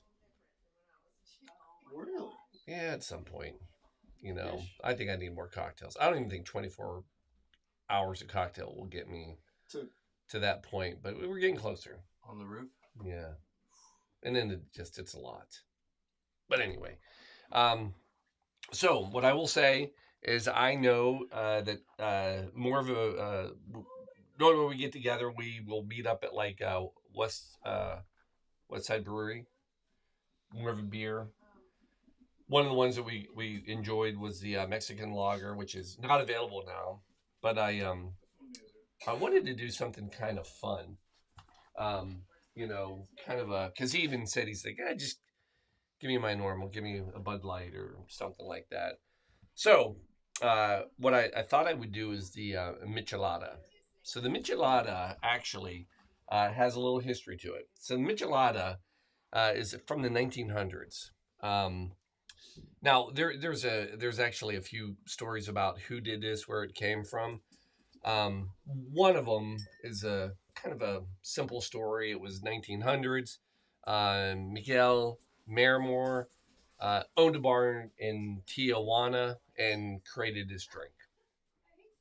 Not exciting. There's another story that says there's a little more history, and they actually make a claim for it. It was a bartender in Mexico City, Miguel Martinez, and he had created it, and it was a spicy way to cool down patrons. Okay, that's still not that good. I like stories that have a little more color to them. So this is my favorite one. The best one is actually right in the middle, 1910. Literally, that's not in the middle, but it's close. But it's 1910, and El General Don Augusto Miquel. He was said that he would take the soldiers that were under him. He would take them to a local cantina, and in an effort to kind of boost morale and get the spirits up, he would get cervezas, beers for everybody, but he would always add a little hot sauce to the beers, a little spice, little giddy up and go, and a lot of people believe that that was the precursor to the michelada. So if you ever go to even the local Mexican restaurants and you order michelada, a lot of times the one up here they do a great job, but basically it's just a fun way to kind of take care of the beer. Basically, it's a little bit of everything. So start off with a little bit of salt. So pinch of salt, some pepper, some black pepper. See if we have a little cayenne. Hope that's cayenne. It is, in fact, cayenne. So a pinch of that as well.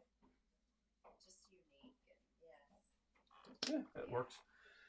Then we're going to come in with a little celery salt. We get celery salt. We got everything here. Then we're going to come in with, so we're going to take a little bit of lime. Now, holy, I got it. I got this. He stole my knife. It's okay. He did. He did. You saw him take it, didn't you? What we'll do is we'll take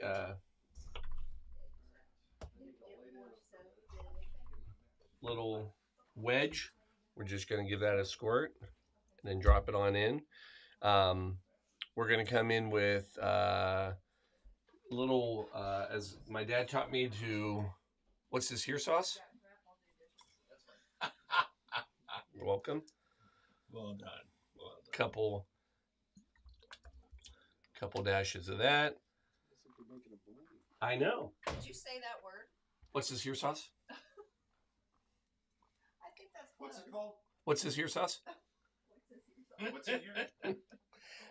We're gonna go a couple dashes of Tabasco. What's in here sauce? And then that's it. And then you're gonna come in and you're gonna throw your beer in it. And again, you don't need a craft beer at all for this. What are you saying? Yeah, natty light. This is what you need. This is a natty light kind of a thing. I mean, it's a mixer. If I'm at the establishment up the street, yeah. What are they?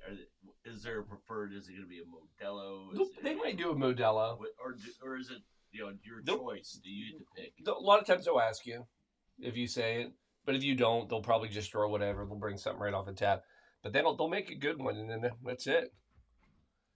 Colin, you ever have one? Yeah. Mm. Yeah, that's my jam. That's it, right there. Mm. Garnish is already there if you want to be fancy. You can throw one more on top, make it look fancy, right? Then you can just throw another one in. But yeah, little lager, little.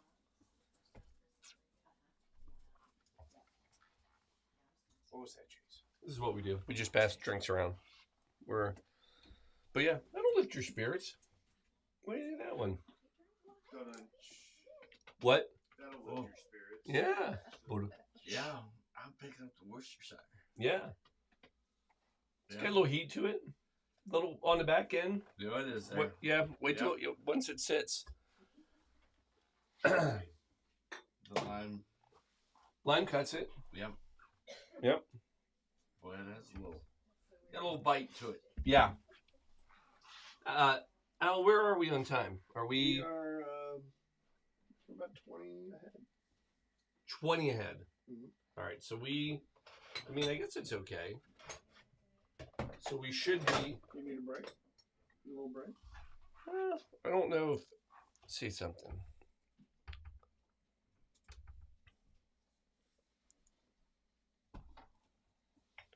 Should we take 10? Give some people a chance? Sure. Absolutely. Because this is, I don't know if Jim's up. I know. I don't know if he'll be up yet or not. You know, it is. Yeah. What do you want to hear? The news? Let's do the news. All right. Can we do? Let's do the news. All right. All right. Well, see everybody in a little bit. Take a quick break. 10 minutes. Take a peek at some of the stuff we've done here in the past. It's a little recap of some of the news. We actually had a really nice feature this year. We didn't get a chance to add it in. Next year we'll do some other ones. It just kind of came out right when we were getting ready to start, which is when they're supposed to share things like this. But it's on our Facebook if you want to go look for it and find it. But they did a really nice. Again, it's an honor for a lot of these local news stations and media outlets to continue to shine a light on what we do and what we're able to do to help. So take a look, get caught up, and get some water, folks. Jesus, you've been drinking all night. Come on. Hydrate. Don't be an animal.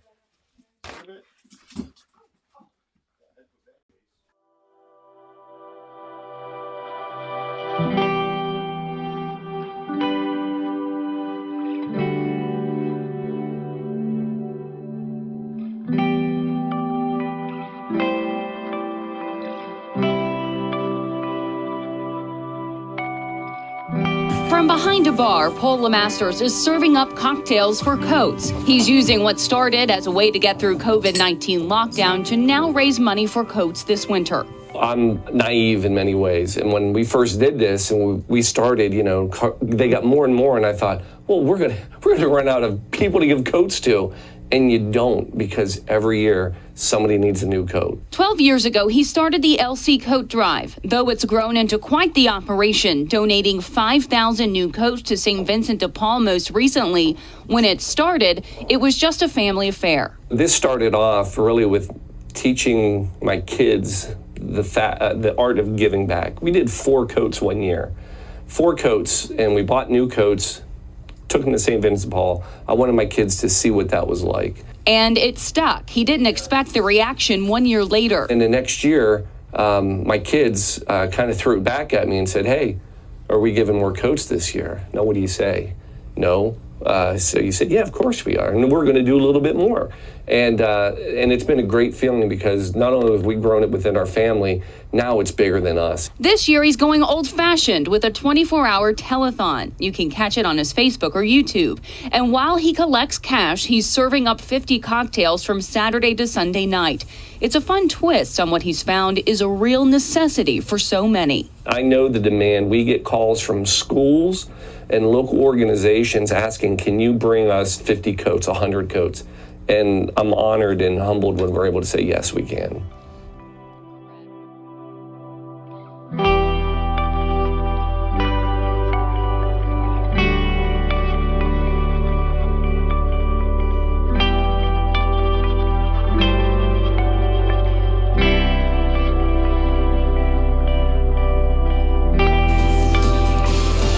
As we move into winter, St. Vincent de Paul is gearing up to help the less fortunate. Fox 17 Now's Jordan Valines is live at the West End YMCA with how folks can get a free coat today. And the time is now, right? Yeah, absolutely. They're about to start opening the doors here into this gym any minute. I just heard them actually make an announcement a few seconds ago. We saw that line earlier. Again, even before the doors opened, there were dozens of people lined up to get a winter coat. Of course, with these temperatures dropping, that's what's imperative. But you know what, Jessica? I want to point out something that's even more imperative that I find so inspiring this morning, and that is this gentleman right here. We're talking to a man named Paul. Okay, this guy, you guys are not going to believe this. This guy came in and donated hundreds of coats. Paul, talk to me about, the incredible success that you've had in being able to accomplish this goal today. We started off years ago. We just donated as a family 4 coats. Yeah. And we liked it, wanted to do more. Kids pushed. And so we just, every year we grew it, and I started asking for people to donate money. Right. And so we raise, almost $20,000 every year. Wow. And then we go to Old Navy and we buy new coats. And this was our largest year. We were able to buy 750 brand new coats, and then we bring them down and give them away. Paul, the miracle maker, right here on this Saturday morning. Thank you so much, Paul. I'll toss it back to you guys. But, we did talk with Paul earlier, so you're going to be able to hear from him throughout the day and also on tonight's newscast as well. For now, reporting live, Jordan Valines, Fox 19 Now.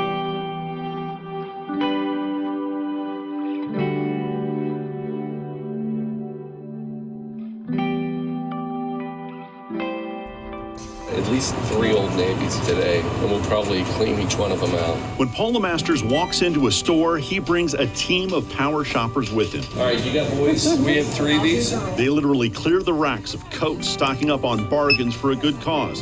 Paul says it started as a gesture to teach his kids about giving. About 8 years ago, it was a little thing with the family. Took the kids, said, this year we're not, buying stuff for us. Let's buy. So we literally bought 4 coats.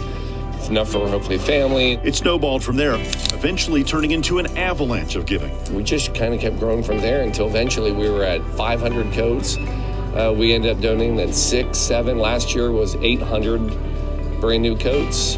So it's been pretty amazing. They were out hitting the stores today for the same reason a lot of people were, for the big discounts. And they know that getting out and doing this in person really kicks off the holiday spirit, not just for their family, but for a lot of other people too. Earlier this week, there was a fundraiser so people can donate to the cause. Paul says he could shop online or strike deals with companies to pick up donations directly from the loading dock, but he wants to be more hands-on. You feel good, and other people feel good. And while we're doing this, people will walk up and say, "What are you doing?"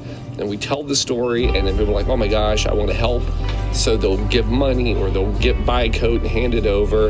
And it's just great to see. Their shopping spree won't be over until they've bought 850 coats, enough to fill this U-Haul truck. And their involvement doesn't end there. They like to take part in the St. Vincent de Paul Coat Drive distributions too. You can't write a check and just be like, "I did something." I believe you have to be involved because it gets other people involved. From Mason, Andrew Setters, WLWT News 5.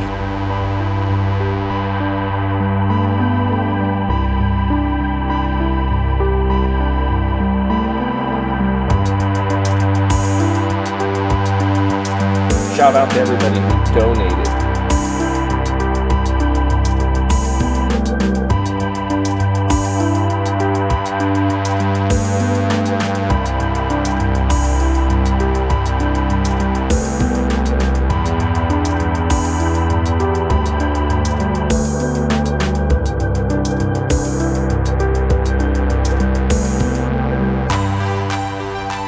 As the doors opened at Elder High School's Shaper Center, the line stretched around the building. After a year of smaller events, this return to the St. Vincent de Paul coat distribution warmed hearts by sharing a warm coat with our neighbors in need. That's all that our mission is about. We're all about that personal connection. So this is one day we're able to, fortunately, be able to help out hundreds of people, but St. Vincent de Paul, we're helping people every day, not just these distribution events. In 3 distributions across the region, St. Vincent de Paul will provide coats for about 4,000 people. Each donation, a heartwarming gift, neighbor to neighbor. I'm honored to help, but more, I'm humbled and grateful for, you mentioned last year was a difficult year, the generosity that people have shown us that allow us to move this forward. The LeMasters family have been longtime donors to this coat drive. This year, they brought in almost 2,000 coats to help someone else fight the winter cold. We have about 25, 30 people that help us throughout the year now to be able to raise the money, to be able to get the coats, to be able to sort them, to deliver them. It's beyond us. Brian Hodgman and his son Corey volunteered to shop and sort and do whatever needed to be done. From one neighbor to another, personal shoppers connected, finding the perfect coat, sharing the warmth of the season and the tri-state. How are you? Good. Did you find what you like? Hi. How are you today? And the message of caring for each other. We've seen a lot of people come through these doors today, and it's been all demographics, and great to see the kids at Elder getting out, and then also the parents like me as well. Richard Childs, WLWT News 5.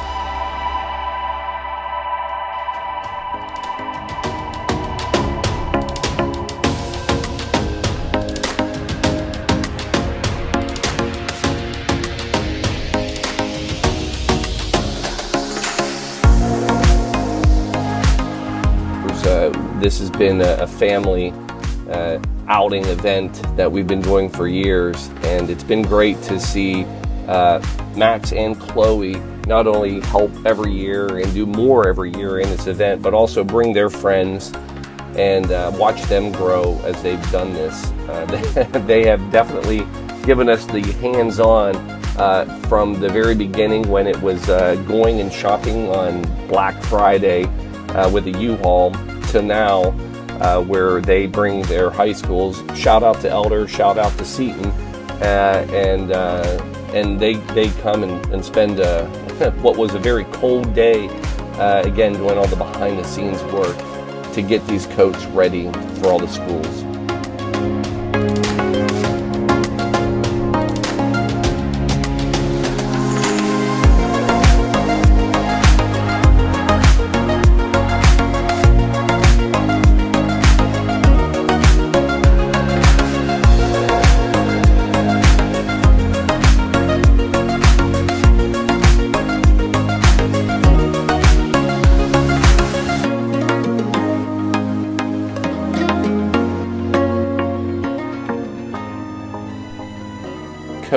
Coats, and more coats. Gotta love all these brand new coats.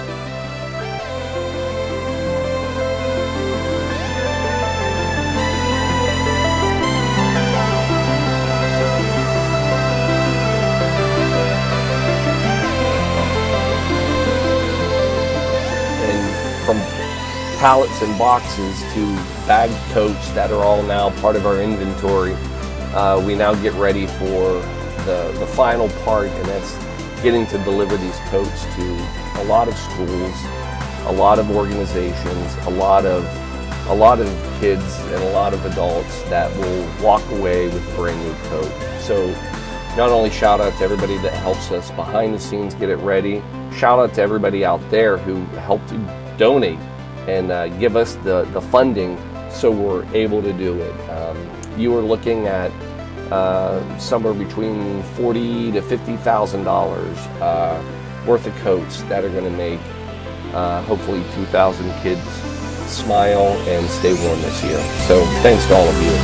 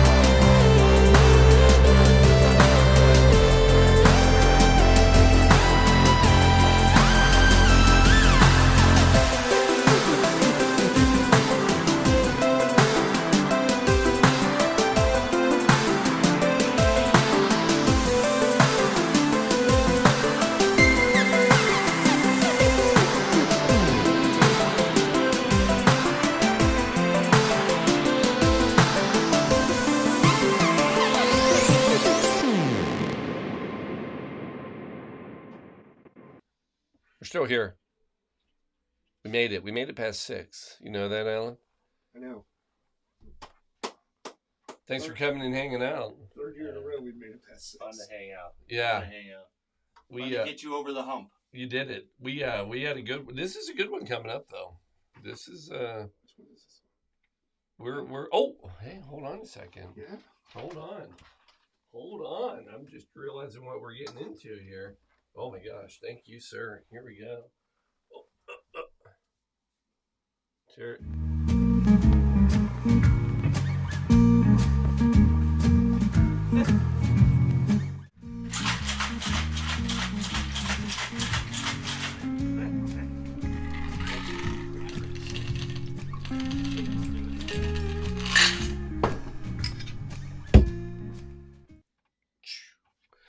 Here we go. It's martini time. Actually, I think we have a little run of martinis coming up. A whole bunch. Whole bunch. 6 in the next 9. It's martini heaven. You're going to get warm. Well, some of these are going to help wake us up. This first one, as a matter of fact, we're jumping in with the good stuff. This is, espresso martini. Wow. That's Time heaven. to wake up. Is this big? So, wake up is the theme not only of this. Well, let me take a step back. Yeah, let's talk about, so this is custom air tray. So we know the Hardys, right? Yes, So we do. this is actually Jim and Brad. They both own this company. Great guys. And they, so for people out there like, wait, air tray cut, what the heck?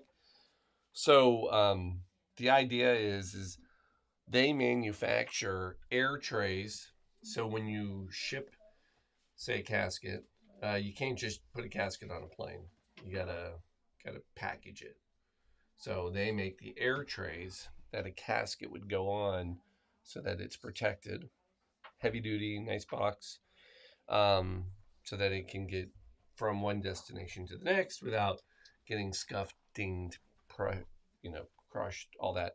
And they also make cremation containers. Again, for cremation, you can't just put a body and cremate it. It's got to go in something. One of those options are cremation containers, and they make those. So make a lot of great stuff for what we need today for death care. Go on. So Brad and Jim Mm-hmm. make a box to give to Kaylin. Yes. Yep. Tying them together. Tying Yes. together, putting the pins and the shoestrings together here, Paul. Yep. That is exactly right. So go back to National Mortuary Shipping. Yes. They're reaching out to him to say, we're going to help get the body from point A to B. We need a box to put the body in, and they're going to make that box. Love it. Yeah. So anyway, that's the weird world that I live in. And but here's what I can tell you about that weird world. A lot of great people in it. So and these are some more of it. So we are going to make them their drink, which was requested. Again, fun one, because they did not know what the theme of the show was. So we didn't tell anybody. What?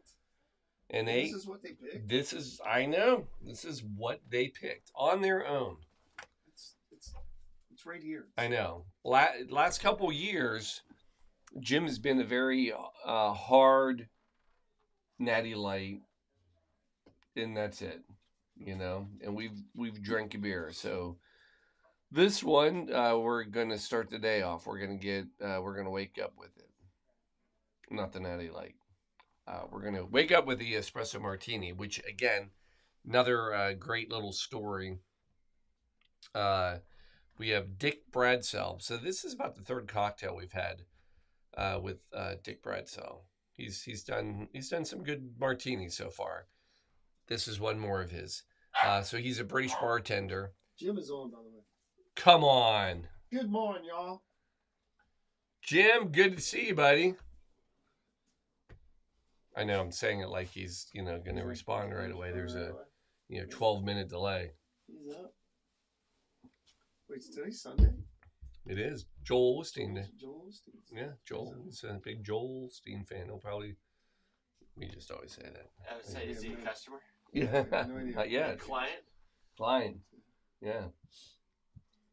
So, good. I see him as a little, so I'm glad he's awake.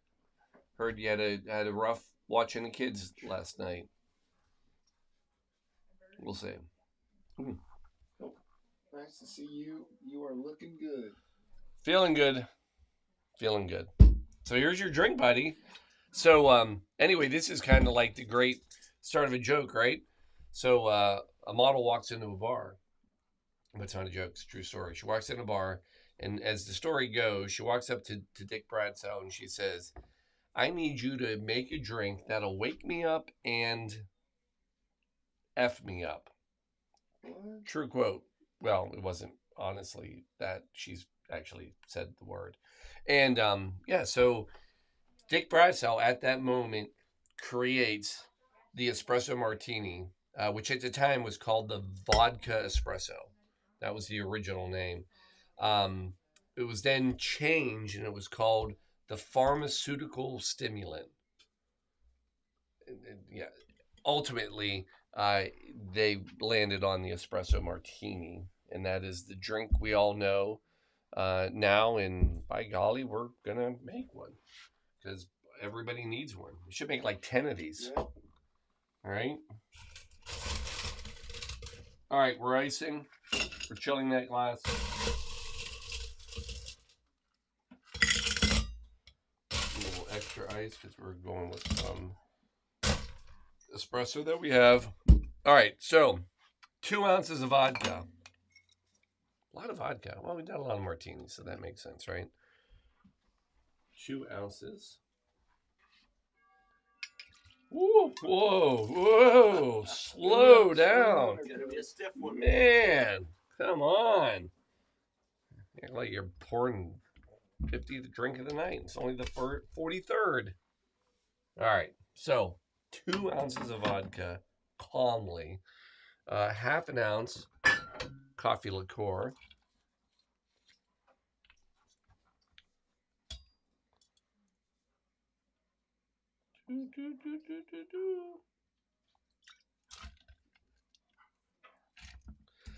Then we're going to come in with 1 ounce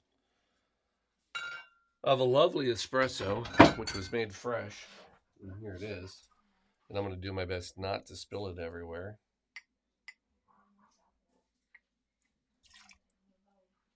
Looks pretty done.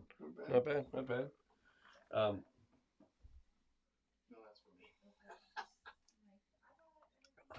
That's good. And then we're coming in with simple syrup, 1 ounce.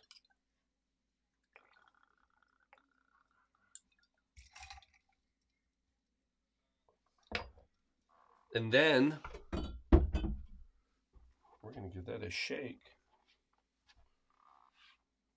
We're not going to give that a shake. May I have a pint glass to finish my mixing ensemble?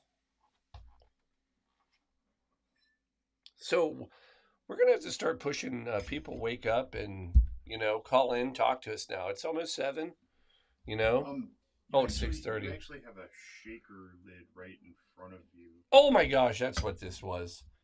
Sorry.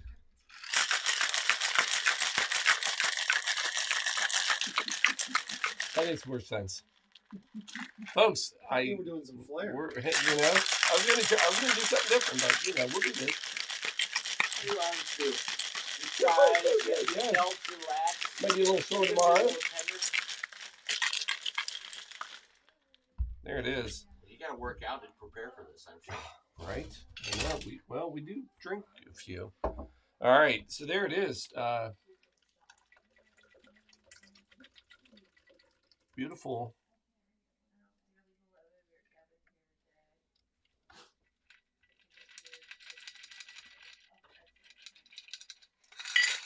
Now, the garnish on this, we did this earlier, and I didn't really explain it, but it's 3 beans. 1, 2, 3. There's a reason it's 3 beans, and that is there to represent health, wealth, and happiness. So it came from, with the fly, it was a Sambuco thing, and it's transferred over, and he picked it up, but that's the garnish. 3 beans, always 3.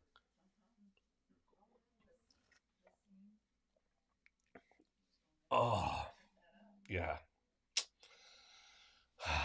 That's a good one. Yeah. Elixir right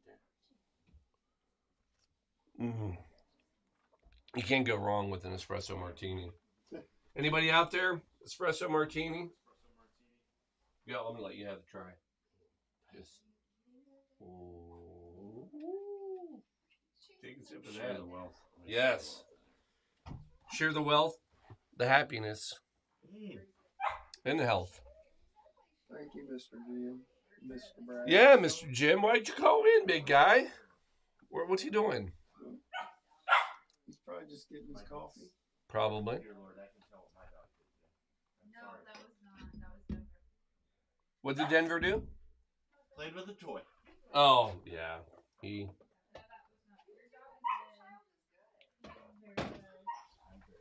All right, so we're going to have to start pushing people to calling in, right? Yep. We need to get this. Where are we right now, anyway? We haven't moved much. We haven't moved the dial much. Uh-oh, hold on. We're going to try this. Hold on, coming on speaker. All right. Hold on. What's going on? Hey.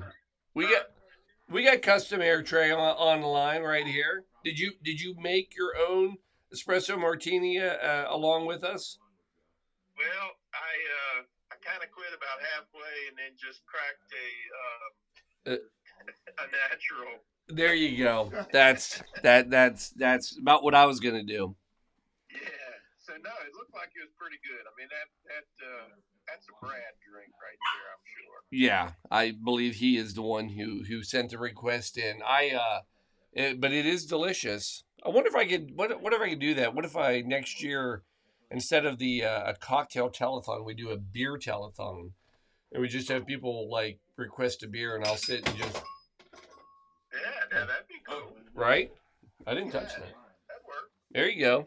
I don't think we get nearly the commitment from people, but no. It's a lower class of folks. Yes.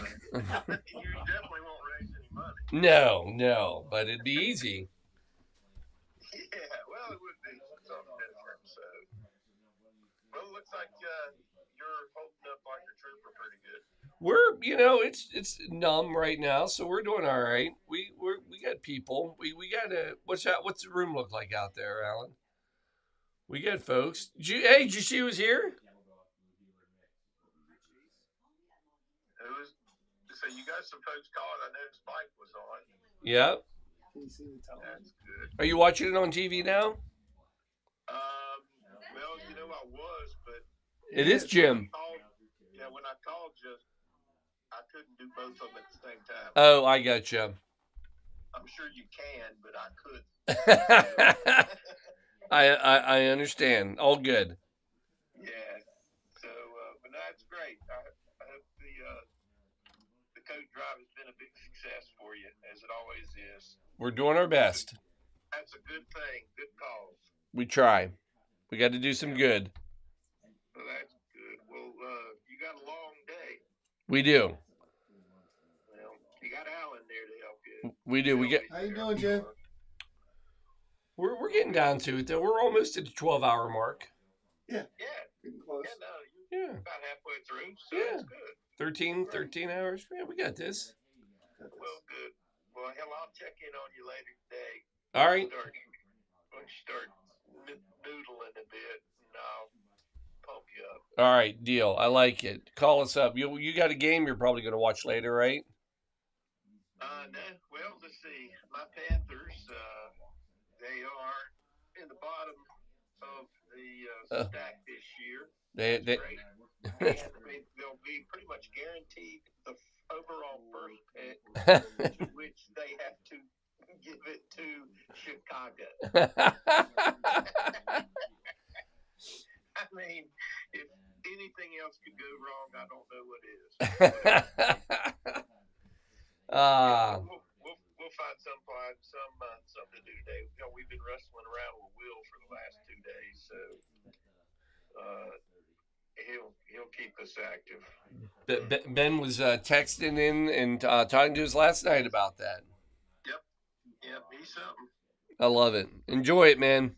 All right, you guys have fun. We'll see you. All right, see you, Jim. See you, Hardy. Yep, thank you. All right, there you go. We got at least we're getting some phone calls, right?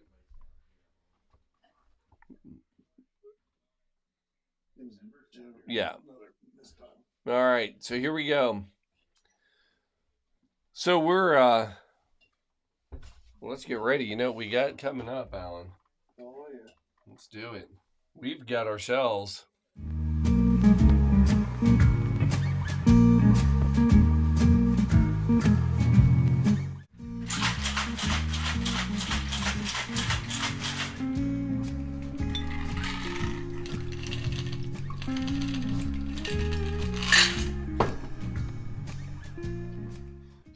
another martini. Another one. Yeah. So I've never heard of this one either. Yeah, there's probably good reason.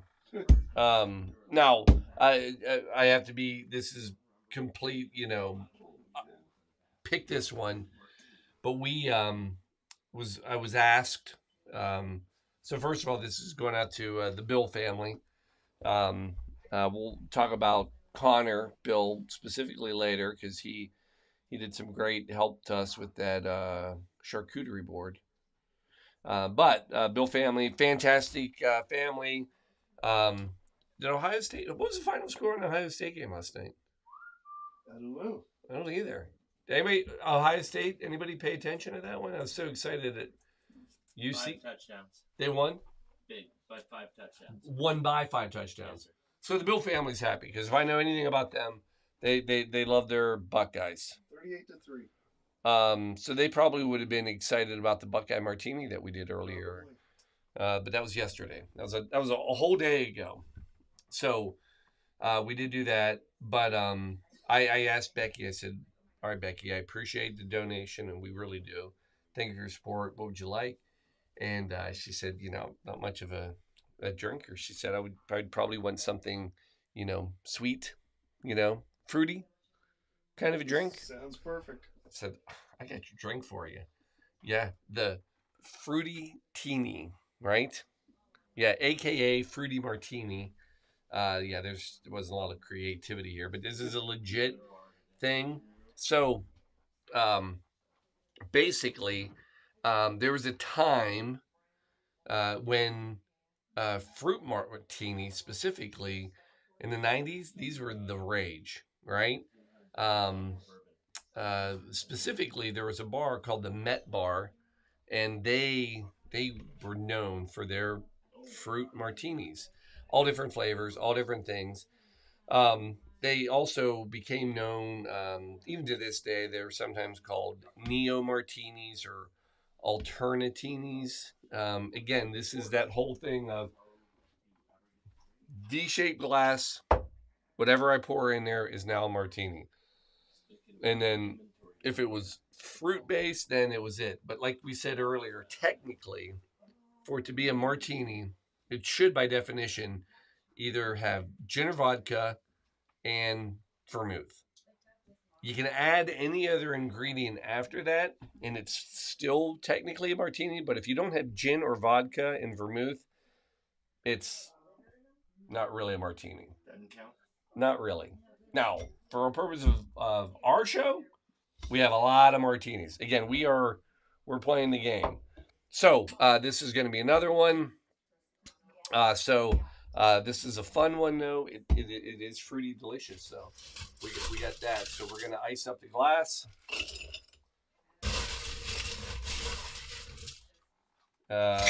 Coming in. Little ice in here. And what are we going with? We're going to go with a citrus vodka. Again, fruit. You could do an apple vodka. You could do any kind of flavored vodka, but this is definitely probably more of any kind of fruit that you have. And then we're going to go 1.5 ounces.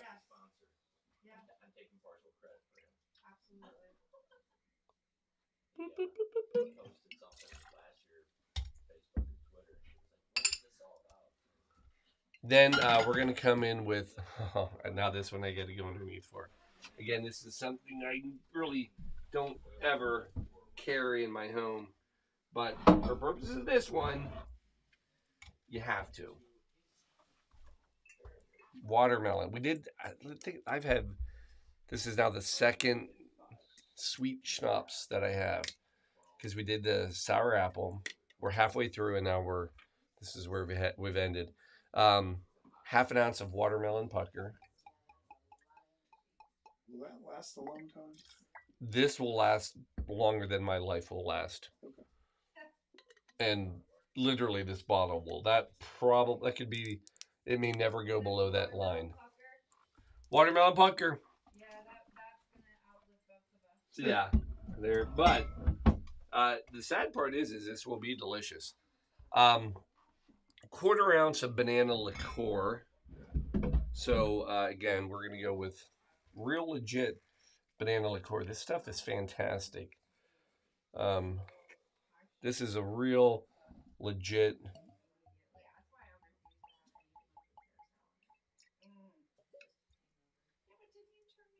Looks very thick. It is, and like I said, this is. I mean, here, give that a little whiff. Oh wow. Yeah. Wow. Yeah. Looks like the bananas down in there. Yeah. Yeah. This is. We found this in New Orleans, and actually had a bottle shipped here. It's the one thing I cannot get that brand around here, but it's a good one. And then we're gonna come in with. Oh, look at this, pre-measured. Thanks, guys. Cranberry juice. 2 ounces. Bing. And then we're going to shake her up.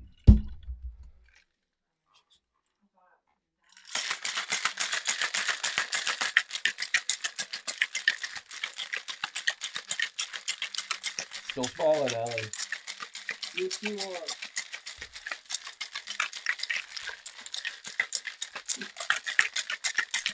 Ooh, nice and cold.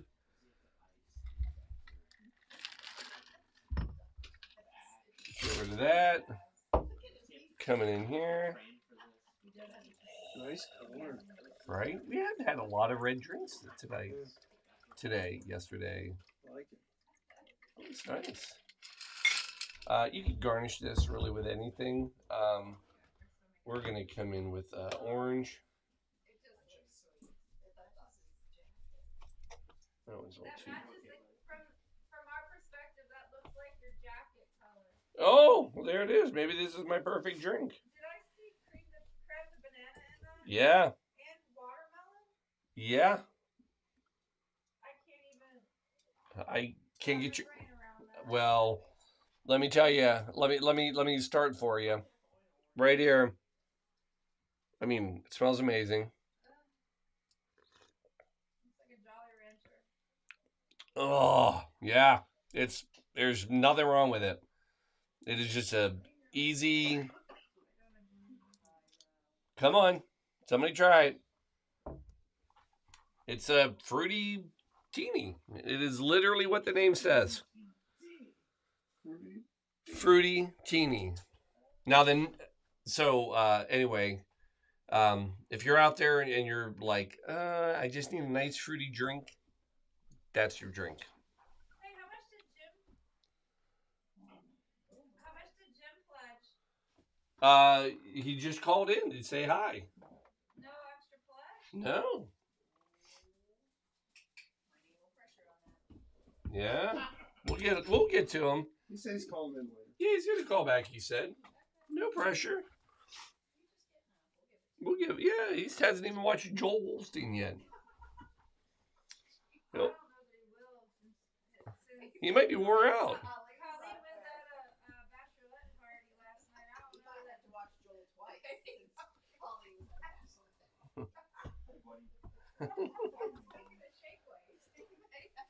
We so here we are. What time are we at? We're at 6:49. 6:49.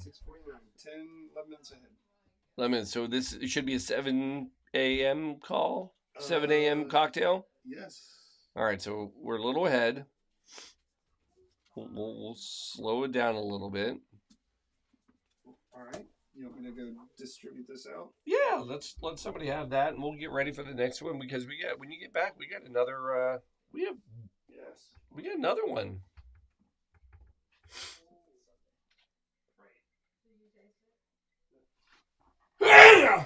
Excuse me. Woo! Here we go. All right. Stretch. Little stretch. All right. Here we go. All right. All right, folks. now we're getting ready. We're hitting 7. So starting at 7, I'm gonna start expecting some calls. What do you think? That's about when people are waking up. So I think so. Sunday.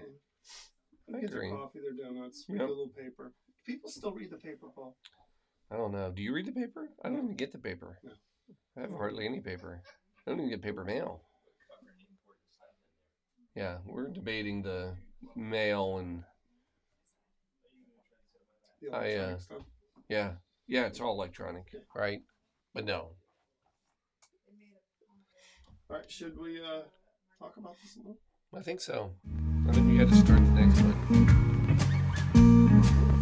Get next drink.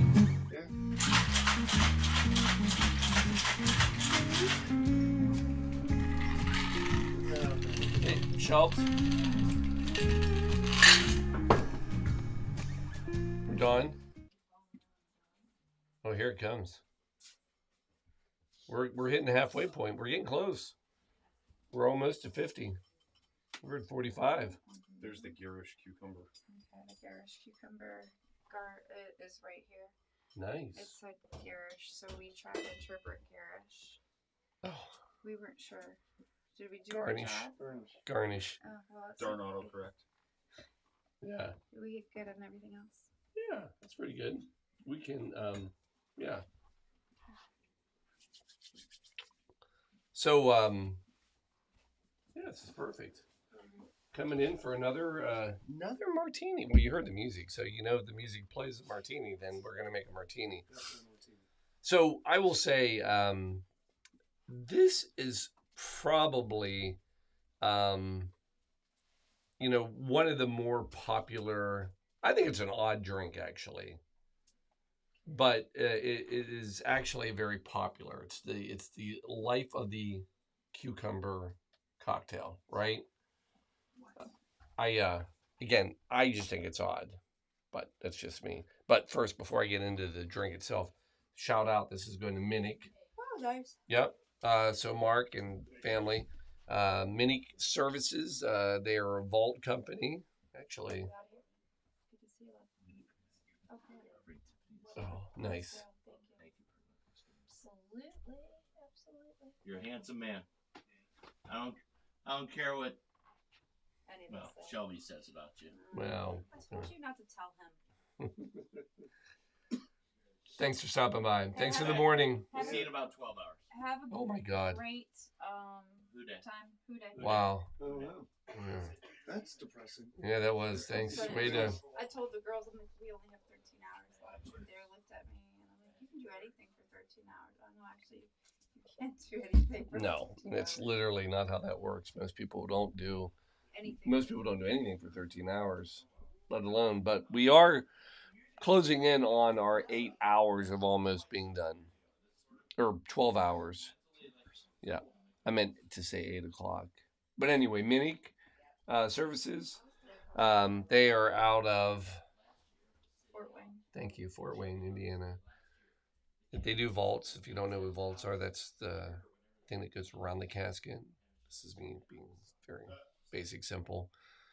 When it's buried in the cemetery, the concrete, typically, receptacle casket goes in, covers. But they also they sell caskets. They do crematory work, or pet crematory rather, and then they also do. They're also in the business of, I believe they are. Mark, tell me if I'm wrong, but precast. So precast is like things that are pre-made in concrete. Easiest one is like curbs, like parking curbs, the concrete that's precast. It's mold, poured, they make it, and then so they do a lot of that. Make those ducks you throw in your... Oh, no, but that's funny. I'll ask. Big Sasquatch concrete. Yeah, well, that would be funny. I wonder what those would sell. Oh, we used to have a goose. Did you dress it up? Yes, Peggy did. Yeah. Get out of it? Did we get out of it? Get away from it, rather. Oh, yeah, we just left it when we moved. Nice. Give it to the next people. Absolutely. Okay, sorry. All right. So I wanted Shelby to come back for this one. She's gonna like the story behind this one. So I'll give her a second. But yeah, how you holding in, Alan? I'm good. It's just that, you got to stretch the back. Yeah. That's why. How's our room out there looking? Just me. That's It's it? just Peggy. Everybody's gone. They all left. All gone? Wow. Well, it's bound to happen. Let's see if we got. I'm gonna check to see if we get any. We're still pushing for donations here, folks. Come on. There we go. I can't do that over there. Trying to Yeah. get it to pop. That's what we're doing, folks. Trying to. Mid-morning. We need an aerobics instructor about this time. We could do that. Hey, Shelb. Yeah. We got this story. You think you'll like it.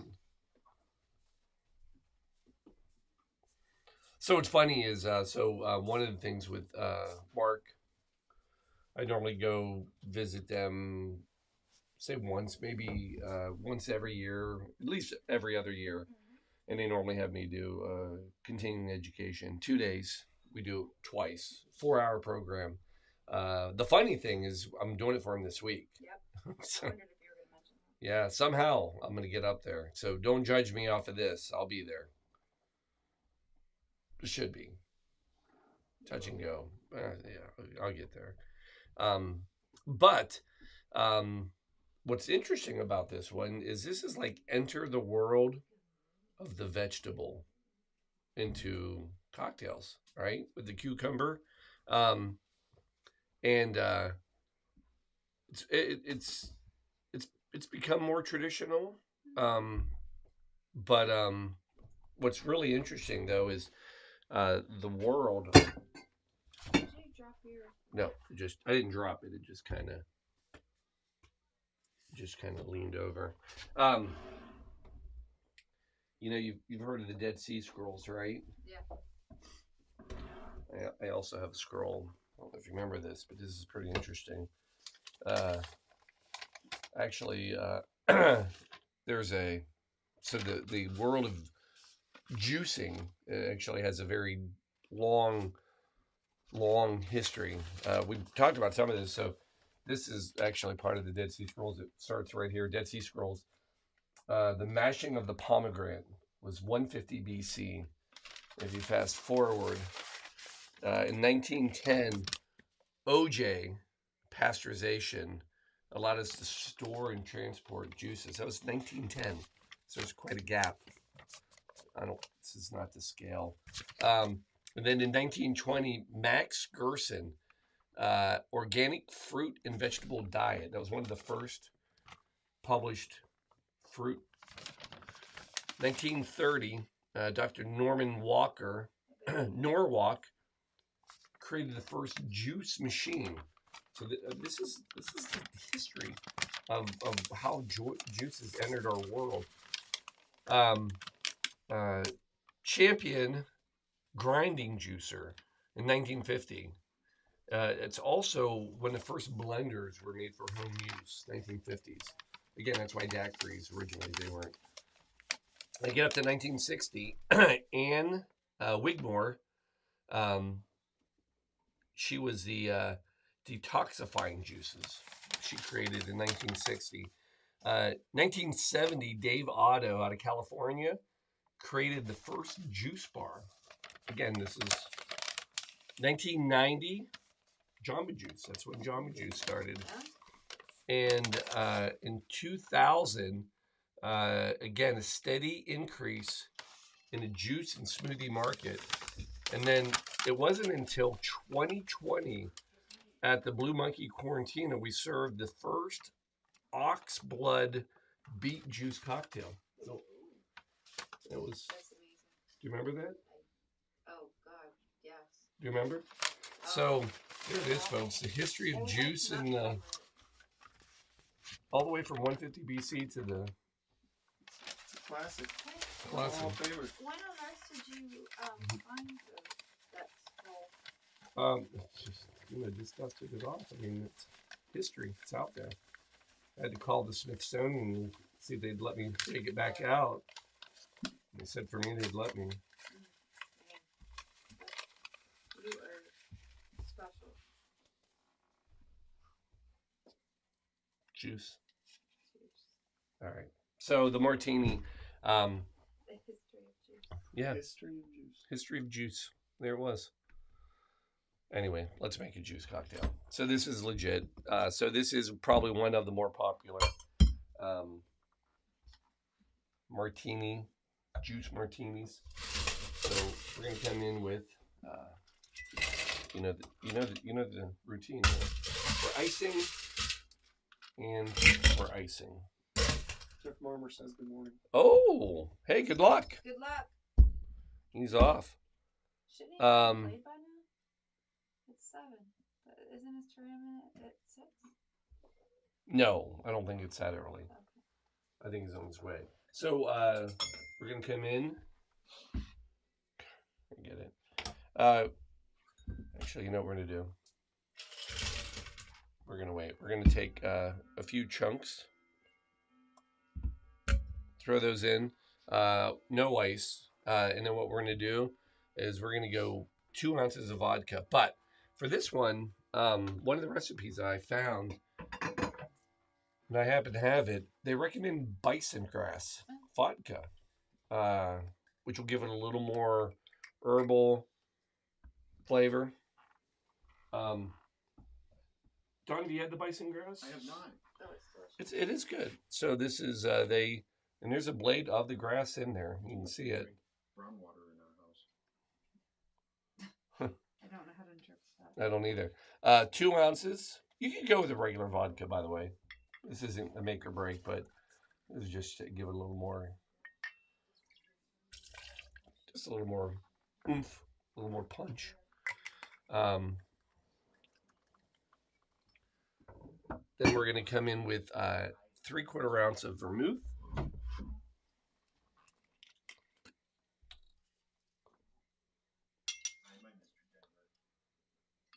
Three-quarters of an ounce. Then we're going to come in with 3/4 of an ounce of lovely simple syrup.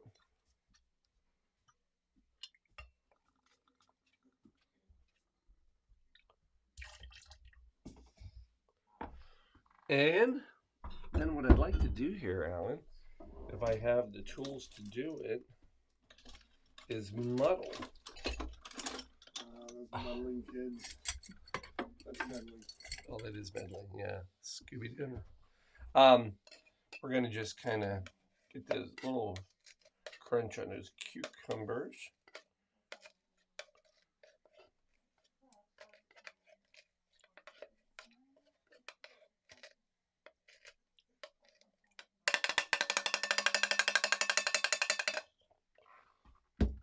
Then we're going to add our ice. Oh, that did it. I don't know if you can smell the cucumbers. Not yet. You will. And then, that's it. Vodka, vermouth, simple syrup, 2 chunks of cucumber.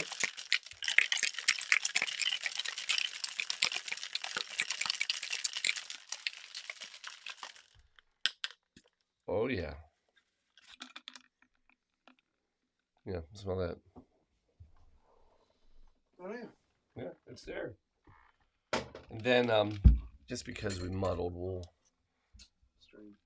not over ice, though. That would be a bad martini. We'll do this.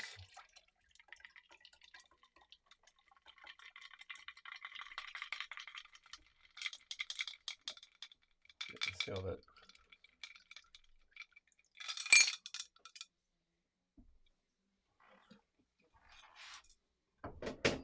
There it is. A little garnish.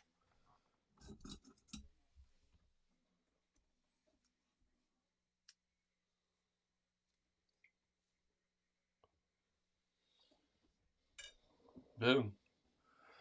Folks, there you go.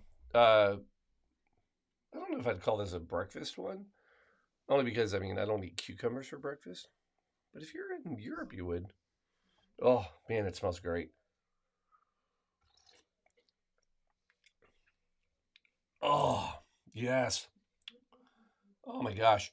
So, at bison grass, you take that. It's kind of weird. It's almost a bit of a cinnamon.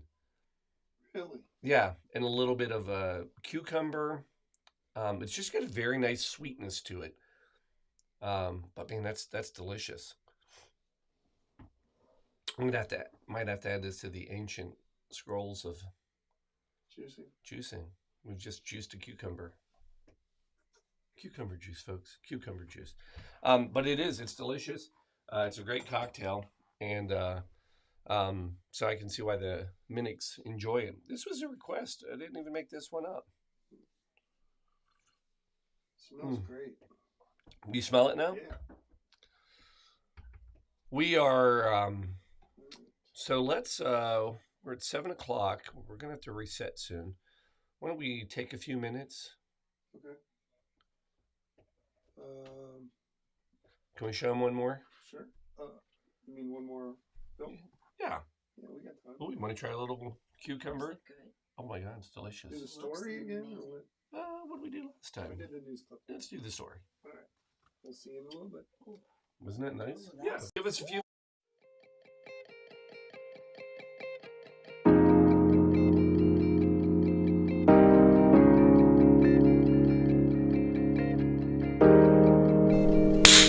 Boom! Season 3 episode something or other. Who knows? It's 8, 9, it's 10. The walk through life is often beautiful for most of us. Imagine, though, if you were without some of the most basic items like food, water, shelter, or warmth. The things most people take for granted, others can struggle to find. Reaching out to those in need can really help them find the beauty in life we all want. The road to help others is a choice. It is something you must think through, something you must work hard at, something you must enjoy. For over a year, Paul and Shelby Lemasters have been creating a cocktail show for all of us to enjoy. Though a serious topic, they have turned charitable giving into a whimsical and laid-back experience every single show. On a recent trip to Asheville, North Carolina, we caught up with Paul and his friends to help us understand the effort it takes to produce and create the cocktail show. This is the story of the Blue Monkey Quarantina Quarantine Cocktail Show.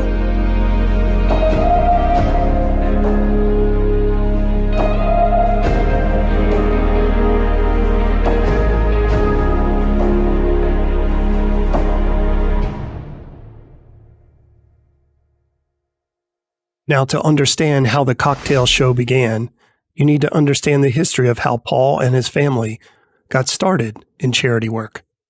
Basically, 10 years ago, I decided that it was important for my kids to understand that there was more than receiving for Christmas. So we went out and we bought 4 coats. That was the coat drive. And we bought 4 brand new coats, and we went down to St. Vincent de Paul and we donated them. And it worked, because the following year, my kid said to me, "Are we going to do the coats again?" At which point, I had 2 choices to say, no, we only give on odd years, or whatever year that worked out at, or you say, yeah, of course we are. And not only did we do it, but we kind of started this little thing that we didn't realize that, and we can do better. And better they did. Over the last 10 years, the Coat Drive organization has made enough money to purchase coats valued between $400,000 and $500,000. That is almost 7,500 brand new coats for those in need. And we just did a little bit better, and we gave more coats, and that was literally how it all started. Make no mistake in understanding how work like this is needed for our communities and the immediate positive impact this effort provides to others. The year 2020 started off like any other fundraising year. And then it happened. A new virus called COVID-19 began spreading all over the world. In order to slow the spread, everyone was being required to quarantine. The new restrictions gave Paul a great idea. And this year, we always are thinking, all right, what do we do? What do we do? And then the quarantine hit. And then I will say this, at no point early on did it click that this would be the fundraiser. And I think, and this will sound a little goofy, whatever word you want to use. But it happened. It worked. So when we started the Quarantine Cocktail Show, so it was day one of the quarantine, DeWine had said, this evening at 9 p.m., all bars will shut down, and that will be it. And of course, where were we when that happened? We were at a bar, a brewery. That sounds better. That sounds less alcoholic.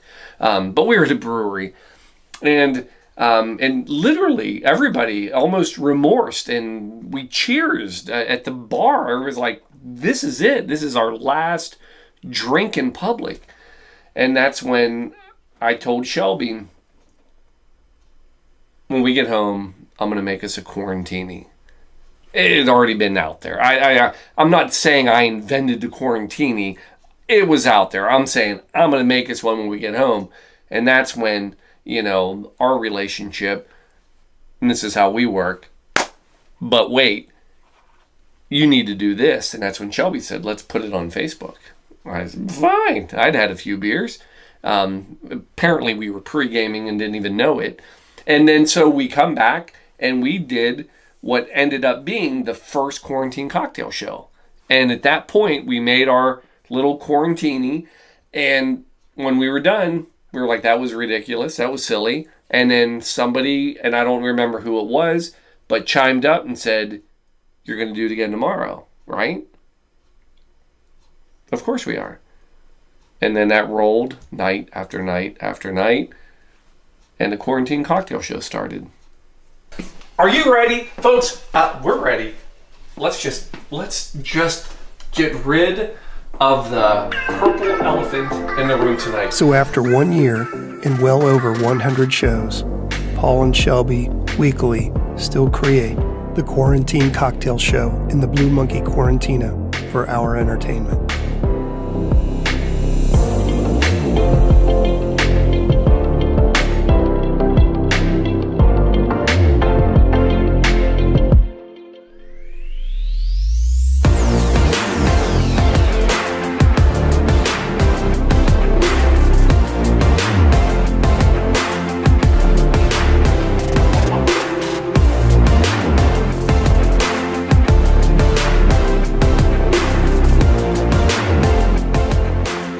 And that family that started donating coats together, yep, they are still side by side trying to help others.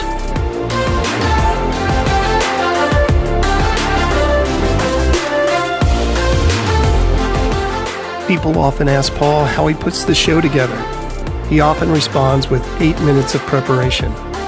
Let's go to Asheville, North Carolina, and see what he really means.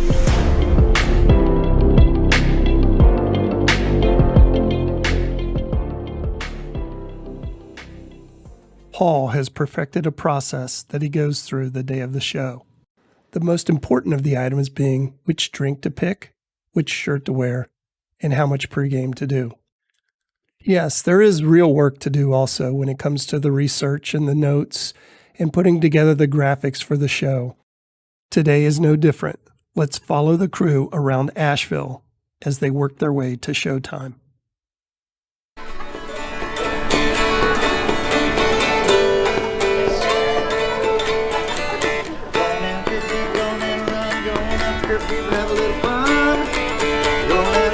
First stop of the day, finding some clothing for the show.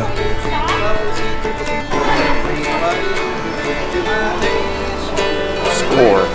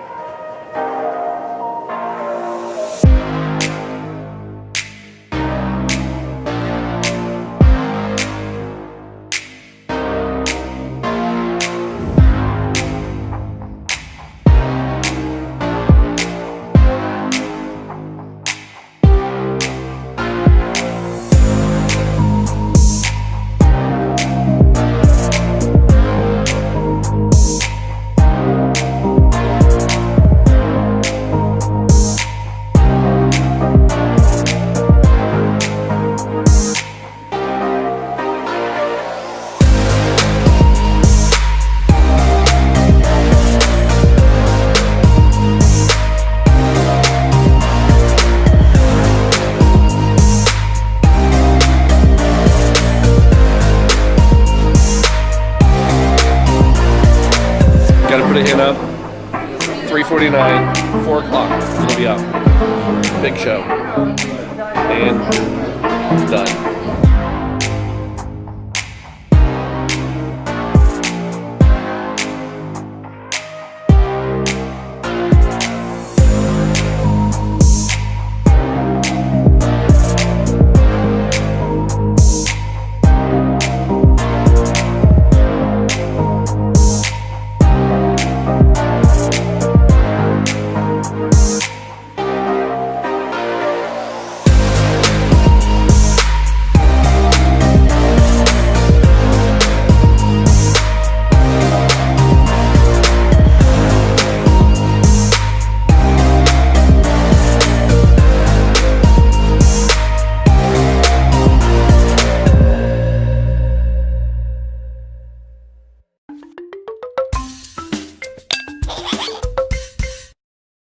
Is it happening? Oh yeah, now it's happening.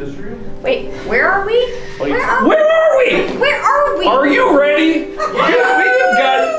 This is amazing. We have more people watching the show in this room than we do probably the entire Ethernet world of Facebook and YouTube. But here we are, season 3, episode 11. Yeah, show. Folks, here it is. It is 1 year later. What? Honest to goodness, 1 year ago we started this crazy drunken thing. I've gone through 2 pig livers that I've had transplanted. It's been something. Let me tell you what we're doing tonight.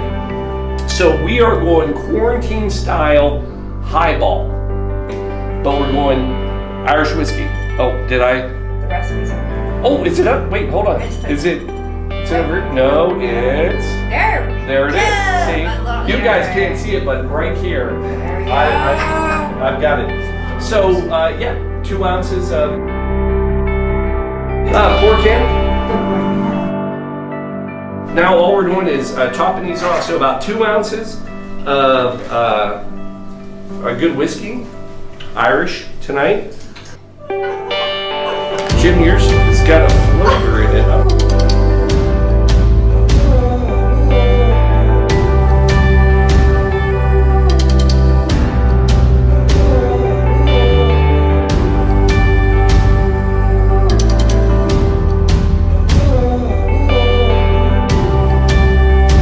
So, as you have just watched, this show was born from the heart. It has been this family's desire to continue to do whatever they can, wherever they are, to not only have fun, but ultimately make a difference in the lives of others. A year ago when we started it, we did this to add a little bit of laughter and joy as COVID hit, and we wanted to have fun. And here we are with groups of people, and I will tell you, I believe we've delivered. We have delivered, but We've had fun, and I want people to continue to deliver. And here's what it reminds me of a story. Please, what's your story? Once upon a time. Once upon a time. No, I want everybody to just keep giving, right? You've given to the coat drive, but when you go out, give, have some fun, buy a round. Last night we went out and bought a round of drinks for somebody. Cheers, folks, love you all. Shelby, Chink. Oh boy, that was, yeah, almost bad. Folks, hey, we'll see you next Sunday.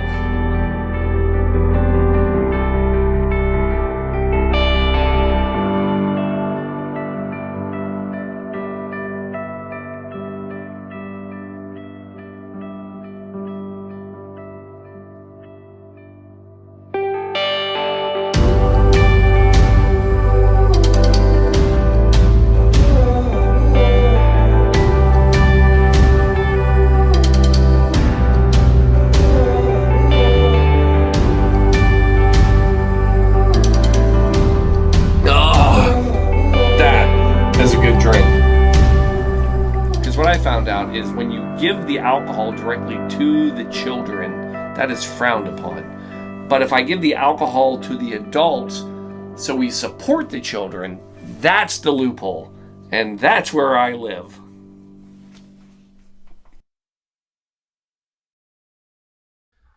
Here we are, we're back. Greatest quote ever. That's the loophole. That's where I live. A lot of truth in that. I'm not gonna lie. Got to know the loopholes. Gotta know the loopholes. So we're 46. Oh, thank you, sir. 46. We're moving. You know, I went outside. Lights out. Light as in the sun. Yep. Well, it is light out. It's light out. Yeah. Lights are on. 46. We are 46. Yeah. What number was the last one? 45? Yeah, I think that's right. Yeah. I think it's 46 in the bucket. Yeah, 46. 45. 46. And I'm looking, I'm cheating, but I think the next one's 47. Oh, don't look ahead too far. Now, I say all that, we're joking and laughing, but I think later today, this afternoon, we might have to switch a couple. Oh, what? I get it. I know it's going to get confusing, but you'll be fine. We're going to need a new map. We'll need it's going to be a little crazy. Uh-oh. We could have got those. You choose. I just got one. I mean, I knew I was gonna need it. Like right now? Like right now. Let's see what else is in the little rabbit bag down there. Yeah. A little bag of tricks. This is a little Bullwinkle bag. Kleenex, extra t-shirt. So Never know. I'm in for the giant Irish coffee here. It smells good. It smells caramely. It is. It is it's a bit nutty too. What's the quote on your mug? This one is you're entirely bonkers, but I'll tell you a secret. All the best people are. There you go. Alice. There you go. As in Wonder Woman? As in yes. It's like I'm thinking Jeep. So where are we? What's our total? Let's talk. We are currently, since we started, there has been 1,800 additional dollars called in, so we're at 46,800. So here's what I'm gonna be gentle. It's almost 7:30. It's early. We're getting people. I would like to get that extra $200 by 8. I don't know why we can't. No, $20 at a pop, $10 at a pop, $25 at a pop. I mean, who's on right now? Start calling out names. Come on. Start calling out names. Let's start pointing at people. You know, it's 6:24. Yeah. 2 people just hung up. Oh crap! I'm off. Wait, they knew who we are. What do you think? We can see you. We see you. Yeah, we have the camera turned on reverse so we can see everybody that's watching. Mute doesn't mute, Paul. I know, but no, we're gonna keep. You know, all we can do. You know what? I will say, I love this time of the year, and I hate it at the same time because it is hard. It's hard to go out there and badger people, you know, to say we need more, we need more, we need more. But the only reason I can do it is because I literally have schools and organizations that are calling me saying we need more, we need more, we need more, and this is one of the first years we had to turn down a couple of schools just because we can't get in. I mean, I want to be able to do it, but I mean, they want, you know, we had a school call us and they needed like 400. Oh my God. And stress the word need. Need. So the need, so all the places we go to, you know, we ask them to, you know, I mean, we don't ask them to prove it, but, you know, demonstrate a true need of children that need coats. And we go in, we visit, they do. I mean, these are kids that are in 1st grade, 2nd grade, 3rd grade. The ages when you actually wear a coat and don't have one. You know, we're not going to like high schools where, you know, kids wear a hoodie and, you know, they're too cool for coats. These are like, you know, 3rd and 4th graders that they don't have one. And, you know, we go to these schools and a lot of times what we do to try to stretch our coat supply, as we say, let's pick a few grades and we try to skip a grade. So what we'll do is we'll do like the 1st grade and the 3rd grade. And then next year, that means the kids that were in 1st grade, they go to 2nd, well, they just got a coat, and then we don't double dip, hopefully. So, but we go to those schools, and a lot of times teachers and that, they'll pull us aside and we're like, look, we know it's only 1st and 3rd, but we've got these like 6 or 7 or whatever kids, and they don't have a coat at all. They're coming in, they're like, can you give? Of course we can. We're always going to find a few more if we have to. But that's different, finding a few more than, you know, the school saying, hey, we need 400. And we're like, you know, we'll try to get you next year. And so we do what we can.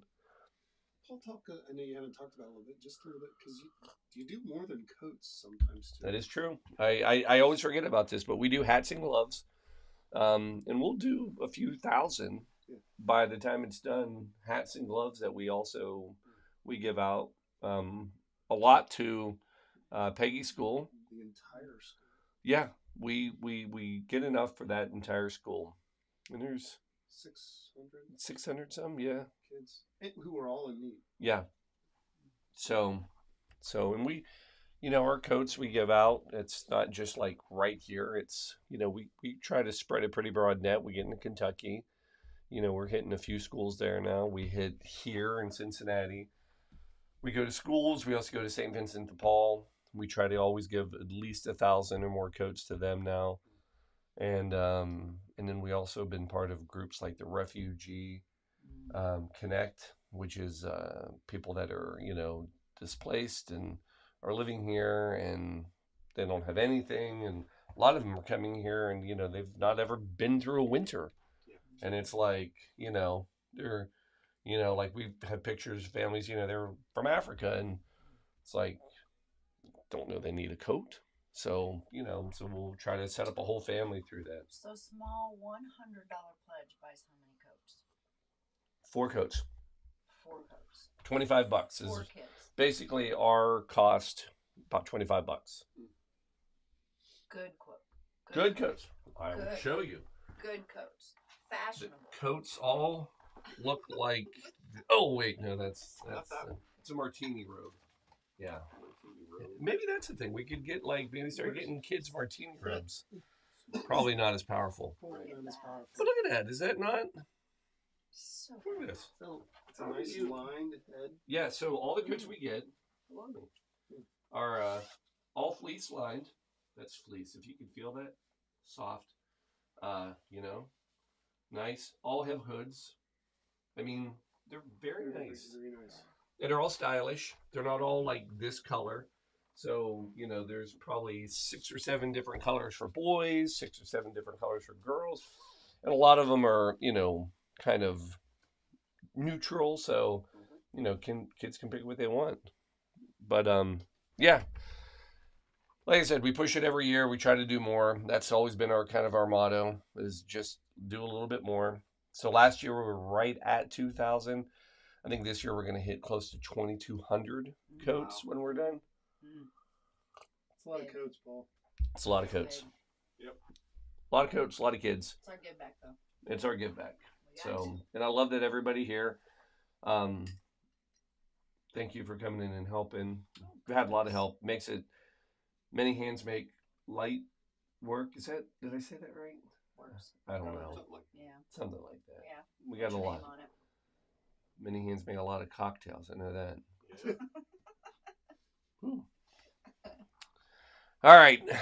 Should we get into this next one? We got to get to 100 and we're at 46. So. We need that phone to ring though. Yeah. I figure, it'll start. And I know we're going to have people coming in. Yeah. So. Maybe people are just still laying flat in bed and they actually can't see the screen. Oh, interesting. So just dial. Speaking of which, actually, you can call in. Here's the other thing. You ready for this? Sure. Because I checked. Watch live. This is the website. Yeah. It's working. Right You can go to the BlueMonkeyQuarantina.com. Blue Monkey Quarantina. And it's up there live. It's running right on the website. You don't even have to go to YouTube. You don't have to go to Facebook. You don't have to go to Twitch. All those are all really fun. And you can just go to the website. Watch it right there. And in the Venmo code, right there. Right there. It's on the screen. It took me 4.2 seconds. 4.2 seconds. To send some money. I wonder if somebody can beat that. Oh, challenge thrown. I know. We never did hear from Christine. No, we did not. So maybe we'll hear from Christine. Robert Flick, good morning and thank you for the work you do. Thank you, sir, and thank you. We have your cocktail coming up soon-ish. Scurry too. I don't think we. Yes, it's coming up. Got a fancy one for you. Because he just wanted a natty light. Am I right, Bob? I think I'm right. But you said, and I don't want to get too far ahead, but I think the challenge, again, I like the gauntlet. I like that people say, all I need is this, unless some way you can turn it into a cocktail. And I believe he said, I just need a natty light. It's game day. And it is game day. Why would you not just Challenge accepted. And I got your cocktail. All right. Oh, wait. We're still on 46. We didn't do 46 yet. All that talking, we haven't even got to him. Nope. So, anonymous drink. Coming out of Atlanta. And I believe so. I mean, I'll say Suzanne. If I'm wrong, Suzanne, I apologize. But I think that's where we're going. But it doesn't matter. But here we go. Wanted to do something. This is a fun one. It was wide open. Something a little different. We're going to go with the Salty Dog.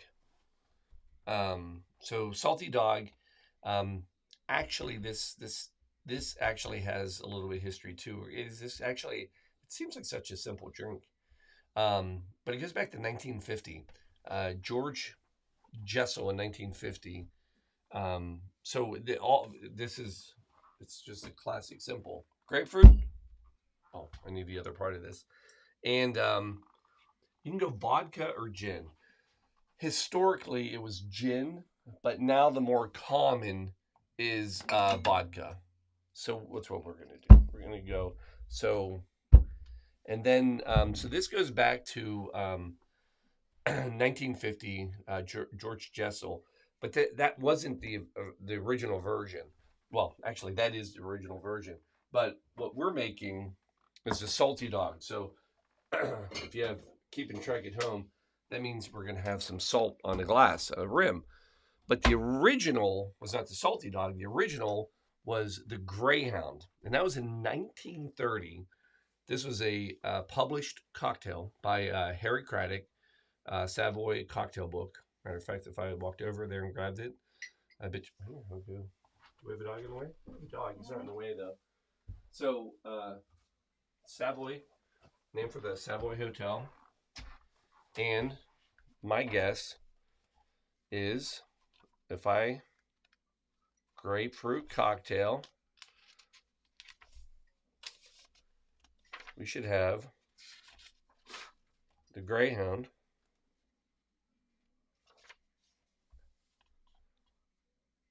That is not it. Oh wait, Greyhound. Yeah. So there you go. So yeah. Plus it. This is not getting any easier to read. But yeah, a half glass of grapefruit juice and a half a glass of gin. But we're not going to go gin. We're going to go with the more common version that we have now. And that'll be vodka. So, step 1, glass. Step 2, salt the rim before you mix it. It's harder to salt afterwards because when you flip it over and it's full, just messy. Yeah. It's a lot harder. Not nearly as productive. I didn't invent this machine. I know. Looks like a dance floor. It's a lot of work. So again, I'm kind of a half.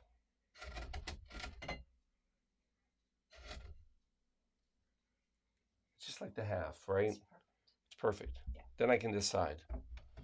A little bit with, a little bit without.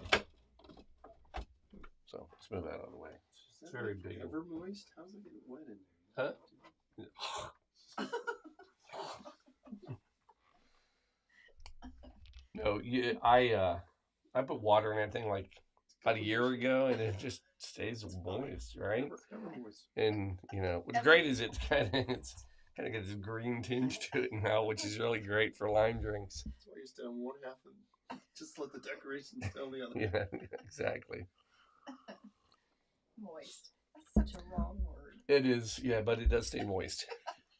And what's really great is, so that's just from, I didn't even put it in salt. That's just just putting it into that 1-year-old sponge, and you get that, which is. Is that the Petri? What is that? Yeah, this is the Petri now. All right, this is another one you're going to mix right in glass. So now you can put the ice in.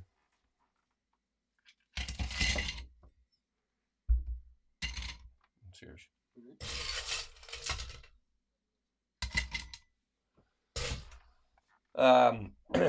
Ounce and a half of vodka.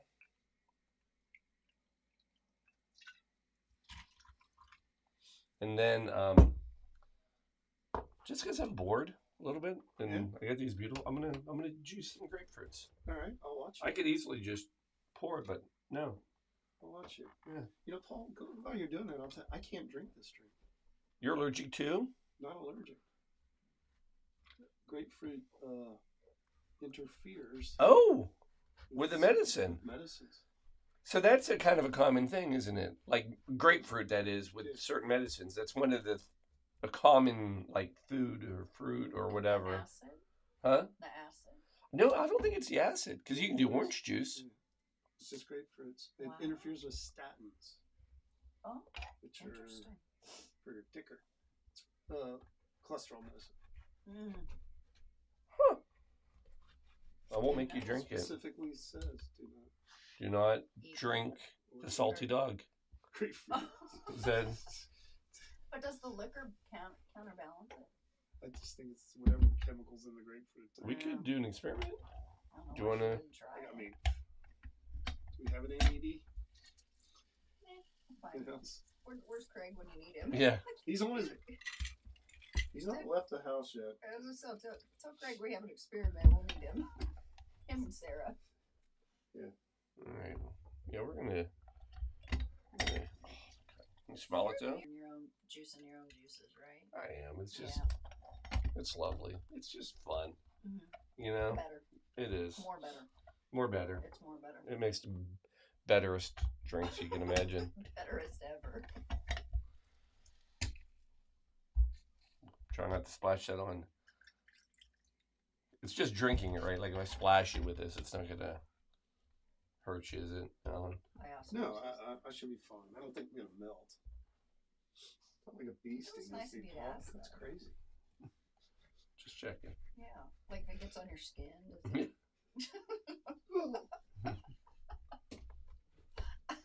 Ooh, this is son of a gun. This thing's juicy. I need to get behind get the medikit back there. Scared me. I'm nervous. Do we have one in here, medikit? In case we need We got There's a your wall. medikit. Got a whole wall of medikit. You know, half this stuff was created as medicinal, right? Yeah, there you go. I mean, every herbal thing in here was some group of monks or monasteries saying they got the next best thing that'll save your life. And cure whatever ails you. Yeah. Man, that's strong smell. Smells good though, right? This thing is ripe. Yeah. Ooh, pretty. I gotta tell you, that juicer, we use nothing but. It's amazing, right? It gets more juice out than any other. Keeping kids going to college too. That's right. A lot of kids went to college because of your donation. There you go. It's the truth. Look at that. That was worth it. And then we're gonna come in and just do this for a little garnish.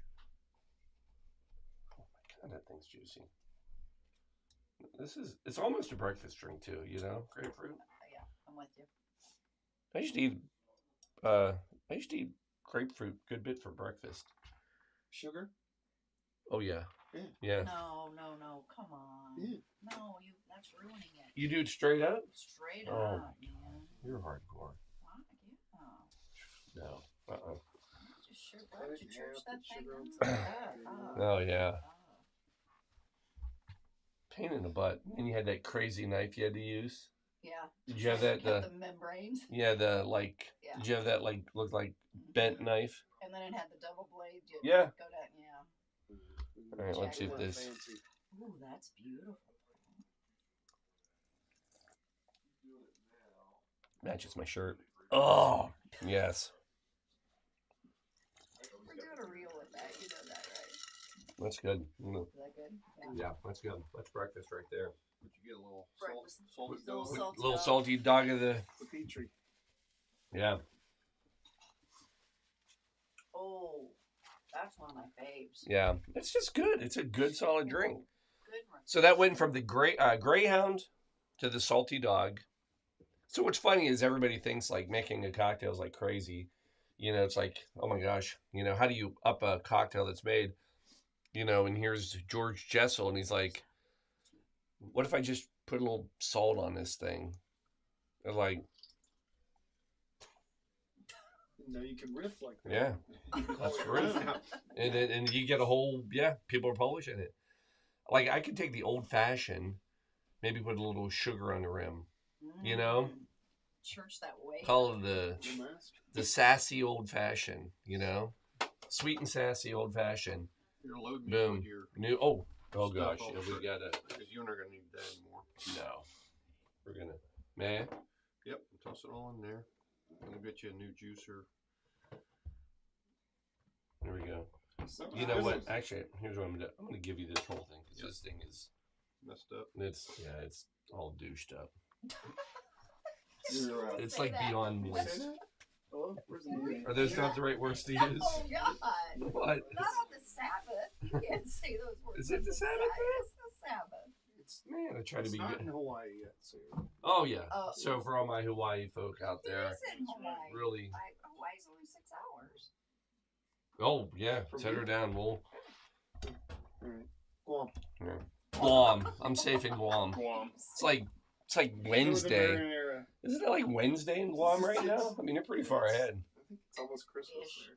Yeah. I think it is. It's actually Boxing Day. Boxing Day.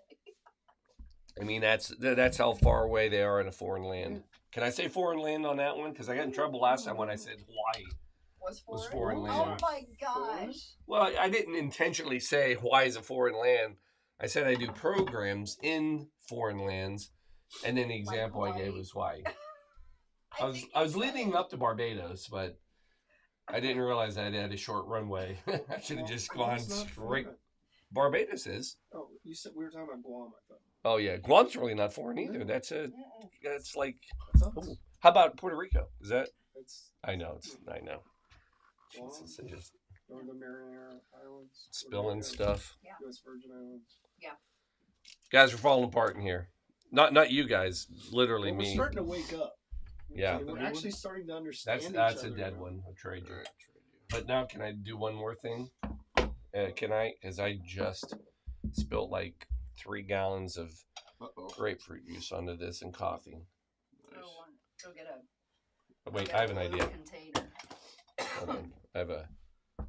I'm gonna. It's gonna spring. I know. I'm trying to prevent leakage because this thing is just douched overly. That towel's moist now too. Stop both of those words. God. Oh, God bless it. We're waking up, Paul. Gotta squeeze it. Gotta squeeze it. Oh my God. All right, we're getting there.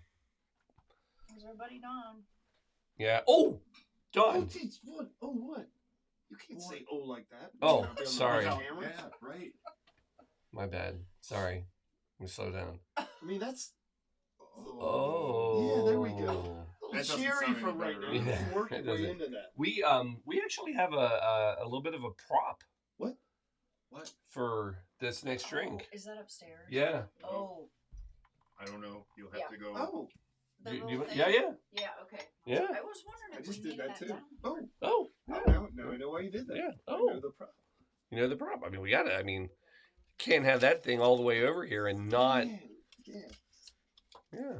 This one. Starting to wake up, Paul. Yeah. Coffee's kicking in. Says this monster. You put a little Jägermeister in it? Yeah, Jägermeister. Jägerman. Oh yeah, I like that. Jägerman. Jägerman. Oh, yeah, we're getting there. Chris, how you holding up? Good. All right. Trade you. All right, there's your Thank you. undouced. Oh my gosh, that is so undouced. You want to keep your Yeah, I'll thing keep back it. here It's in case. it's not bad. Yeah, that's not that moist. All right, puppy. You all right? Who do you got? Denver. He's out. Poor guy.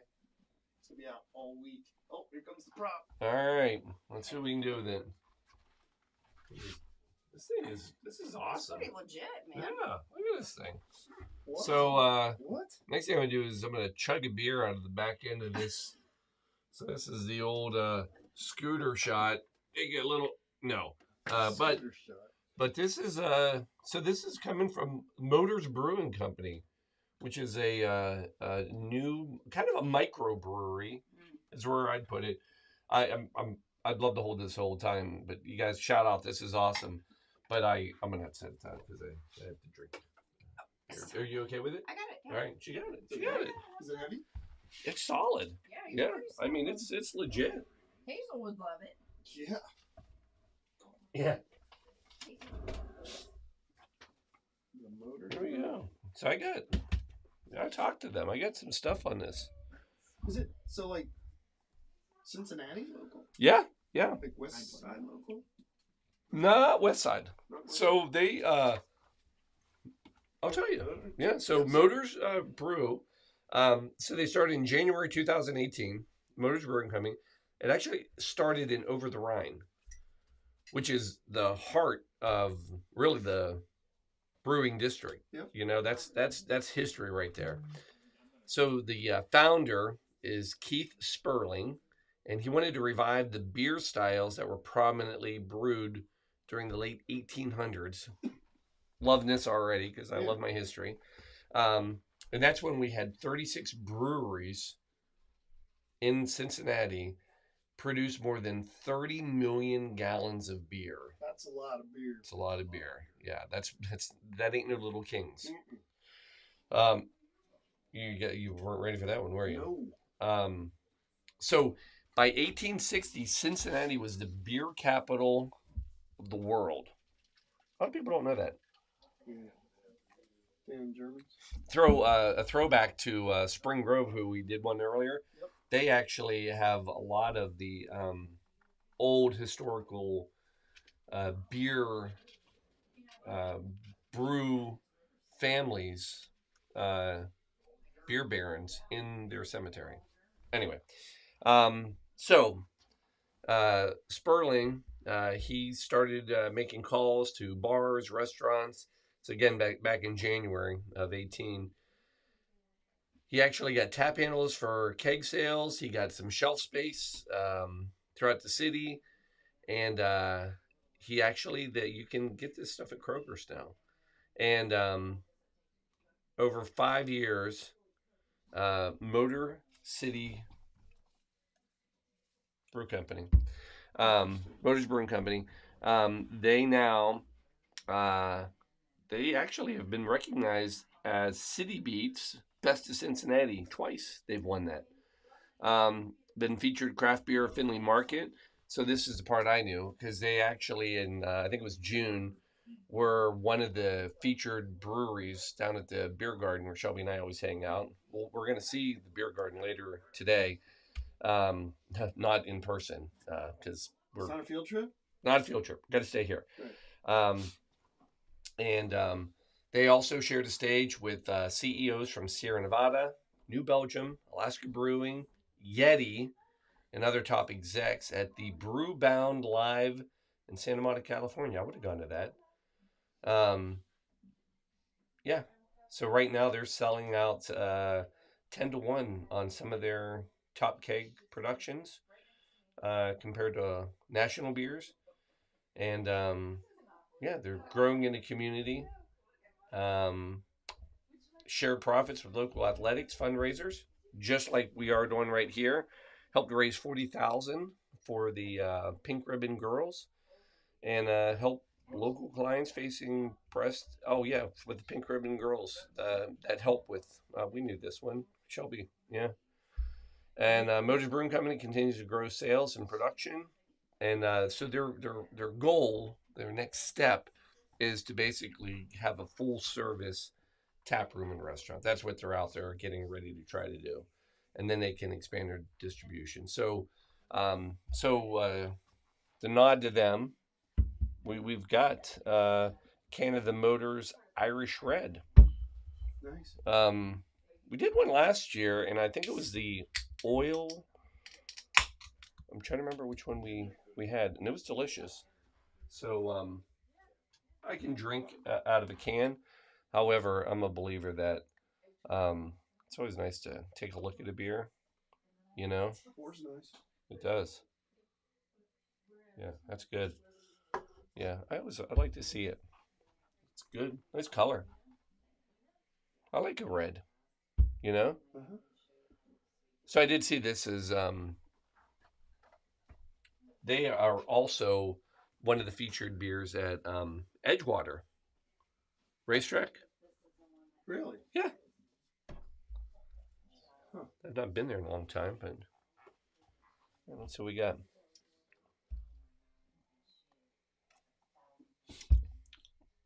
Oh, that's nice. I think you would like that because you're not a hoppy beer guy. Not a hoppy beer. Yeah, I'm pretty simple when it comes to that. Actually, to be very clear, you're not just not a hoppy beer guy. You know the number. Yeah, 40 IBU and below. That's you. Yep.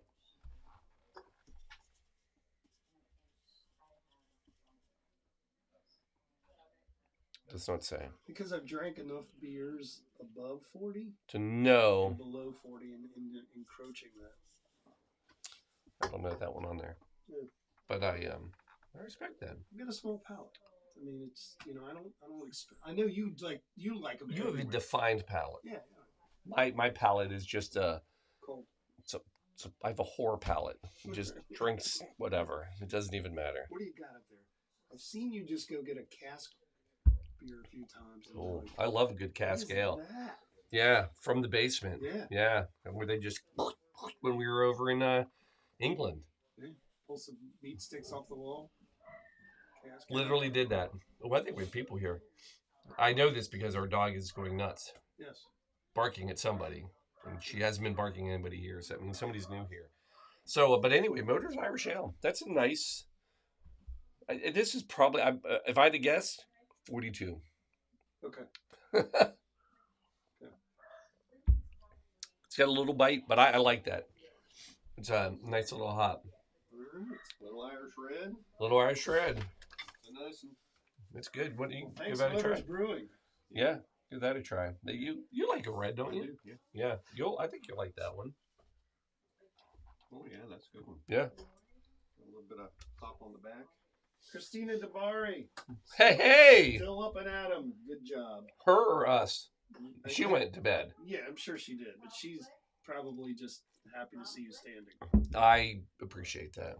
Yeah. Bob Flick, drop off. What? Did he come in or just run and go? He just dropped and ran.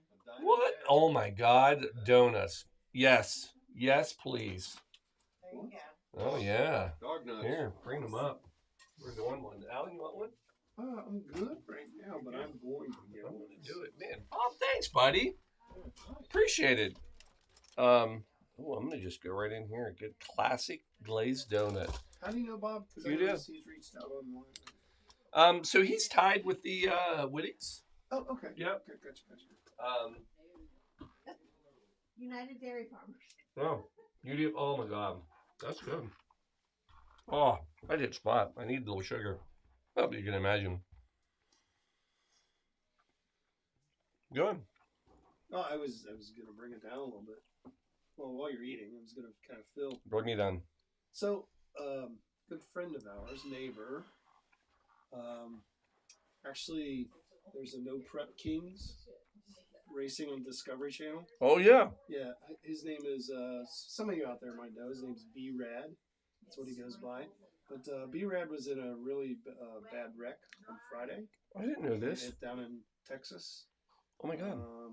Broke 21 of 24 ribs. He broke his tibia, broke his collarbone, punctured lung. Oh my A God. really bad wreck. We understand he's up, moving around, and wish you the best, B-Rad. And I know all your racing community and all the fans of Discovery Channel probably wish you the same. So good luck, and hope to see you soon. I know his wife is down there. Oh my God. Emergency fly down with him. It was a pretty bad wreck. Yeah. I had no idea. Yeah. Yeah, we had just found out on our way over here. Yeah, to see his dog. On Saturday. Yeah. Sheesh. It happened Friday night. Sheesh. Yeah. Man, horrible. Yeah. Well, B-Rad, I hope you get better soon. We'll raise a cheers and a toast to you and next cocktail we do. Yep. Yeah, we just, that's right, we did. Libra was just at the Halloween thing. We were going to All do the way some. down in Houston. Well, south of Dallas, Ennis, Texas. That's where the. Well, we have Texas, folks. Yeah. Colleen. Where, what was the name of the city? Ennis. Ennis? How far is Ennis from you guys? Do you know? A couple hours. Okay. Yeah. Okay. Yeah, we just, That's where he was. yeah, we were just talking about the reality show friend of ours who's on No Prep Kings drag racing, Discovery Channel. Yeah. There was a race this weekend down there, and Friday night he had a bad wreck. Oh, okay, that's what Peg was just talking about. In Ennis. Oh, okay. So Yeah. his name's B-Rad. So I know. B-Rad, get better, buddy. Get ready. Yeah, get ready. Get better. And get ready to get back out there. We, by the way, a really good sign of a bartender getting ready to make your drinks is when they're licking their fingers after eating a donut. Yeah, getting into your ice. Yeah. Yeah. Stir with And then, like, grabbing a cube and, like, rinsing off with it. That's right. Muddle with Yeah. your fingers. Yeah. Muddle with the fingers. Yeah. Then does it. Yeah.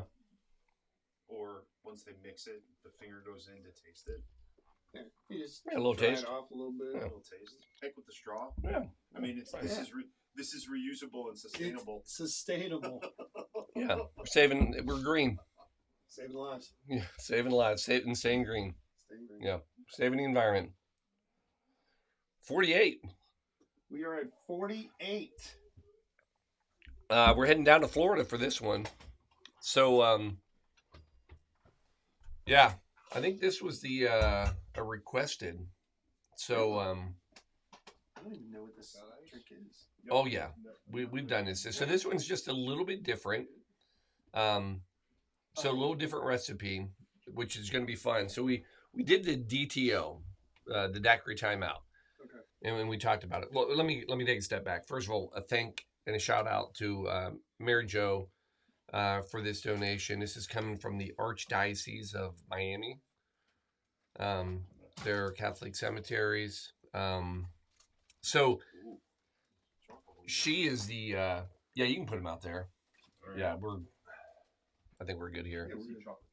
Thanks again, Bob. Those are great. That hit spot. But she is the current president of the Catholic Cemetery Conference. Congratulations. And she's been a pretty awesome fan of the show over the years.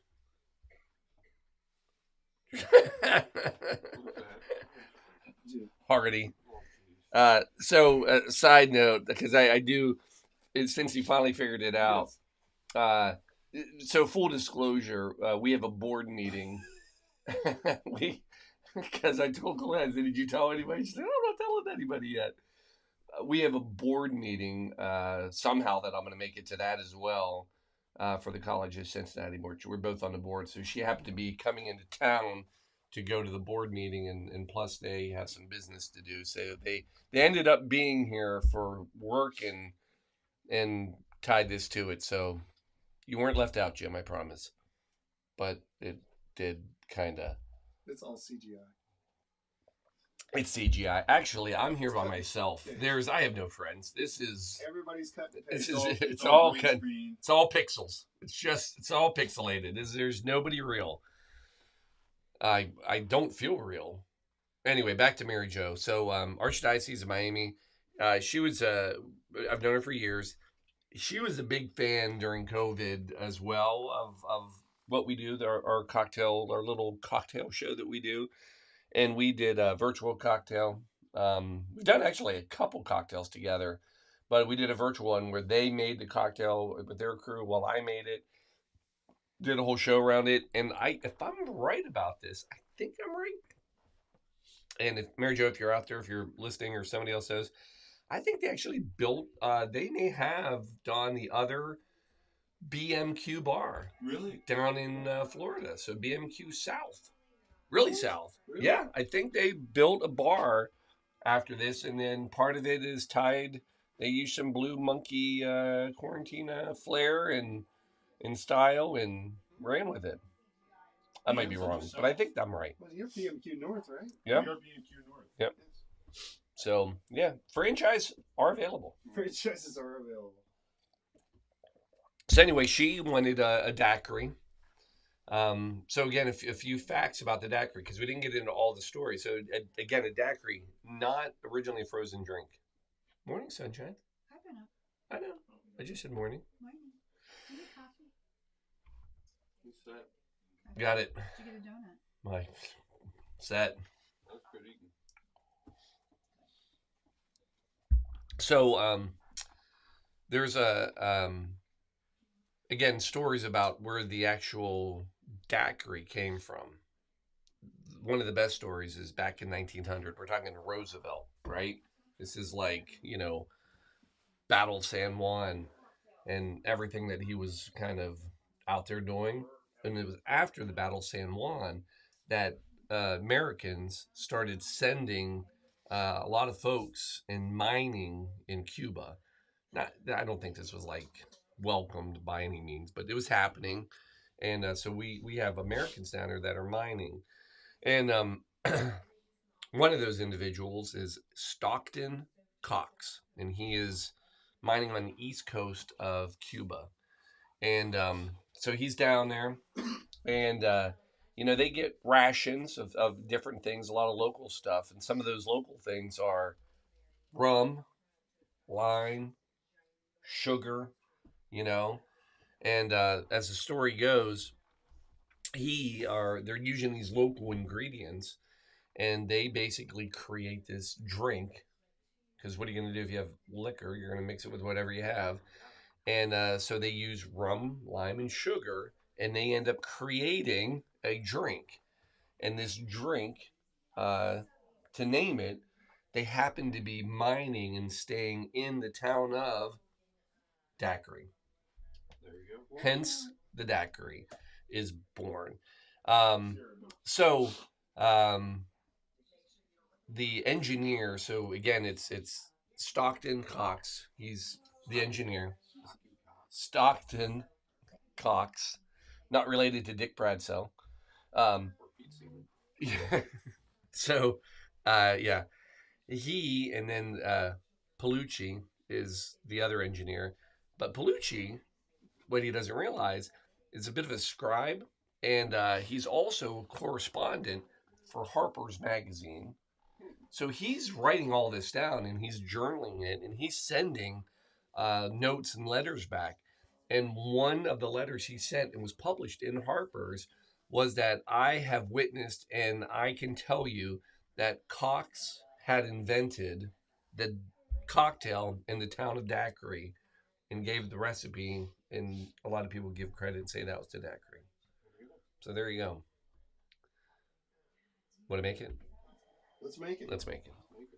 Just so you know, we have passed the time halfway mark. We are downhill. We are. Yeah, I could drink 50 in the bullpen. Which one's this? This is 48. I get 50 sitting in. So I should have hit 50 at 8, but I'm okay. Oh yeah, we'll get there. No, I love this. It's a milestone. We're halfway, and we're still standing. I'm still standing. Yeah, I thought you were going to do Bon Jovi. Oh. Yeah, halfway there. I could have. Living on prayer. I'm making sure I'm making this right. Kind of. All right, so we're going back to another classic daiquiri. Now this one's going to be a little different because we're going to go with a little different syrup. So we had the earlier daiquiri that everybody enjoyed. And if you remember, that kind of came out this because that one called for just a little bit of the Peychaud's bitters. Had just a bit of a rose hue to it. This one's going to be completely different, but it's yet almost the identical recipe. It's, let me go back to it. It's Cuban rum, which we're about out of, but that's okay because we're about done with the Cuban rum drinks. So 2 ounces.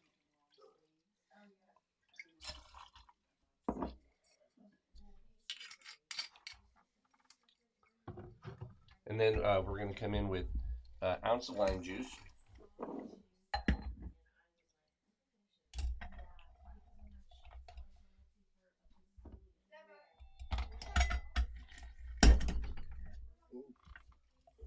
No, I had it sitting on there, and that was could have been bad. Could have knocked over my coffee. Ounce of lime, 3/4 ounce. This is that Demerara. So this is more of a raw sugar, you know, kind of like a cane sugar. We'll set that there. And we're going to come in with 3/4 ounce. I mean, look at that. It's thick. It is It appears to be thick. It is very thick.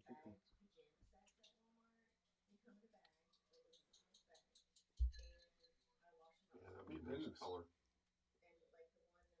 It gels on there. Sticks that glass up there. It's pretty cool.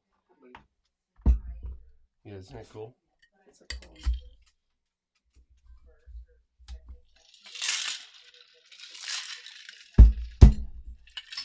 Viscosity? Yeah, when you swirl like a wine or a liqueur and like, oh, yeah, it kind of gets like the legs or whatever. Yeah, see how it's. Oh yeah.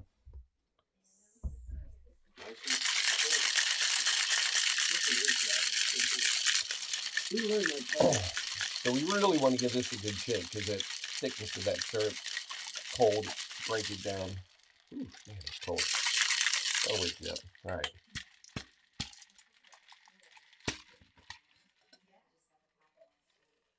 Woo-hoo.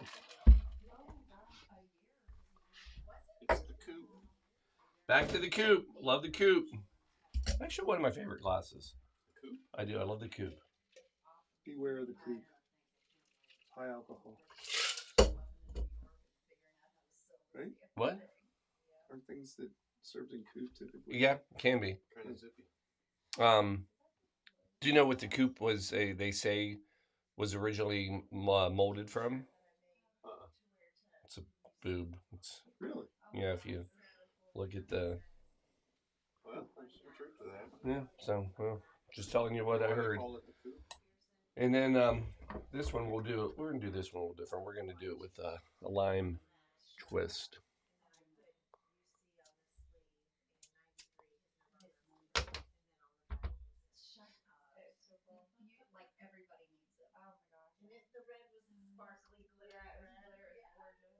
Talking about little monsters. I hear him. Money Max. Oh man, it smells great. So does that sugar make it a little different? Oh, yeah, yeah. So that is, my God, that's a great. You cannot beat a good, fresh daiquiri. And again, as we learned earlier A little swig. from Boston, you can see if somebody else wants that out there. Yep. What we learned from Boston is a DTO, the daiquiri timeout, not a stopping of drinking daiquiris, but the pondering of life and what should and could be by sipping and enjoying daiquiri. So there you go. So Mary Jo, take that great daiquiri and make it a DTO. DTO. All right. Oh, here we go. Coming in. Load up. Yeah, let me.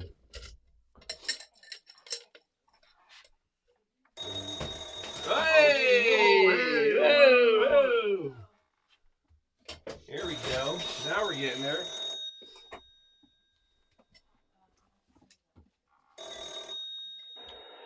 Hey, you are on speakerphone at the Blue Monkey Quarantina. scan your calls. What? No, we don't scan any calls. We let anybody can call in here. Hey, it's Craig and Sarah down here at the tailgate. Wanted to make sure y'all are still awake. Hey, Craig, what's going on, man? Thanks again for all the food. Absolutely. We just set up. We're getting ready to cook down here again. Man, you're rocking and rolling. It's 8:00 and you're already there tailgating, or you're on your way? We are already here set up. We've been here for about an hour. Oh my gosh, you're crazier than us. Yeah. Hey, we try. I love it. So in spirit of the Bengals getting ready to win here, put me and Sarah down for 50. $50. Here we go. There you go. That's all it takes, folks. 50 here, 50 there. Next thing you know, we're gonna get over this glass. We're gonna get it full. Craig, it's more than enough, man. I appreciate it. You took care of all the food. Feed us, keep us going. So hooday, and thank you. Hooday, and thank you all, and we will hopefully see you here in a few hours. I love it. Well, we'll be here. So bring home a win. Will do. See y'all later. Bye. All right, bye. Bye, Sarah. Woo. Woohoo! We're probably on right now at the tailgate because he's got a. Oh yeah, you think he's gonna put it up for a while? Yeah, I'm sure he is. Oh, I love it.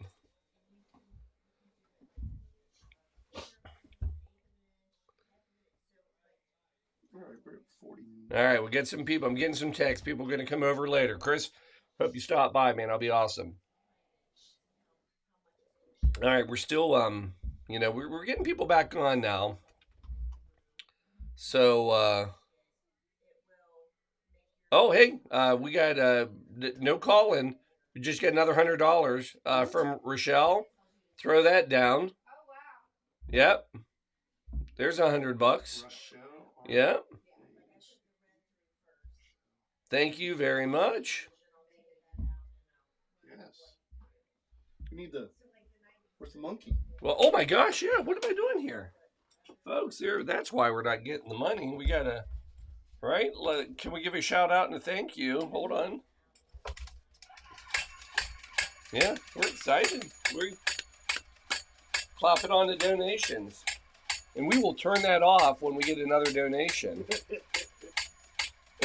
No. Please, somebody. Yeah, it'll be in here. We'll donate. All right, I'll donate. I got it. I'm gonna make myself give money. All right, monkey, you said. All right. So there it is. So So Paul, we're up to 1950 on the call line. 1950. 1950 puts us at 46,950. 950. We're almost to that. So we hit that at 11 p.m. It's been a tough push for this, but you know what it is time for now? It's Cocktail 49. And if my memory serves,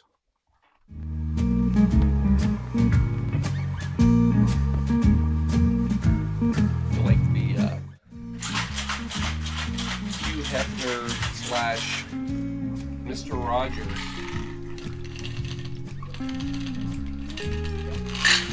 Right? Would you be my neighbor? Yeah. Would you be my martini? Hi, neighbor. So yeah, we have another. This is a great one. So shout out on this one. We're throwing one to Rick Hoding.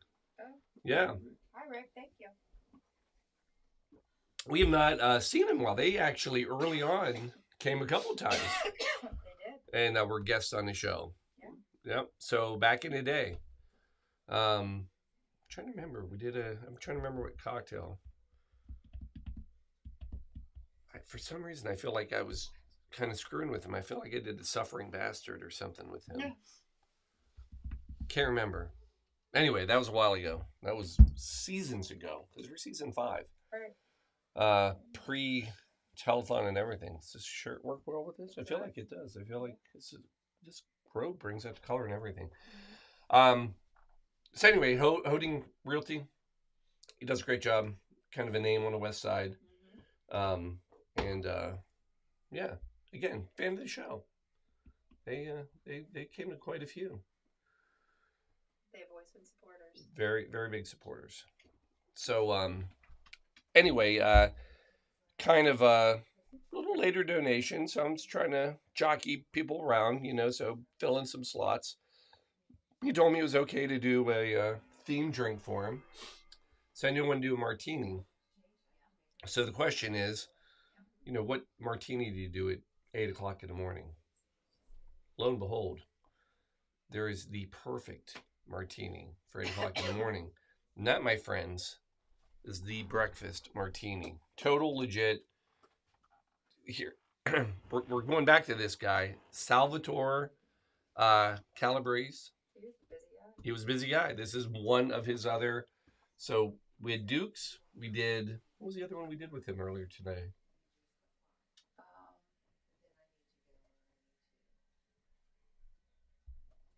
Huh?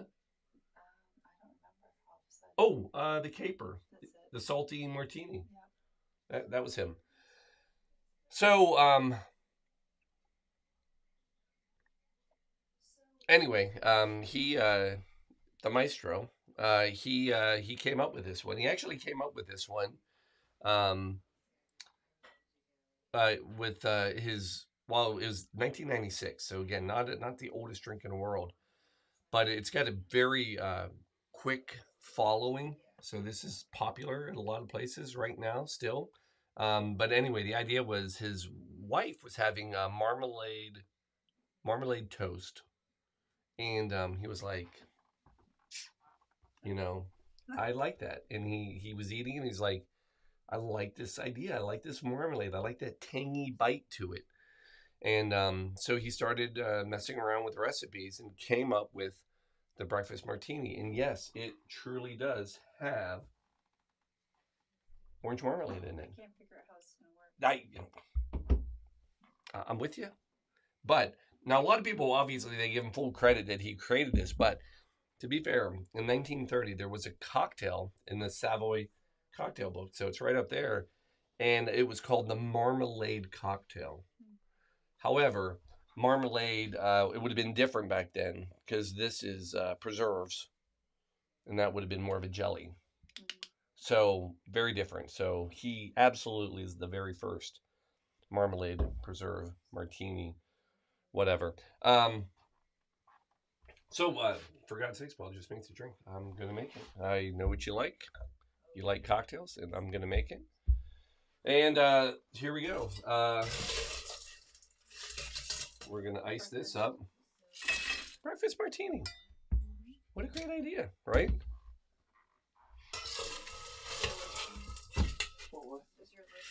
No, I'm just like, I was contemplating on her. So, wait, what? Now, this is a gin. Oh, that makes sense. Oh, which gin are you going to do? I think that's going to be too strong. Oh, you think? Yeah. I'll tell you which one will be good, though. The honey. Oh, it would. Yeah. I'm not leaving, everybody. I just did an Irish goodbye. No. We'll follow him. This is, have you ever seen our little book end? Aren't those fun? So, we're coming in. Yeah, that would be nice. Right?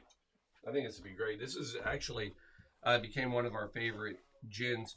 Now we're going to hear from this. So this is Knox Joseph Distillery, OTR Stillhouse. You drove by it, you saw it, and they make a golden gin, I believe honey based or with honey, and it is delicious. And their whole setup. I mean, these bottles. So cool. We have them on a bookcase because they look like bookends. Yeah. And we have a whole volume of. We have all their volumes. Yeah. Except, no, we don't have their new bourbon. We don't have their new bourbon. So anyway, we're going to come in with this 1.5 ounces. But yeah, I think this would be the perfect. Actually, I don't think you can get their bourbon until Black Friday. You're right. Well, there's a black. Yeah, you're right. You are absolutely correct. Is it a age thing that they can sell it or what? It's Yeah, I think that's their release. yeah, their, Okay. their I gotcha. cask release. I know where things are right now. Coming in triple sec, half ounce. Why'd they stop it? Is there a quadruple sec? Oh. It's a great question. No. But Single sec. there is but it is meant to. So sec means dry, and it's supposed to be a very dry. So this and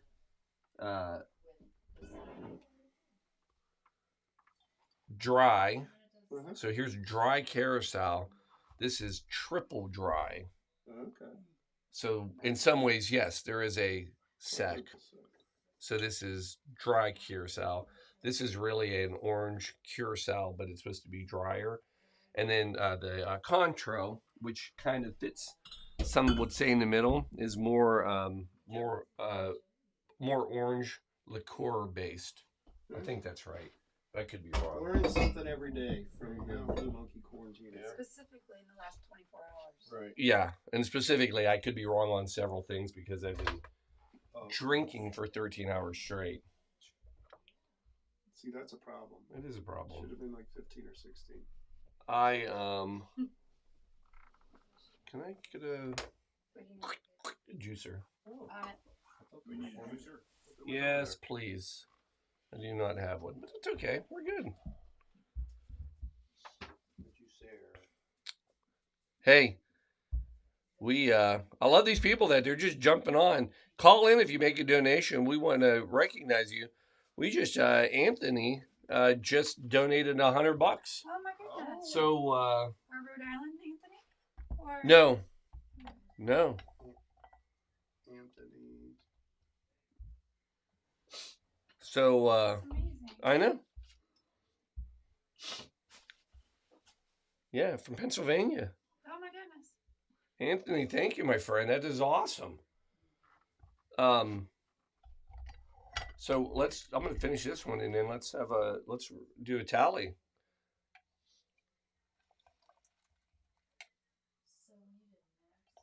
So there's half an ounce of lemon juice. So we got half ounce triple sec, half ounce lemon juice, 1/2 ounce is a gin. Here's the fun part. We're coming in with a bar spoon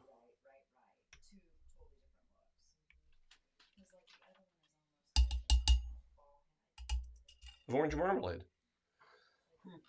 Now, as the story goes, you can really play around with this depending on how much orange marmalade you hit with it, which obviously makes sense. Can it will just burst?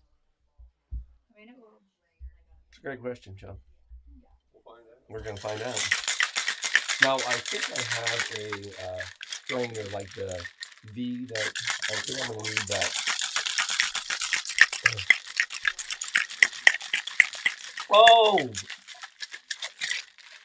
Yes, thank you. I know who this is now. Anthony, I'm sorry. I did not recognize. It's Anthony from Global. Yeah. Thank you, Anthony. Awesome. Appreciate. Thank you very much. You got us over the hump. All right, we're going to absolutely give this a good shake. Get that orange marmalade kind of busted up. Which one do you prefer? That one. Well, actually, that'll be good. Yeah, we'll do this. Take out the. Do that, and then. Take out the pulp. You're really curious about this one, aren't you? I really am. Is it straining thing? Yeah. Oh yeah. You see all that being caught down there? Yeah, I just figured it would like gloop at the bottom, but I guess not. No. Lay down. There it is. All right. We're going to garnish this with a dried orange if we have one. We do. It's coming. This is absolutely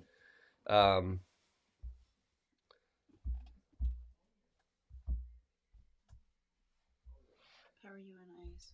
We need ice. Do you want to set that back out there? Do you? Yeah. So yeah, shout out to OTR Stillhouse, but they're coming up later today, so don't. We haven't forgot about them. You want to try this first, don't you? Oh, that's perfect. We're gonna go with a nice dried orange. Look at that. We're just gonna. It's nice. Can we get the top view on this one, Alan? Because it's gorgeous. Oh, look at that. Oh, wait. I think there's one. I mean, that's a cocktail you'd get at a fancy, you know. That's the kind of cocktail you would get at a fancy restaurant with some guy wearing like a red smoking jacket. Smoking jacket. It smells delicious. Oh, yes. Still getting it in there, just. Oh my God. Give that one a try. Give that a whirl. That's fantastic. Here's what I appreciate about it. Oh my goodness, that's as good as I was hoping it would be. Yeah, it's everything I imagine in a breakfast martini and more. Here's what I love about this. I think I'm going to keep that. You throw the word breakfast onto a cocktail, and it is absolutely safe to drink it for breakfast. Well, I mean, it's got marmalade Oh. Absolutely. All right. Alan, do you know what we're getting ready to do? I think so. We are getting ready to tackle.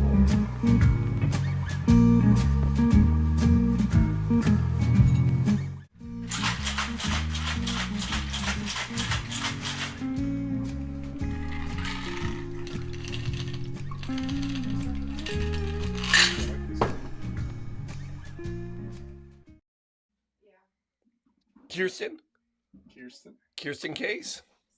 And I think this is what you were going to tell me before I put it. No, go right ahead. No, it's the Number 50. Number 50. We're halfway there. Yeah. So yeah, shout out Kirsten. Hope you're ready.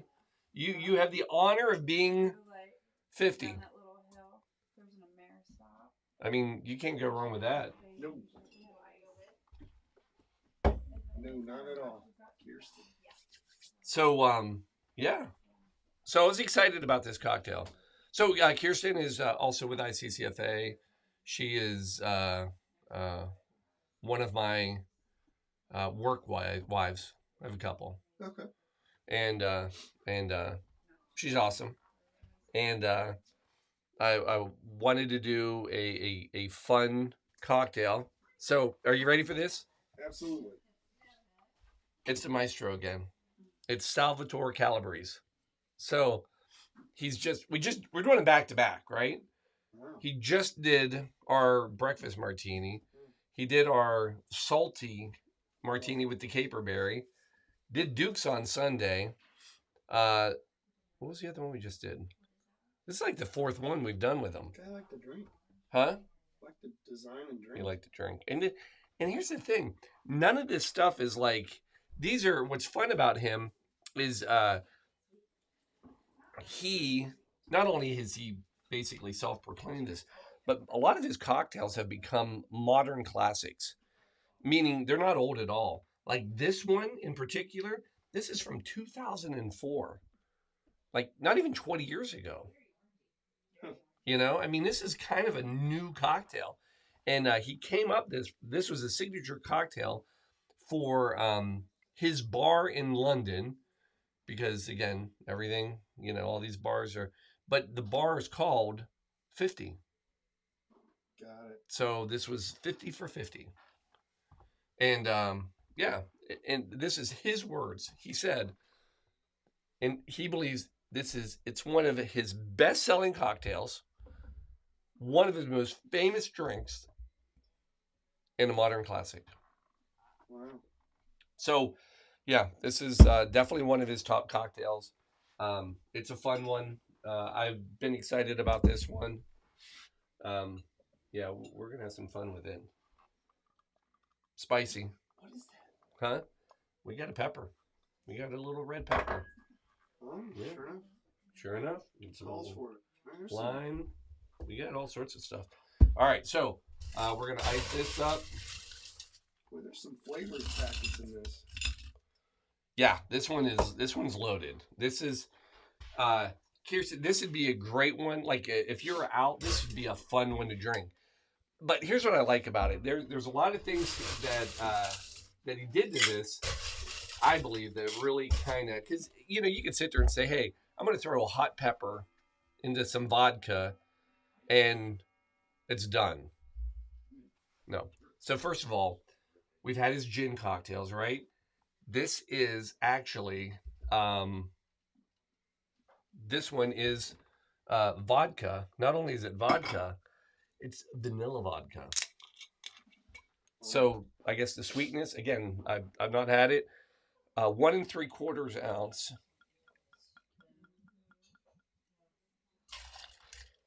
vanilla vodka.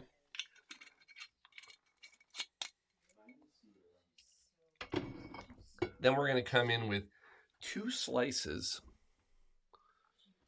of, it's very precise. So, what you're coming in on? Yeah. I'm going to actually.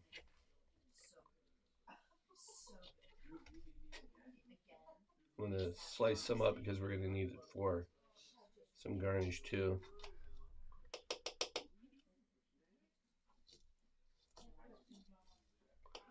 Now, is that a hot pepper? This is a hot pepper. Like I'm kind of. Like, don't rub your eyes. I know. Like okay. We're going to take a quick little break when this one's over so I can make sure. And all right, so we're going to throw those right into there. Then we're coming in with a 1/2 ounce of elderflower liqueur. So this is one of my favorite things. We haven't used it really yet. This is created to be this like fantastically old, like it's been around, like this bottle's like from 1800s. This is not that old. Saint Germain and a lot of bartenders, they call this cocktail ketchup. Cocktail ketchup. Yeah, because you can just put it in anything. It's like throw some ketchup on anything and it tastes a little better. That's what this is. So 1/2 ounce. Ranch. We're going to do that. Boop, boop. Lime juice coming in. God, the flavors. I know, right? How's this all do I have I don't have a juicer. Got it. Got it. Coming. Juicer. But in the meantime, I'll go with my honey simple syrup honey. 1/2 ounce of that.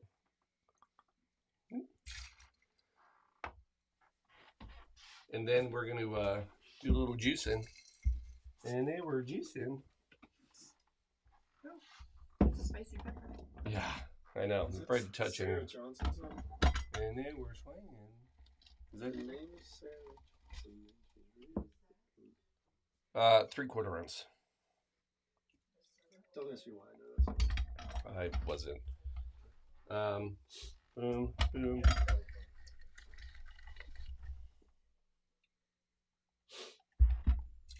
Lime juice. So we just built red chili pepper, 1 3/4 ounce of vanilla vodka, 1/2 ounce elderflower, 3/4 ounce lime juice, 1/2 ounce of honey simple syrup honey, and then now we can come in. There's a lot going on in this. This is good. Or somebody. I'll taste, but.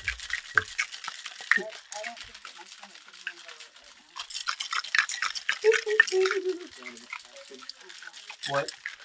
Yeah, I don't know that I can do that right. But awesome. What happened? We gotta take her. Oh, good. All right.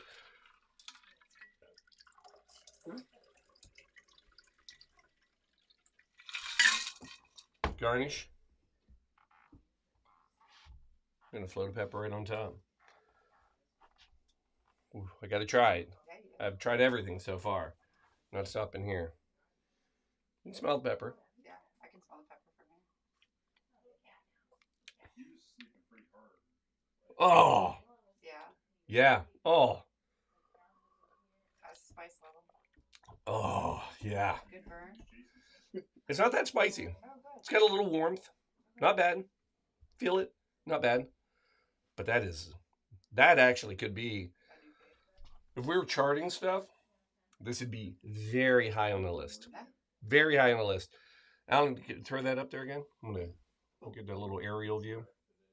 Look at that little. Boy, I can smell it. Right? Oh, wow, fantastic. We're halfway there, folks. Living on a prayer. Yeah. No, we're good. But, Alan, here's what we got to do. We're almost to the 8-hour mark. So we have to flip. Or 6 hours. So what I'll do is let's put a video up for everybody while let's do the news. Sure.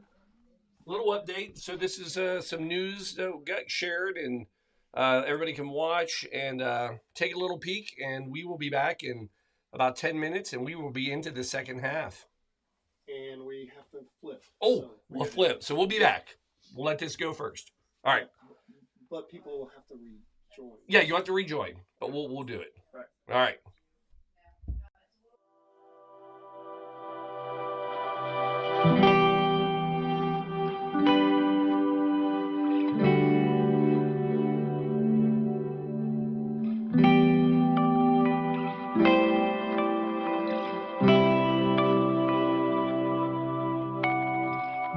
From behind a bar, Paul Lemasters is serving up cocktails for Coats. He's using what started as a way to get through COVID-19 lockdown to now raise money for Coats this winter. I'm naive in many ways. And when we first did this and we started, they got more and more. And I thought, well, we're gonna run out of people to give coats to. And you don't, because every year somebody needs a new coat. 12 years ago, he started the LC Coat Drive, though it's grown into quite the operation, donating 5,000 new coats to St. Vincent de Paul most recently. When it started, it was just a family affair. This started off really with teaching my kids the art of giving back. We did 4 coats one year. 4 coats, and we bought new coats, took them to St. Vincent de Paul. I wanted my kids to see what that was like. And it stuck. He didn't expect the reaction 1 year later. And the next year, my kids kind of threw it back at me and said, hey, are we giving more coats this year? No, what do you say? No. So you said, yeah, of course we are. And we're going to do a little bit more. And it's been a great feeling because not only have we grown it within our family, now it's bigger than us. This year, he's going old-fashioned with a 24-hour telethon. You can catch it on his Facebook or YouTube. And while he collects cash, he's serving up 50 cocktails from Saturday to Sunday night. It's a fun twist on what he's found is a real necessity for so many. I know the demand. We get calls from schools and local organizations asking, can you bring us 50 coats, 100 coats?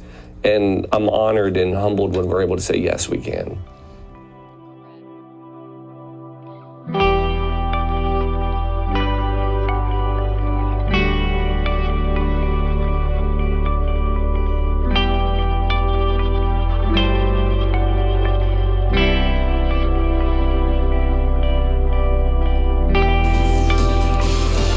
As we move into winter, St. Vincent de Paul is gearing up to help the less fortunate. Fox 19 Now's Jordan Valines is live at the West End YMCA with how folks can get a free coat today. And the time is now, right?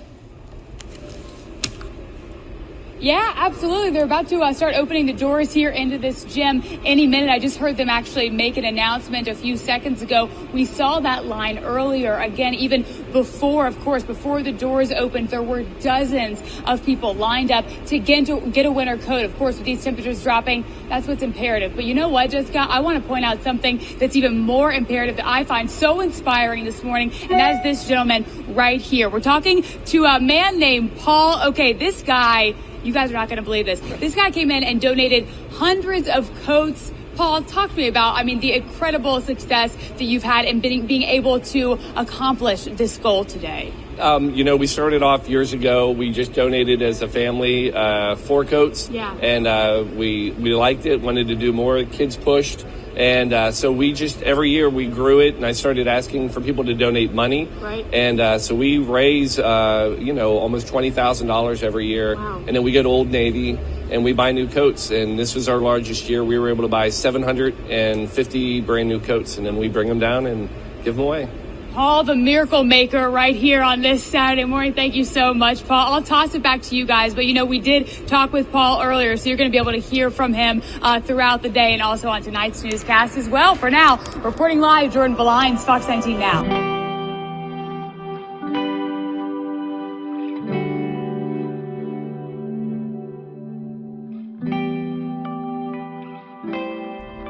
At least 3 Old Navies today, and we'll probably clean each one of them out. When Paul Masters walks into a store, he brings a team of power shoppers with him. All right, you got boys? We have 3 of these. They literally clear the racks of coats, stocking up on bargains for a good cause.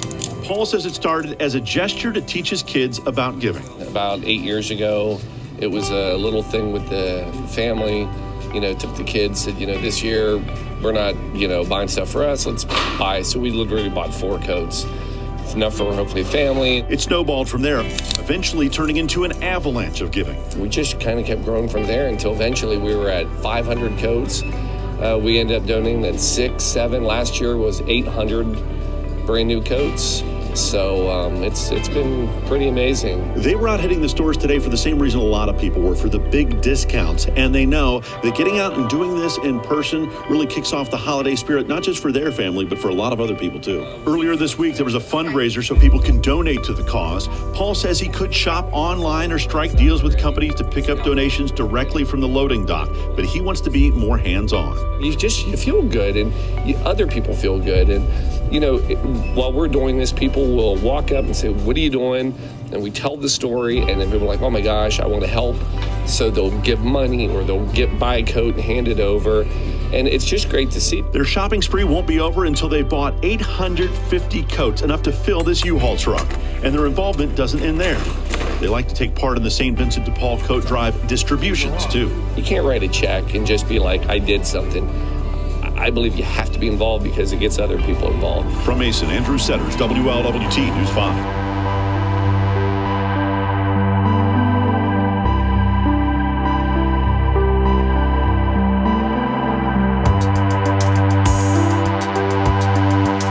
Shout out to everybody who donated.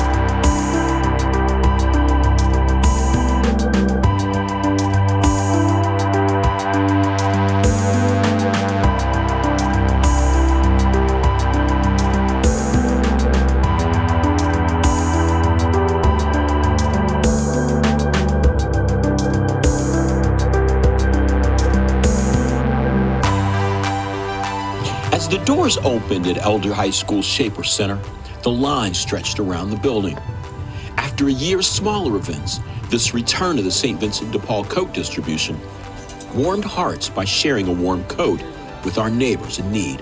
That's all that our mission is about. We're all about that personal connection.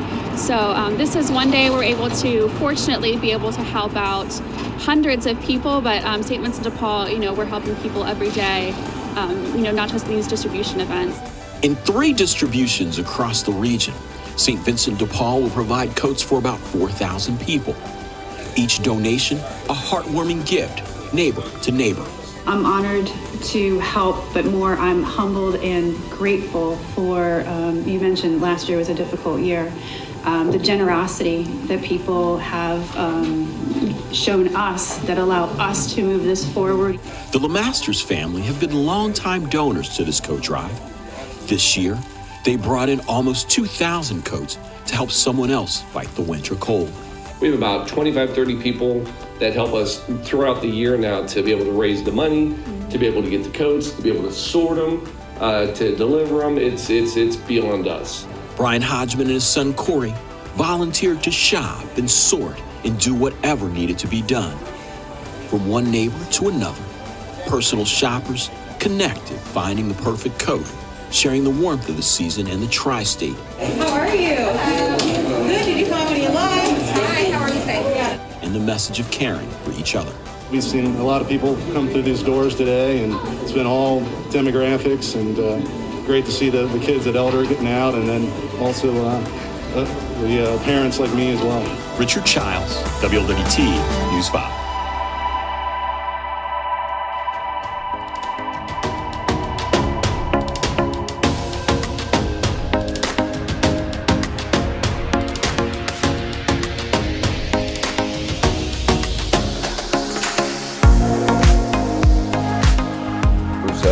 this has been a family outing event that we've been doing for years, and it's been great to see Max and Chloe not only help every year and do more every year in this event, but also bring their friends and watch them grow as they've done this.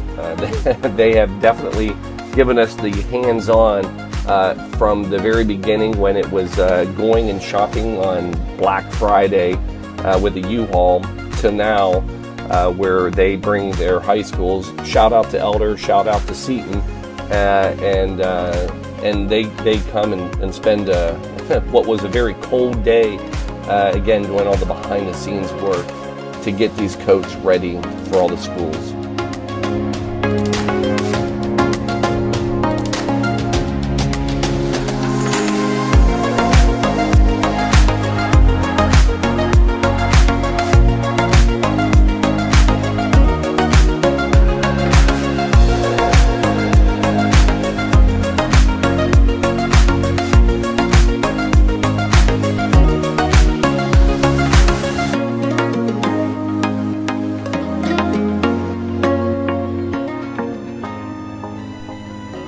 Coats, coats, and more coats.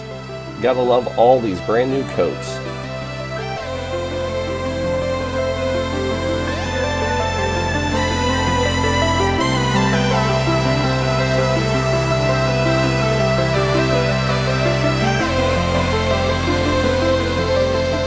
And from pallets and boxes to bagged coats that are all now part of our inventory, we now get ready for the final part, and that's getting to deliver these coats to a lot of schools, a lot of organizations, a lot of kids and a lot of adults that will walk away with a brand new coat. So not only shout out to everybody that helps us behind the scenes get it ready, shout out to everybody out there who helped to donate and give us the funding so we're able to do it. You are looking at somewhere between $40,000 to $50,000 worth of coats that are going to make hopefully 2,000 kids smile and stay warm this year. So thanks to all of you.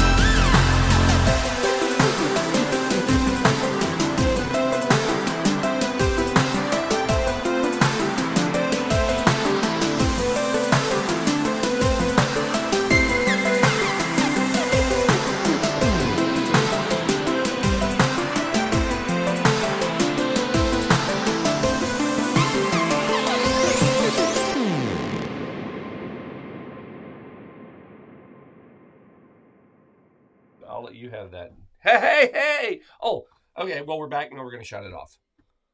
Yes. Yeah. You want me to do it? Yeah. All right. So, folks, here's the deal. If you're watching right now, all you can see. That's actually kind of funny, right?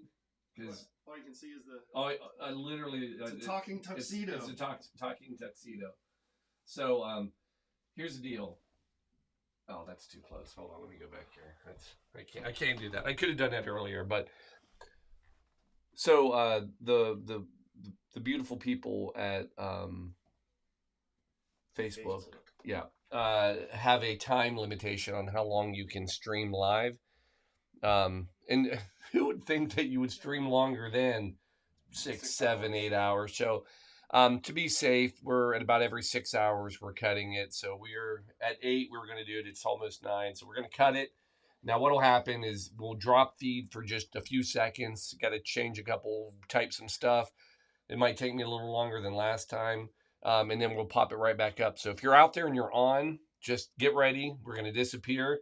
look for the link. We'll come back up. The website is working, though.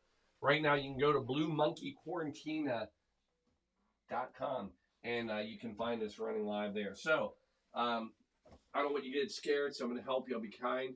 In 3, hold on, 2, 1, and we're out.